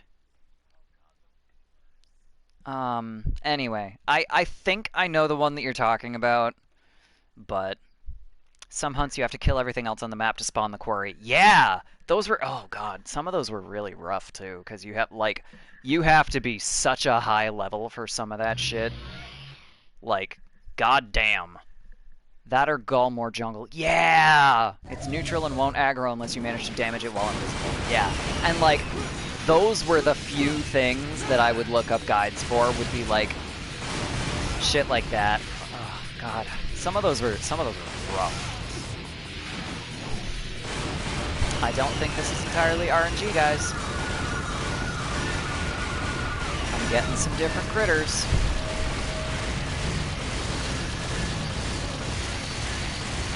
I am mostly just finding this out to figure out how many orbs I get if I bounce mostly with this level of like 1 at a time instead of 100 at a time. So I'm interested to find out how this is gonna go.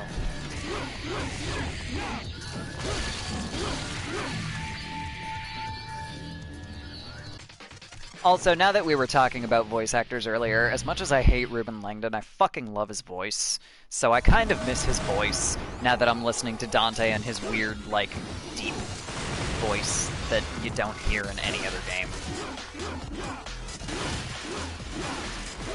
And like, that's the challenge for me, is that, like, they even got Ruben Langdon for the fucking anime. He is Dante at this point.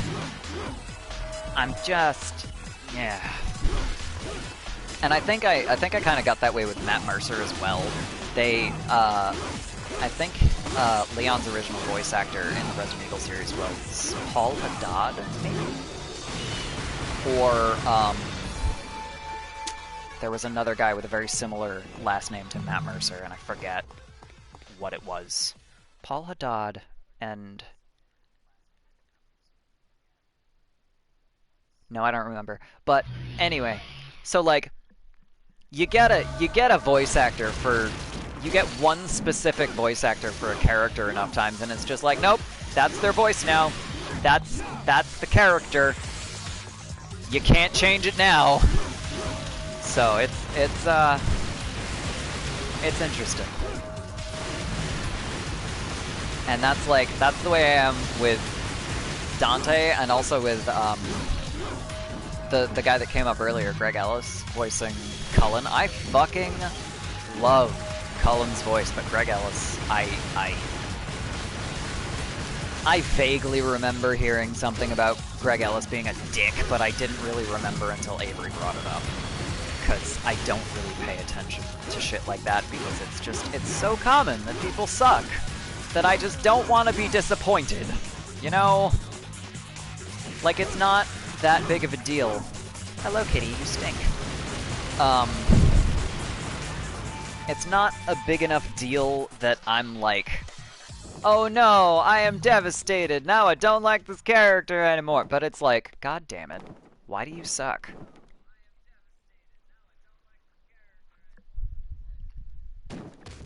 No!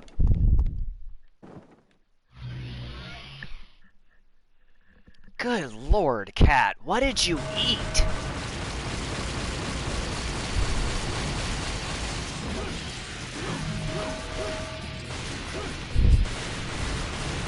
Alright, I'm sorry guys. I need to walk away for a moment and like do something about that. Good god, cat. I will be back in like 10 seconds once I figure out what the fuck. BRB.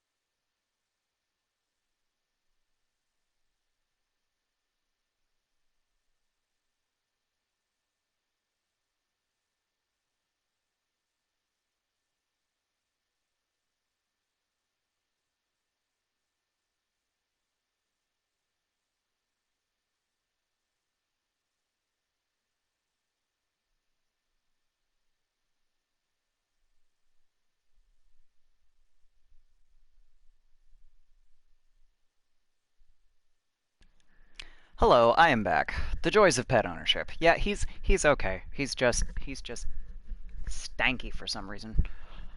I'm like, did I feed you something weird? There's no reason that would have been quite as heinous as it was, but good lord. Anyway, it's fine. We're good. He's okay. He's just got a case of the stank, apparently. Anyway, alright. I can breathe now, though. Good god. Fun fact, if ever you need to, do a cat box or anything, or in this case, not do a cat box right at that moment, but make it less disgusting. If you leave some baking soda next to it, it'll at least minimize the stank for a little while until you can fully clean things up. So that is a pro tip from a former pet store employee that has a cat that gets fancy food sometimes and gets the stank. Life hacks, yes. Save your nose. Did you seriously just walk back over there to use it again after I baking soda'd it? You weird cat.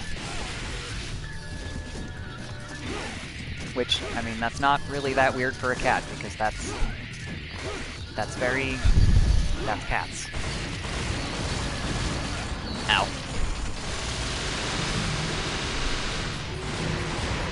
You know, I feel like this is murdering me less than usual. That's a fucking abyss goat. And I just took out a couple of savage golems, and some abyss goats, and some mancer demons. I'm impressed. Alright. Cool. Alright. There we go. Alright, that took a second. But yeah, baking soda is your friend, and vinegar is really good for cleaning things. Please do not use these together unless you're intending to make an accidental volcano. But yeah, that actually, on the subject of stank, but a different kind of stank. If you have like workout clothes that are just getting weirdly gross when you wear them, throw a little bit of white vinegar in your wash the next time you wash those clothes, and they won't be as weird.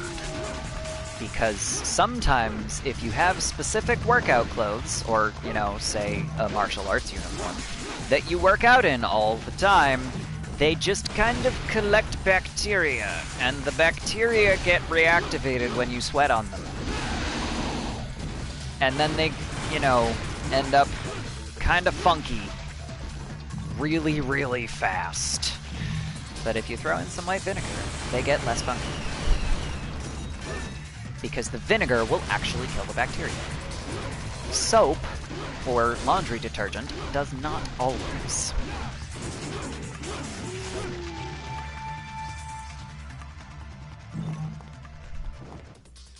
Many, many life hacks with Ilari. Especially with regards to cleaning things. Also, oh my god, enzymatic cleaners are so good. And you can actually also use enzymatic cleaners if you end up with things like funky workout clothes. And those will sometimes help a lot also because of the fact that they are enzymes, and the enzymes will break down the grossness. Chemistry! Please do not bathe your dog if they have been skunked in, like, oh no! Oh no! Infested oh shit, I found the first boss. Fuck. Alright, this is suddenly very different. Fuck. I might have to take another stream to do, more Bloody Palace nonsense.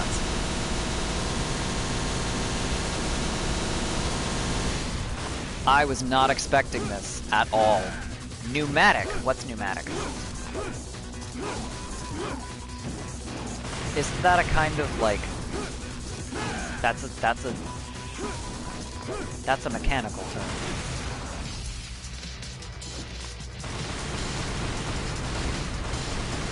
Missed this before Soul Edge takes the form of a chopper. Well...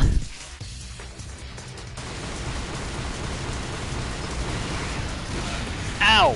Fuck. Soul Edge. Is that a Soul Calibur thing? Because that sounds like a Soul Calibur thing to me. And I never played Soul Calibur. Yes! Okay. See, I at least kind of got the reference. I got where the reference came from. Even though I'm not familiar with the game. Ouch.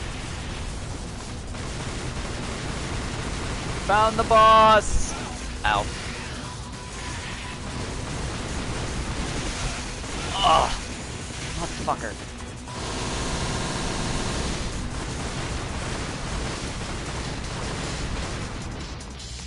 No and denied. Ouch! Fuck. Alright.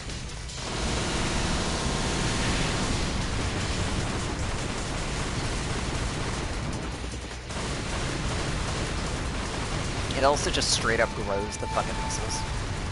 Yay! I did it. Alright, so what the fuck level was that?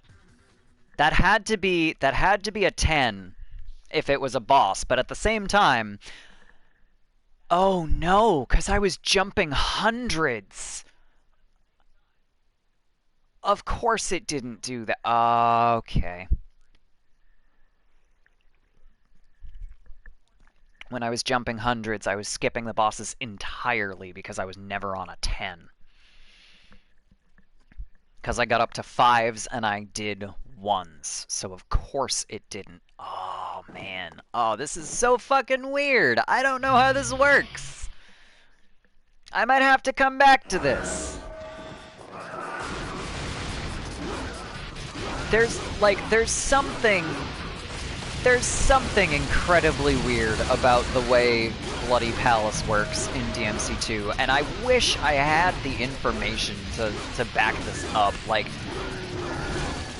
Soul Edge is the evil sword and tends to manifest as an organic, blood, bone, eyes-looking weapon depending on the wielder. Interesting. That is actually fascinating. That's actually very similar to the way the Sparta looks in DMC after it is awakened from Force Edge, which is something that happens in the first game. And then it comes back up as Trish's weapon in 4 and 5, which is, you know, kind of the reason that she's kind of the main ship with Dante, because everybody went, oh, Dante let her use the Sparta? And I'm like, okay, but he has his own fancy weapon. Rebellion exists, guys. Rebellion was specifically his. Why would he not be like, hey, you have the ability to use this. Let's let someone that can use this use it. Which, like, you know, found family. Let's go. I'm about this. We can put Trish and Dante and Lady in a queer platonic triad. I'm fine with that. That's fine. But that's me. I don't know. I have a lot of opinions. I might be tired if I'm sharing this much of my own brain nonsense. Anyway, so at whatever point I hit the end of this run of Bloody Palace, I think I'm gonna go have lunch. This is one of those times when it's like, I slept for 10 hours and now I've had a lot of coffee and therefore I'm exhausted, which is completely illogical, but also, of course. Soul Calibur is supposedly the good/light blade, spoiler, it's not entirely benevolent, and is usually blue, metallic, and or crystalline. Interesting. See, that is the kind of detail. I'm fine with mild spoilers like that. That is the kind of detail that makes me interested in these things. I like it. And that's also... They both adapt their shapes to match the wielder's preferred weapon form. That's really cool. See, if anybody had ever told me that, I would have been like, fuck yeah, I'll play Soul Calibur. I love that shit. I love weapons that change depending on their wielder. I love weird weapon shit. That's my jam. That's cool. It's like when there was this post on Tumblr going around that was like dissecting the fighting styles of different Jedi and Sith, and I was like, well shit, if somebody had ever nerded out about this to me, I would have been all about Star Wars. Why hasn't anybody ever done this? So. And then Mari saw that and was like, yo, let me know if you want to talk Star Wars, and I was like, I might do that. And then I didn't.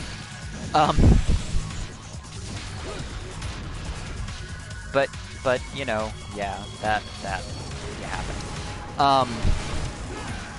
But yeah, that is much more interesting to me. Like, when someone presented, I forget who I was talking to about Castlevania a very long time ago. One of my friends was like, yeah, Gabriel. I think he's Belmont. I don't even fucking remember because I was so disinterested in what she was saying about him. But she was like, yeah, he's hot. And I was like, cool, good for you. That's not why I play video games, though. Like, it's a bonus if they're hot, but I can just look at art. They have in-game effects like Soul Cal heals, regens your character, while Soul Edge drains your health with each swing, but suck life from an opponent on a successful hit. Interesting. I love weapon effects like that. That's great. But yeah, friend was like, Gabriel Belmont, super hot. Also, this one thing, and I'm like, okay, but he's a werewolf. Or something about it made me think that. I don't remember if that was like something that I got from actually watching, or if that was something that they said, or if that was something else entirely. But whatever, I was like, okay, cool, but I'm not interested at all in Gabriel. I'm like, give me my classic vampires. And then somebody was like, hey, by the way, Alucard is also in the games. And I went, shit. I love the Castlevania anime. Shit. I've only played SC2 and 3. Story and effects subjects change. Valid. I have played none of these and know nothing except that Ivy is sometimes compared to Dante because she has white hair like he does, and she has a whip. That's all I know. That's literally all I know about Soul Calibur because my ex-girlfriend was fucking obsessed with her. Like, no idea. No idea.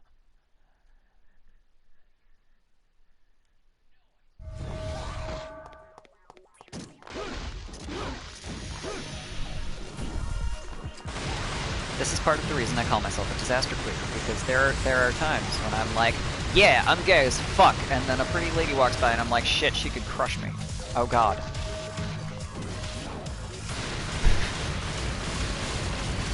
So, you know.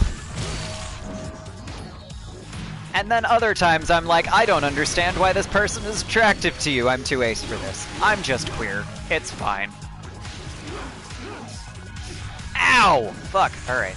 But actually, so that, the thing that you mentioned about Soul Edge versus Soul Calibur being, like, blue versus red is also very interesting to me because that brings up a, something that, to bring it back to Devil May Cry, that's actually something that, Devil May Cry played with a little bit.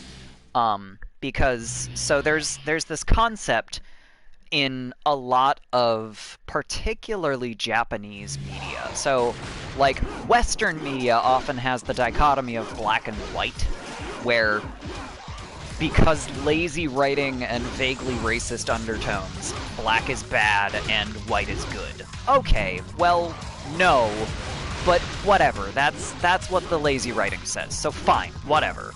We have established that you're an idiot. In a lot of Japanese media, and I don't know if this is Pan-Asian or specifically Japanese, but it has been pointed out to me as Japanese, so we're gonna go with that for now. A lot of Japanese media has the red versus blue dichotomy instead. TV Tropes calls it red oni, blue oni, which is probably also mildly racist now that I'm thinking about it. But either way, it does actually come from the way a lot of oni are depicted in more traditional Japanese art. So like they have their ogre demon images in art with the funky noses generally, and there will be, you know, a red one or a blue one, and they're generally presented as in opposition. And they played with that a lot in Devil May Cry, obviously, because, you know, they have Dante, who is the hot-headed, you know, wisecracking, passionate guy, which is very red oni. And Virgil, who comes off as this cool-headed individual with the blue oni. But if you actually look at the way they interact with things, like, Dante is nearly unshakable when it comes to fighting stuff, when it comes to enemies, when it comes to even dealing with his brother, except for the fact that he gets emotional. He is nearly unshakable. He is pretty much the same in most cutscenes, if we don't count DMC 2 being kind of an outlier. Ivy has a very strong dominatrix vibe between the empathic whip sword and her costume and voice lines. Yeah, I've heard that. Yeah, so my ex was very into Ivy, which is weird. Anyway, but so the thing with Dante and Virgil. So Dante is, like I said, he is nearly unshakable, as with, like, he's pretty level-headed. He's not, like, necessarily calm, but he's compassionate. He's pretty even-keeled. He gets excited about shit, but, like, he's passionate all the time. That part is not different. Virgil goes from, I'm going to pretend that I'm this even-tempered scholar and have no temper to immediately going, "Why isn't this working?" in one of the cutscenes. Like, Virgil has a temper. So they played with that whole red Oni, blue Oni thing in Devil May Cry a little bit, because that's something that, like, the red character is typically the one that exhibits that kind of response to things. The red character is the one that typically has a temper, has the passion and compassion. But they're, like, hyper-emotional most of the time. Dante really isn't. So I wonder how much of that is Capcom going, hey, we know there's this trope, so we're going to turn it on its head, and how much of that is Capcom going, hey, we know this is going to be released to a Western audience, and I don't know if they're going to understand that this is us turning a trope on its head, but that's what we're doing. Have fun. Like, I don't know how much of that was them going, Western audience, or how much of that was them going, there's this trope, and we're going to subvert it. Soul Cals are fun to play, but also tend to be repetitive because the gameplay is all arena fights and most of the plot is text exposition and rare. Oh, heck. Rare cutscenes, there's more to that. Hold that thought, I'm dying. But there's lots of characters and weapons and fun costumes and stuff. Yeah, and that is part of the reason I haven't really played Soul Calibur very much, because I'm not... Like, I want to be able to walk through my story. I like RPGs. But I'm also gonna die. Oh no, Infestants and Blood Goats. I'm gonna die. I'm gonna die. I'm gonna die. We're in trouble. Okay, alright. We gonna die. It's fine. Hello, kid. Oh yeah, it's almost time for your food. Like, don't get me wrong, I enjoy me some arena fights. I've been playing Bloody Palace for almost 5 hours. But, you know, it's not... Aha! And look at that orb total. Bonus 2170 because I died on level 218. That is a very interesting choice, and I don't like it. Okay. I think it is time for lunch. I think it is actually slightly past time for lunch, because it's almost 4 p.m. But... I don't usually eat lunch before, like, 2 or 3, so this isn't that late.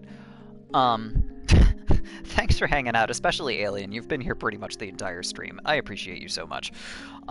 Gives me a little bit more to interact with when there's someone hanging out in chat the whole time. So, I appreciate you. Character Killick is another Monkey King reference character with a bow staff voiced by Goku's VA. Interesting! Now, see, that's interesting. Is that, I assume you mean his English VA, so, Greg Ayres. I almost said Greg Ellis again. Greg Ayres is a good person. Greg Ellis is not. No, the Japanese. I forget his Japanese VA's name. Maybe. Okay, I don't know. But yeah, a lot of Monkey King characters do have the bow staff, given that's part of the original legend. Me too in this moment. Bummer! Okay. Alright.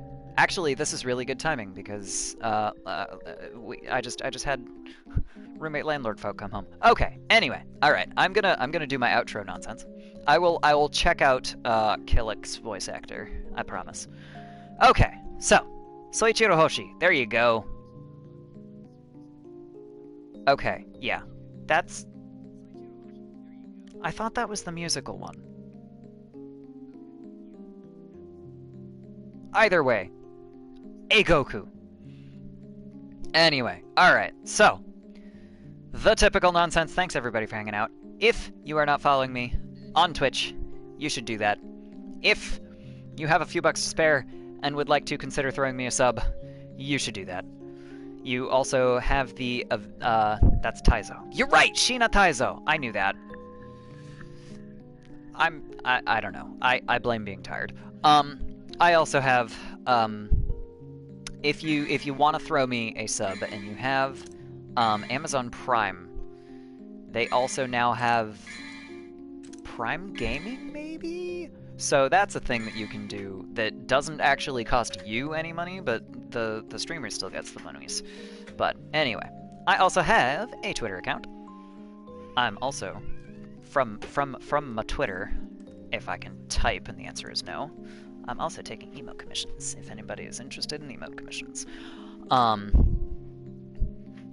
Twitter is also where I throw all of my video game nerdery that may or may not be related to streaming. Some of it is, and some of it is absolutely not. Some of it is just me nerding over like Devil May Cry or Fire Emblem or Dragon Age or whatever. I also have a Discord server. We are a small Discord, but we are very friendly, and sometimes Avery does things like Avery is like the drive-by excellent video provider, because she will sometimes just like drop random shit in there and then just not talk for 3 weeks, which is fine, and I appreciate it greatly. And last but not least, if you have a few bucks to spare and you want to throw it in my general direction, and you don't want to go through Amazon, I understand. I also have a Ko-fi account. Okay, now, speaking of Avery... Oh no, don't tell me she stopped streaming! No! Avery was streaming! I was gonna raid her! Heck! Hang on! Hang on! Let me, like, refresh my shit here. Maybe Twitch is having some problems. Refresh the things.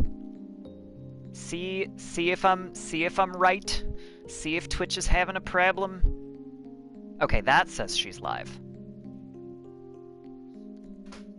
There we go. Alright, Avery is in fact live. We're gonna go raid Avery, because she is awesome and she hangs out here. And we should spread the love. So, thanks everybody for hanging out. I hope you had an excellent time. I will be back on Monday morning. And I'm gonna go back to DMC 3, so I'm really excited! It's my favorite game! Come hang out. In the meantime, we're gonna go say hi to Avery, and I'm gonna go have lunch. Have a fantastic weekend. I will be back. I hope I will see you on Monday.